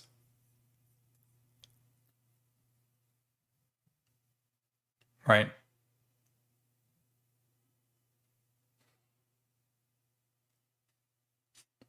That's interesting. Sounds like an instruction clarity error and requirement. Sometimes even customers themselves don't know what they want. And yeah. I mean, that's the thing. AI will better capture our intent, but it's also like, this is kind of, I see this as pretty representative of where things are today. I actually think most people go out and make a project, and this is like, they'll get better than 79, hopefully. God, like getting 100 on a 2D app, you should be able to do blindfolded. But like yeah, Next.js to-do app, 100%, pages, server components, whatever, gets 100. Like, I don't know if that doesn't scale maybe to Hacker News demo, but to-do app, yes. This is just not a hard performance perspective, but yeah, I think that it is kind of representative actually of what people do now when they get started. They're just like, oh, I'll just pick these tools because they're popular. And it's fine. That's always going to happen. And this is kind of like a bunch of popular libraries together. So I saw Primogen's polls, and this is just the YouTube one, but there's also 2 Twitter polls, and the results are basically identical. What Primogen was actually after was, he was like, you see here, I think HTML getting second is a big surprise. It's not a big surprise to me, because this is a good site, Best of JS projects. This will give you a very good idea of where the hype meter is at any given time. So we can go stars yesterday, and then we can pick a project like React, and I go UI frameworks, and you'll see as of yesterday, well, you had a good day yesterday. Solid had a mediocre day, so did Svelte.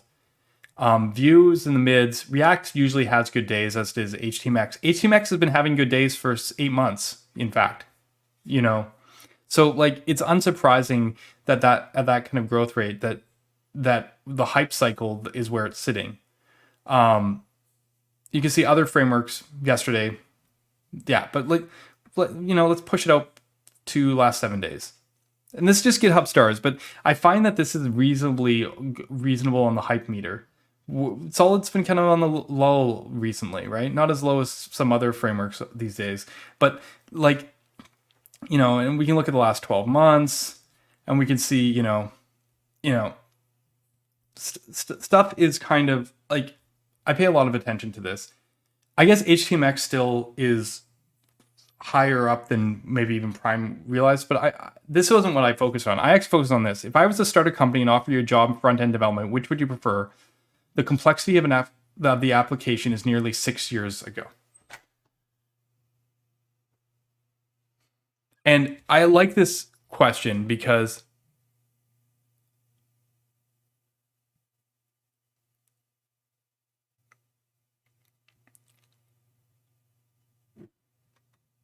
thank you. I like this question because, like, if you pick something for 6 years ago, I think actually HTMX probably could have done Netflix 6 years ago. It's not what I would pick, but it's probably a reasonable answer here, more reasonable than you think. But if you were going to start a new company, I mean, I actually think the React numbers in reality are much, much, much higher than this. But I was just like, what was I writing here? I thought it was really funny that he used Netflix 6 years ago, because Netflix 6 years ago was exactly the time. Everyone knows that story about how, like, it's in the React documentary, how they went hard on React in 2015. But in 2017, they actually started removing React from their client side to improve performance, which is crazy because React SSR isn't actually particularly fast at all. But I guess they were already invested in it. And then they started like doing React SSR with doing JavaScript on top of it. By 2017, 6 years ago, roughly, this was October, so like 6 years and a few months, they basically, started being very selective about what React JS they kept on the client. Yeah. Yeah, sorry, React hooks. Well, no, React hooks wasn't quite 6 years ago. It was a little bit more. It was 2000. It was like the end of 2018. So yeah, it's 5.5 years ago. So somewhere in between that.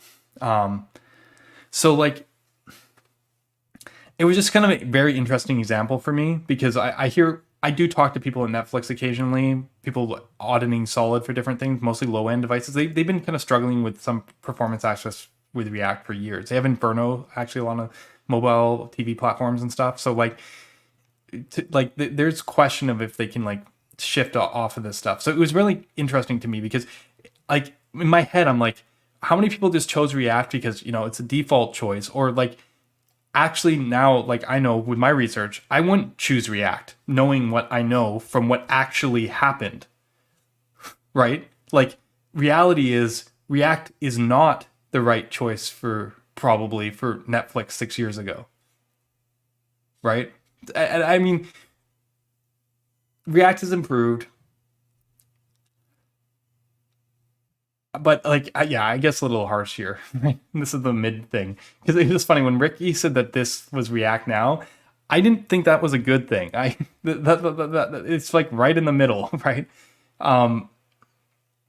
And like, it's just funny because when you talk to people about this, about like actual case studies, everyone's just like, don't worry.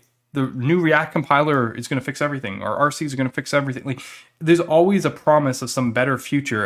And as long as you're the most popular solution, you can just keep on promising something that will never come, perhaps, or will, not quite deliver on the promise. And that's okay. But it was like, at a certain point, I was just like, that AI thing tripped me in the weirdest possible way. I was just like sitting there and I was like, I got lots of bad habits. You can see it. I twitch around a lot. I can't help it. And my son started like imitating my excited thing. And I was like, oh crap. Like I got made fun of a lot for that, but he wasn't doing it because of like the same condition that I have. He was doing it because he saw daddy doing it and he thought that, that's, a cool way to act. And I was like, oh man, we got to do something about that because he just wanted to be like daddy, which is very cute. But when I saw AI make that React app, I was like, man, that's like not cute. Like, it's not its fault. Like it's just reflecting I just saw a big mirror being held up in the exact same sort of way when I saw that what Devin outputted.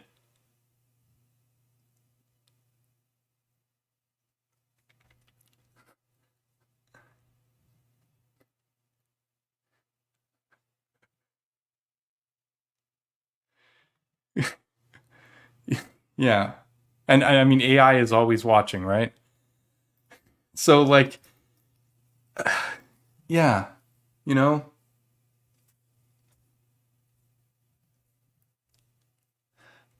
me and Adam Rakis went deep. It's not that important. I it's just I'll talk about it in a minute, but it was just like I don't know. I guess this was this is more aggro than I like being. This is channeling my Alex Russell a little bit. It's just like, come on.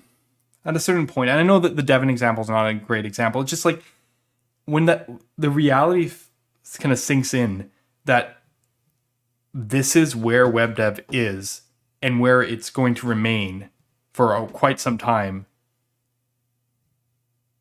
It's a challenging thing to kind of deal with from where I sit, because it's like, like what's the point? And yeah, this is why I decided to speak out on this more than anything, because I've already clarified. I like philosophically React's doing, and I like this, and it's a hard problem. It's just like it's not the React core team, it's the ecosystem of people not interested in learning.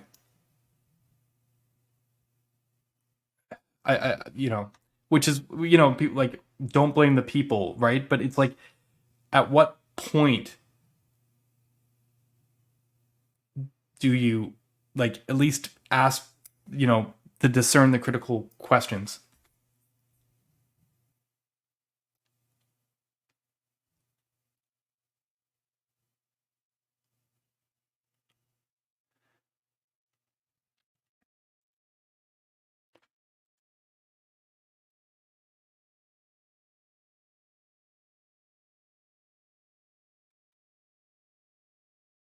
Yeah, I think it is, but it's like the Python. It's like the Python thing, Yeah,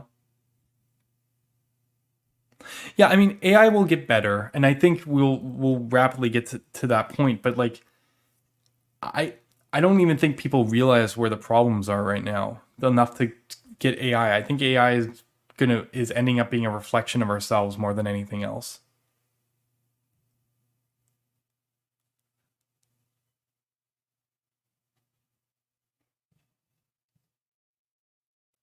Yeah, and we know this. This is a scientific, like, we know this. It's just,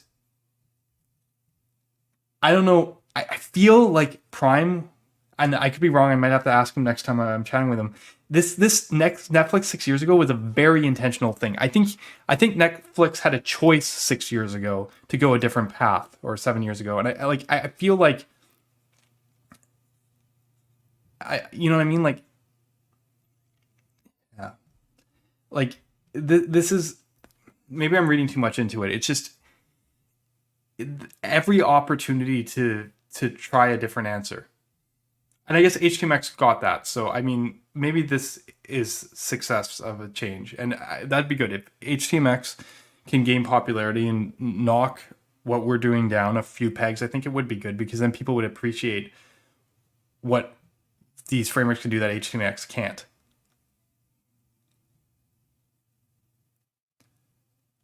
Anyway,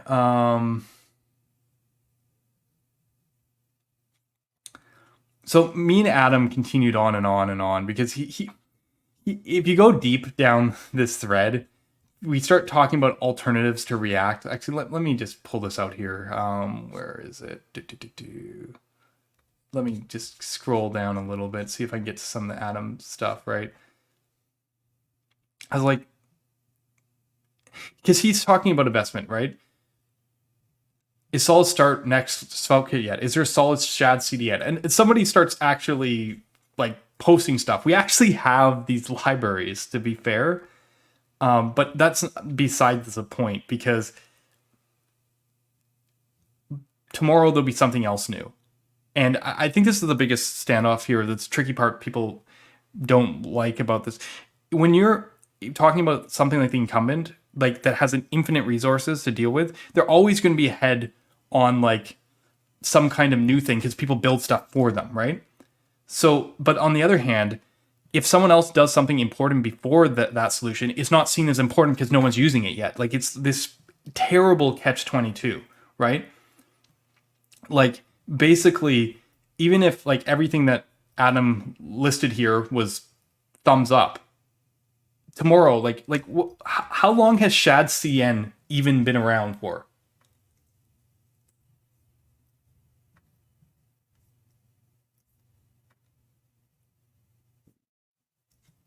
What's like how long yeah, shad CN UI, yeah, okay. 375 commits. Okay.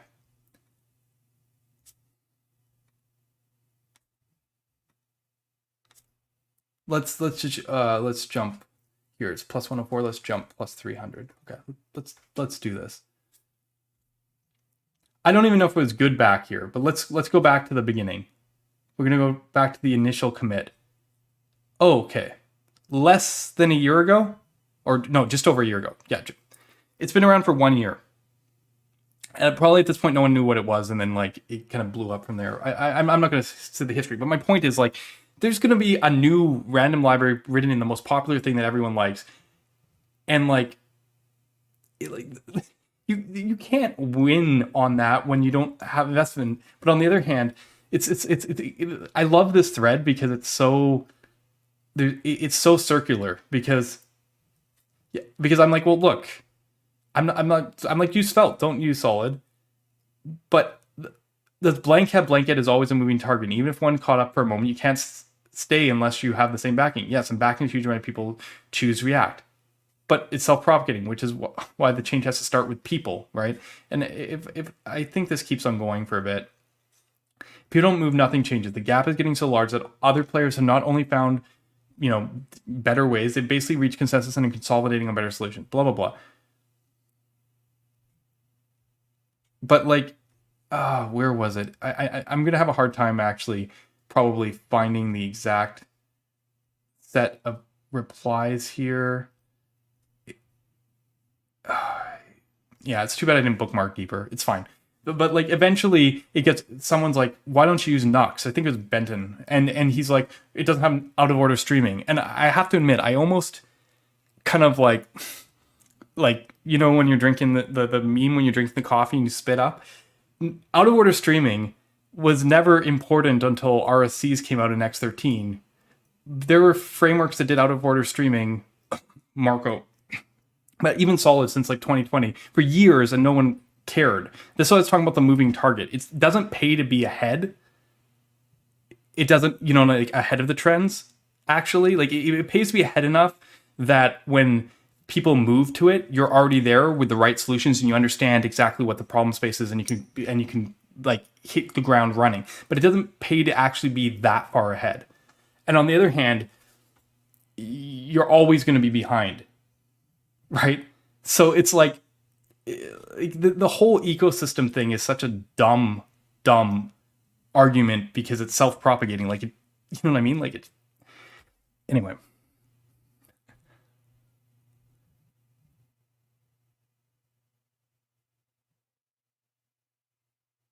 Right. So like okay.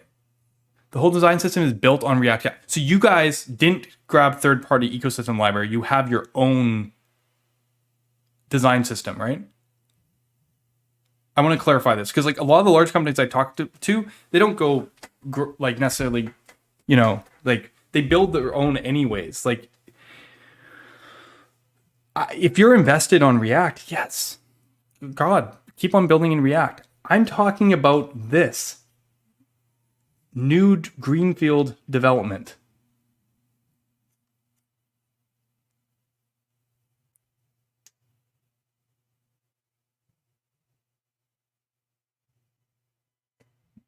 What do you mean nothing? Can we be convinced nothing will change? Things are always changing. I don't understand that.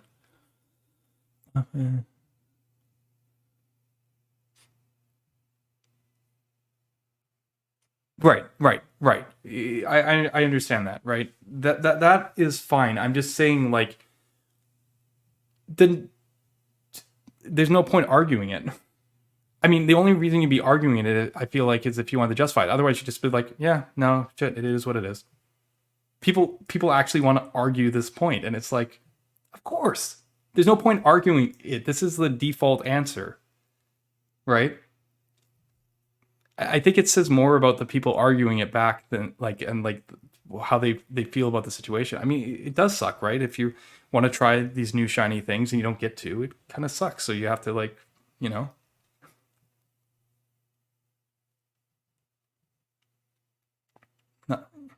Yeah. I mean, it's fine that you're clearly on React. I understand. I'm not gonna, Tanner's on React with Nozzle. Like I'm never gonna tell people that they should just like migrate off their thing like that. Do what makes sense. It's just like, here's an opportunity for change. Let's talk about it. That's not how. This is the problem. It's where the opportunity for change comes. The Python conflict or whatever.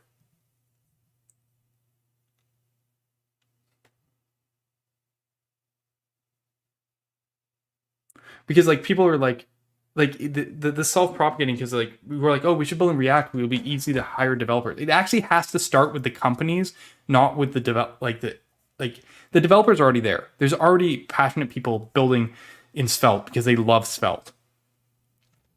It actually has to be the companies to offer more Svelte jobs. Like that's actually where it has to the shift has to happen.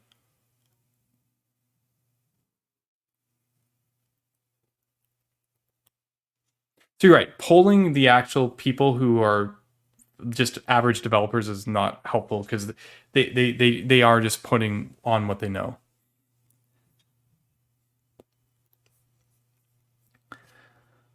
But yeah, I mean, this whole conversation about moving targets is eventually, it was because of this attitude. Like, it's fine. I get it.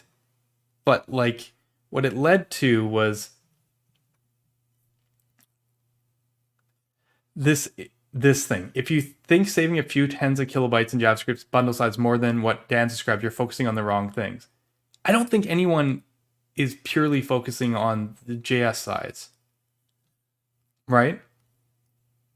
And I'm like, why not both, right? Like, why can't we, you know, do things smaller and have these benefits? And I'm like, honestly, there's way more to consider here than bundle size. There are tons of features in our frameworks that aren't in React that are impactful both to developers and end users. Maybe fine-grained reactivity would be cool, but I really wonder how often it's needed outside performance, extreme edge case like fintech dashboards. So, I mean, nothing is needed. Do you need to use Rust? Do you need to use Go? I mean, you could just build everything in Java. But this started me on a kind of tirade where I said, look, okay, here's the pitch. There's an advantage to your framework understanding how data flows through your application. That's it.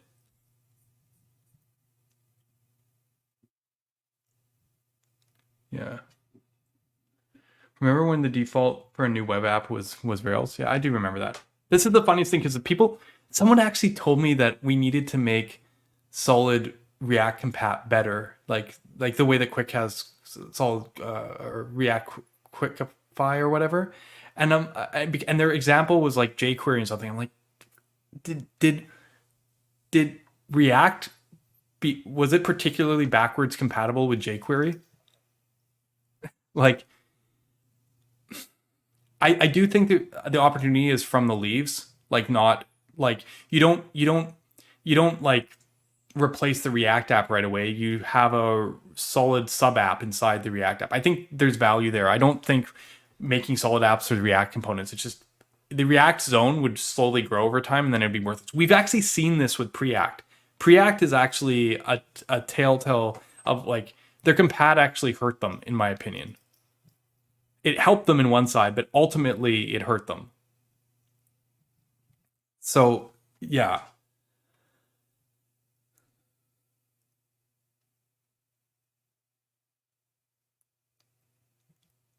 Yeah, I mean, depends where you are in the world. Vue is an and Vue and Angular are both reasonable sizes. It took a long time.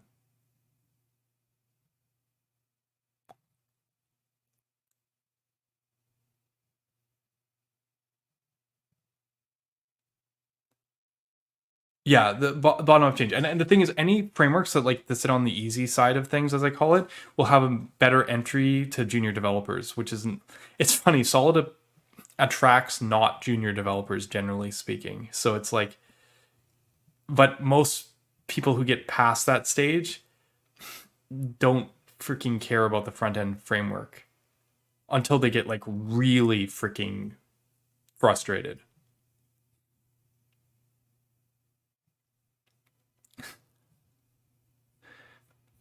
Yeah, he's actually not a bad guy, honestly. And he gave me an opportunity to say what I wanted to say. He sometimes walks into it so well that it's like the perfect setup.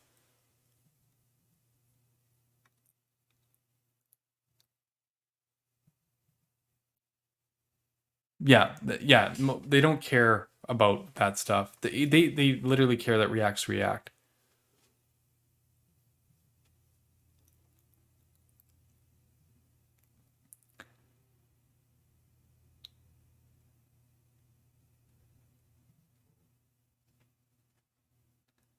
Adam is our foil. anyways, I'm not here to talk about Atom. I wanted to say that I hope that people get the pitch a little bit here. Like, if you understand how data flows through your app, you can start, like everyone knows about update performance. Obviously, it's fast. It's always been the fastest way to update the DOM. Rendering is a different question. There's memory overhead, but updating always been super fast when you deal with signals and data flow.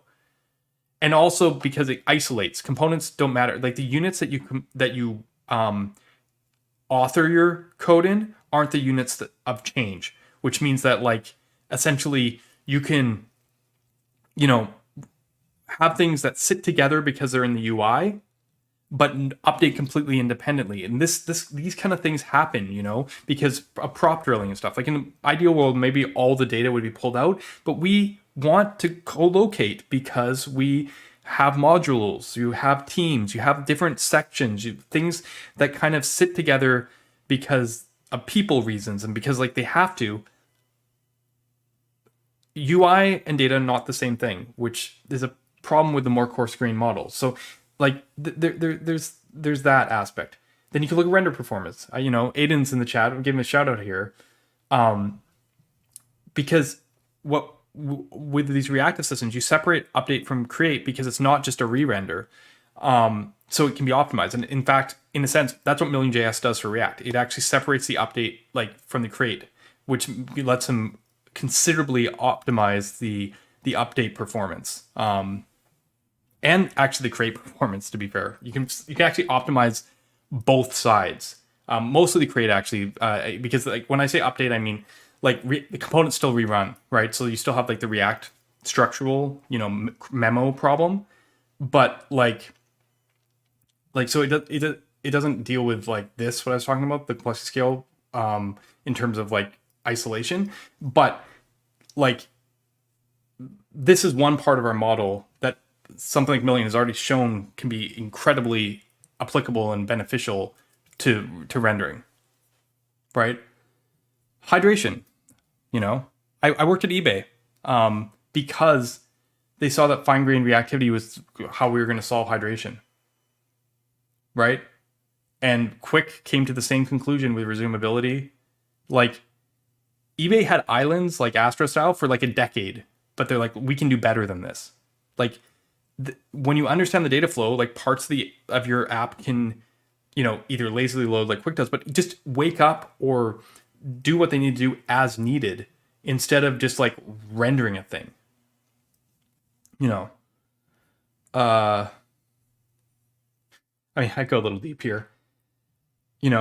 Another thing, you don't have the re-render model and the hook rules. I actually don't think use effect necessarily it's a bad thing. It's kind of a necessary thing. But I feel like use effect is when React developers realize that React doesn't work like signals, right? And then like picture you not needing stuff like React memo or use callback without actually adding, or third-party state libraries without actually adding like a compiler. Like picture like a world where you don't have to add an abstraction to accomplish this kind of fundamental execution property.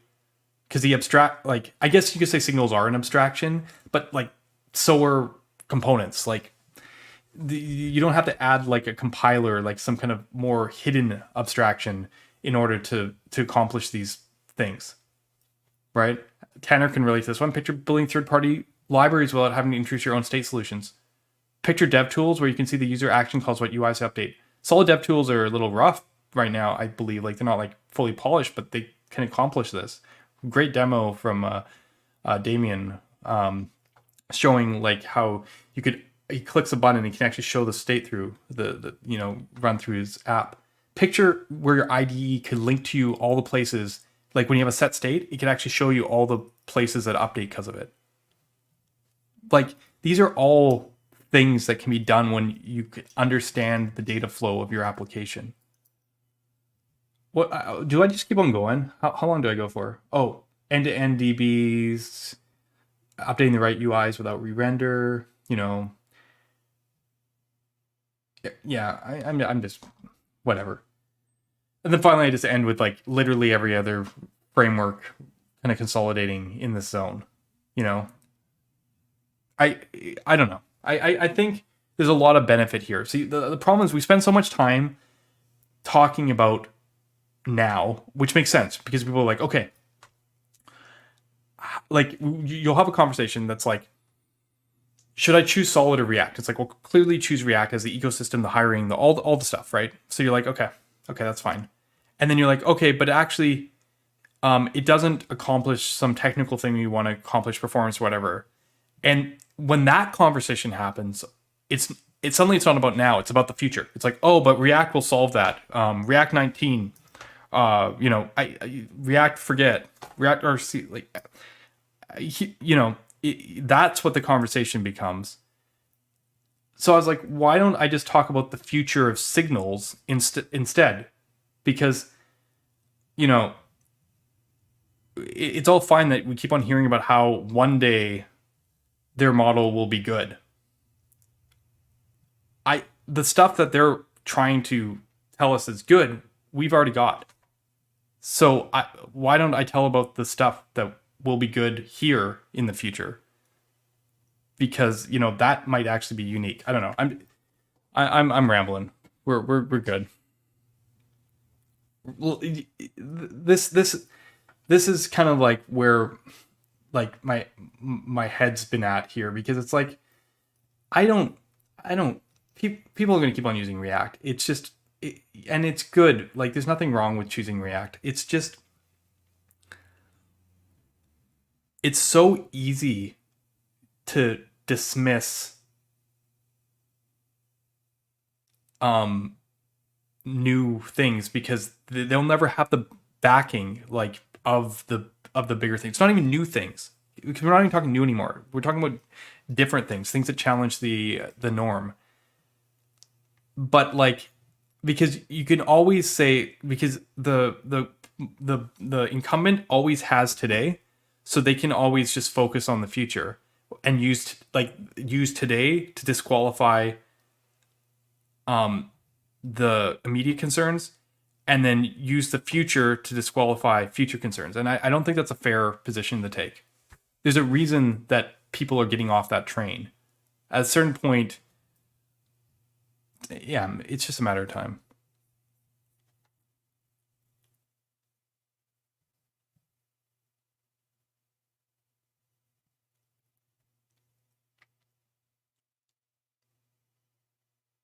Yeah, to be clear, I'm not saying that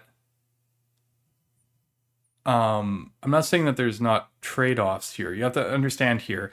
I was just pointing out things that are different that could also be seen as beneficial.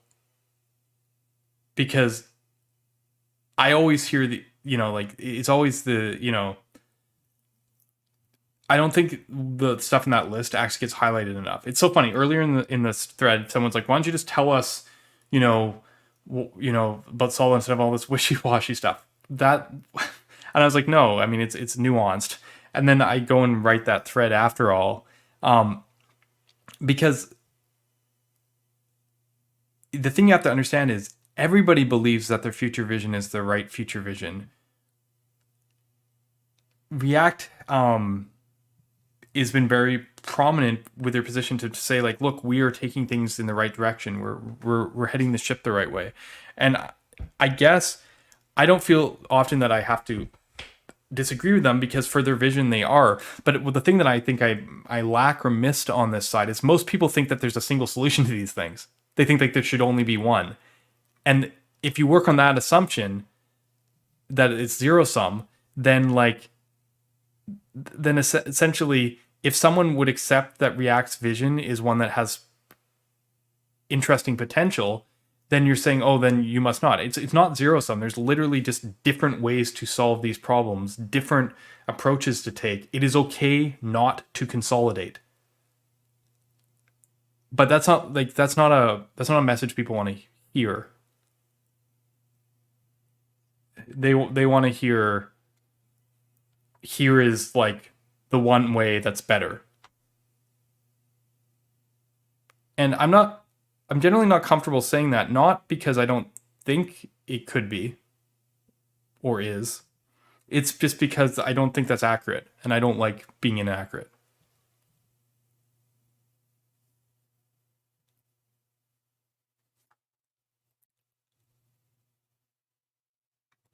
Part is the tool that wins will be the one that has the most resource supporting, not the quality engineering, such as yeah. I mean, it's challenging. What we've managed to accomplish with the team and the volunteers and the people we have is almost miraculous. Out of what people now would call at least on the hype cycle, not on the usage side, but like of the top 5 or so frameworks, we are by far the least resourced. Like officially resourced. We do our best with, our use of funds and stuff and what we can do, but it's like it's just not even close. But when you consider the impact Solid's had over the last couple of years on others, like it sometimes feels very disproportional.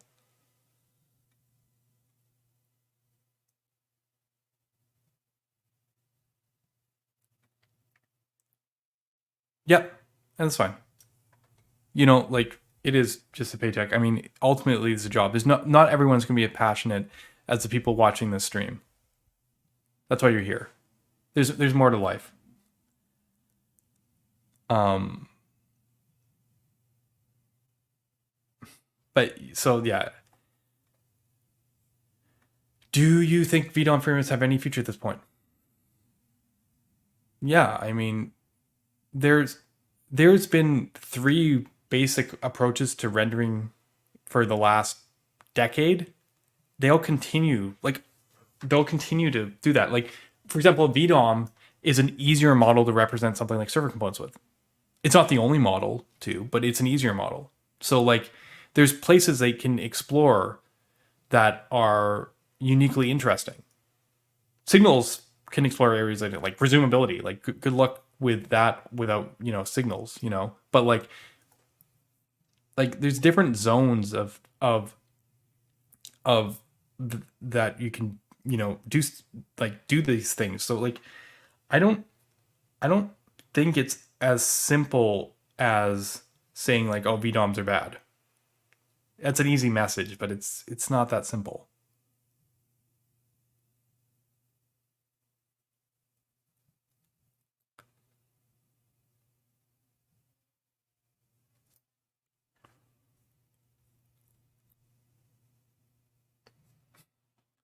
Yeah, it's just gonna be choosing creating pairs for us anyway. Maybe that's more important target to convince. Yeah, I mean, maybe that was like the whole point of my thread here, right?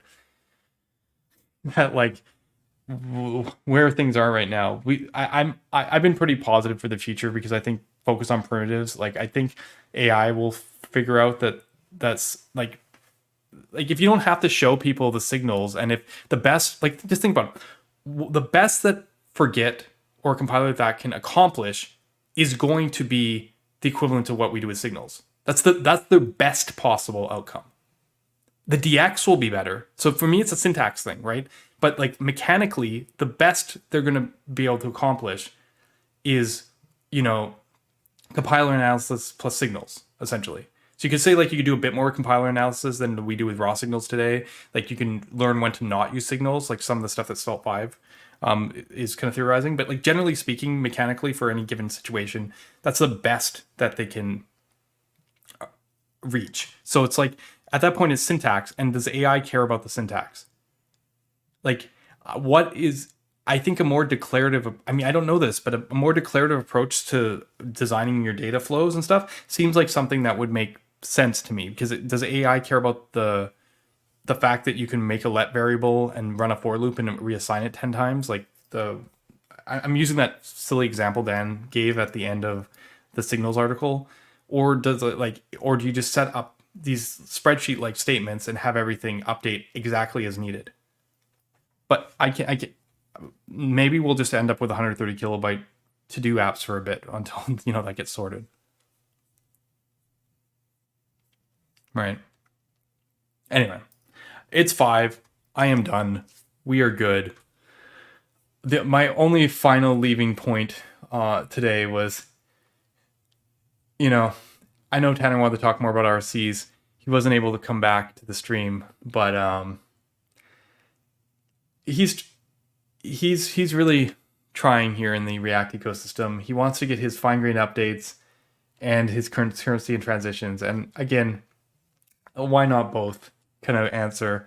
It's kind of too bad because most of the responses to him were like, here's reactive libraries you can use inside React. But the problem is they don't work properly.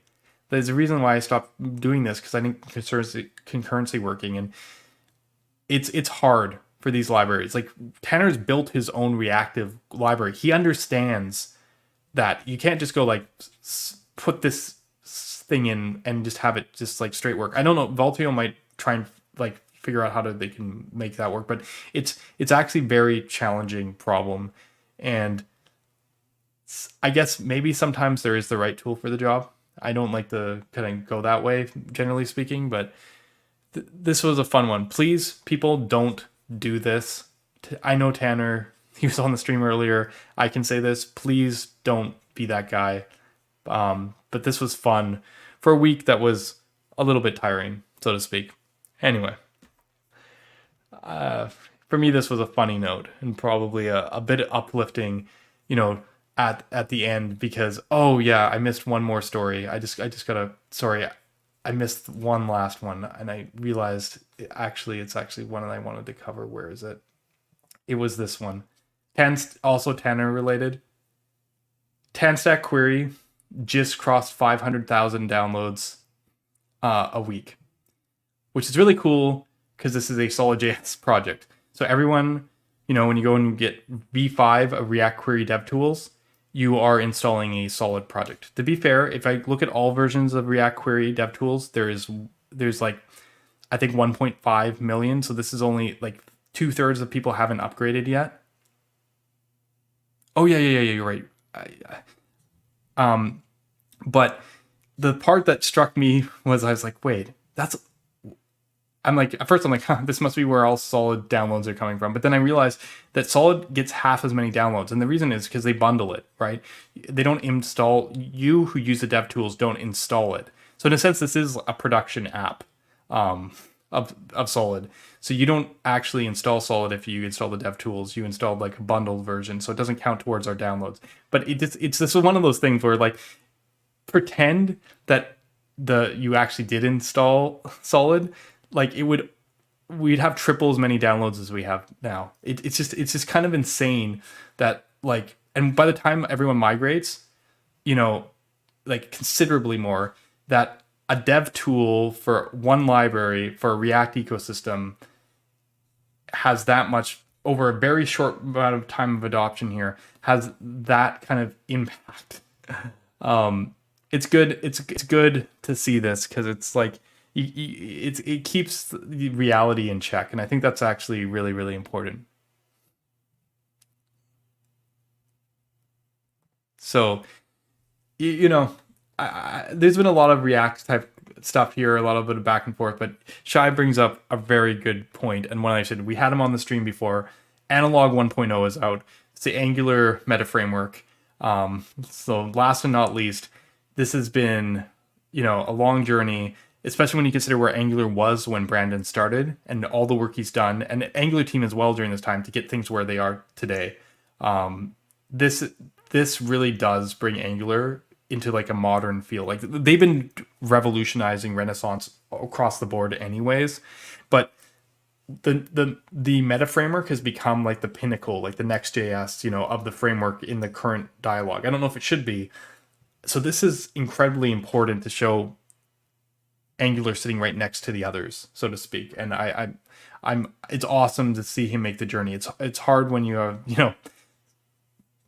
he's not quite a lone dev. I think there's a few other people working analog with him, but like, small amount of people. He might be the only like actual like guy and a bunch of other contributors, but like to see him get across the finish line, I think should give hope to all of us. Really awesome to see. So the future is bright.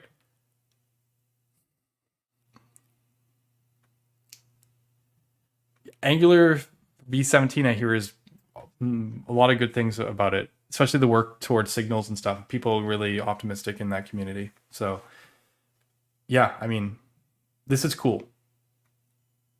Yeah. Yeah.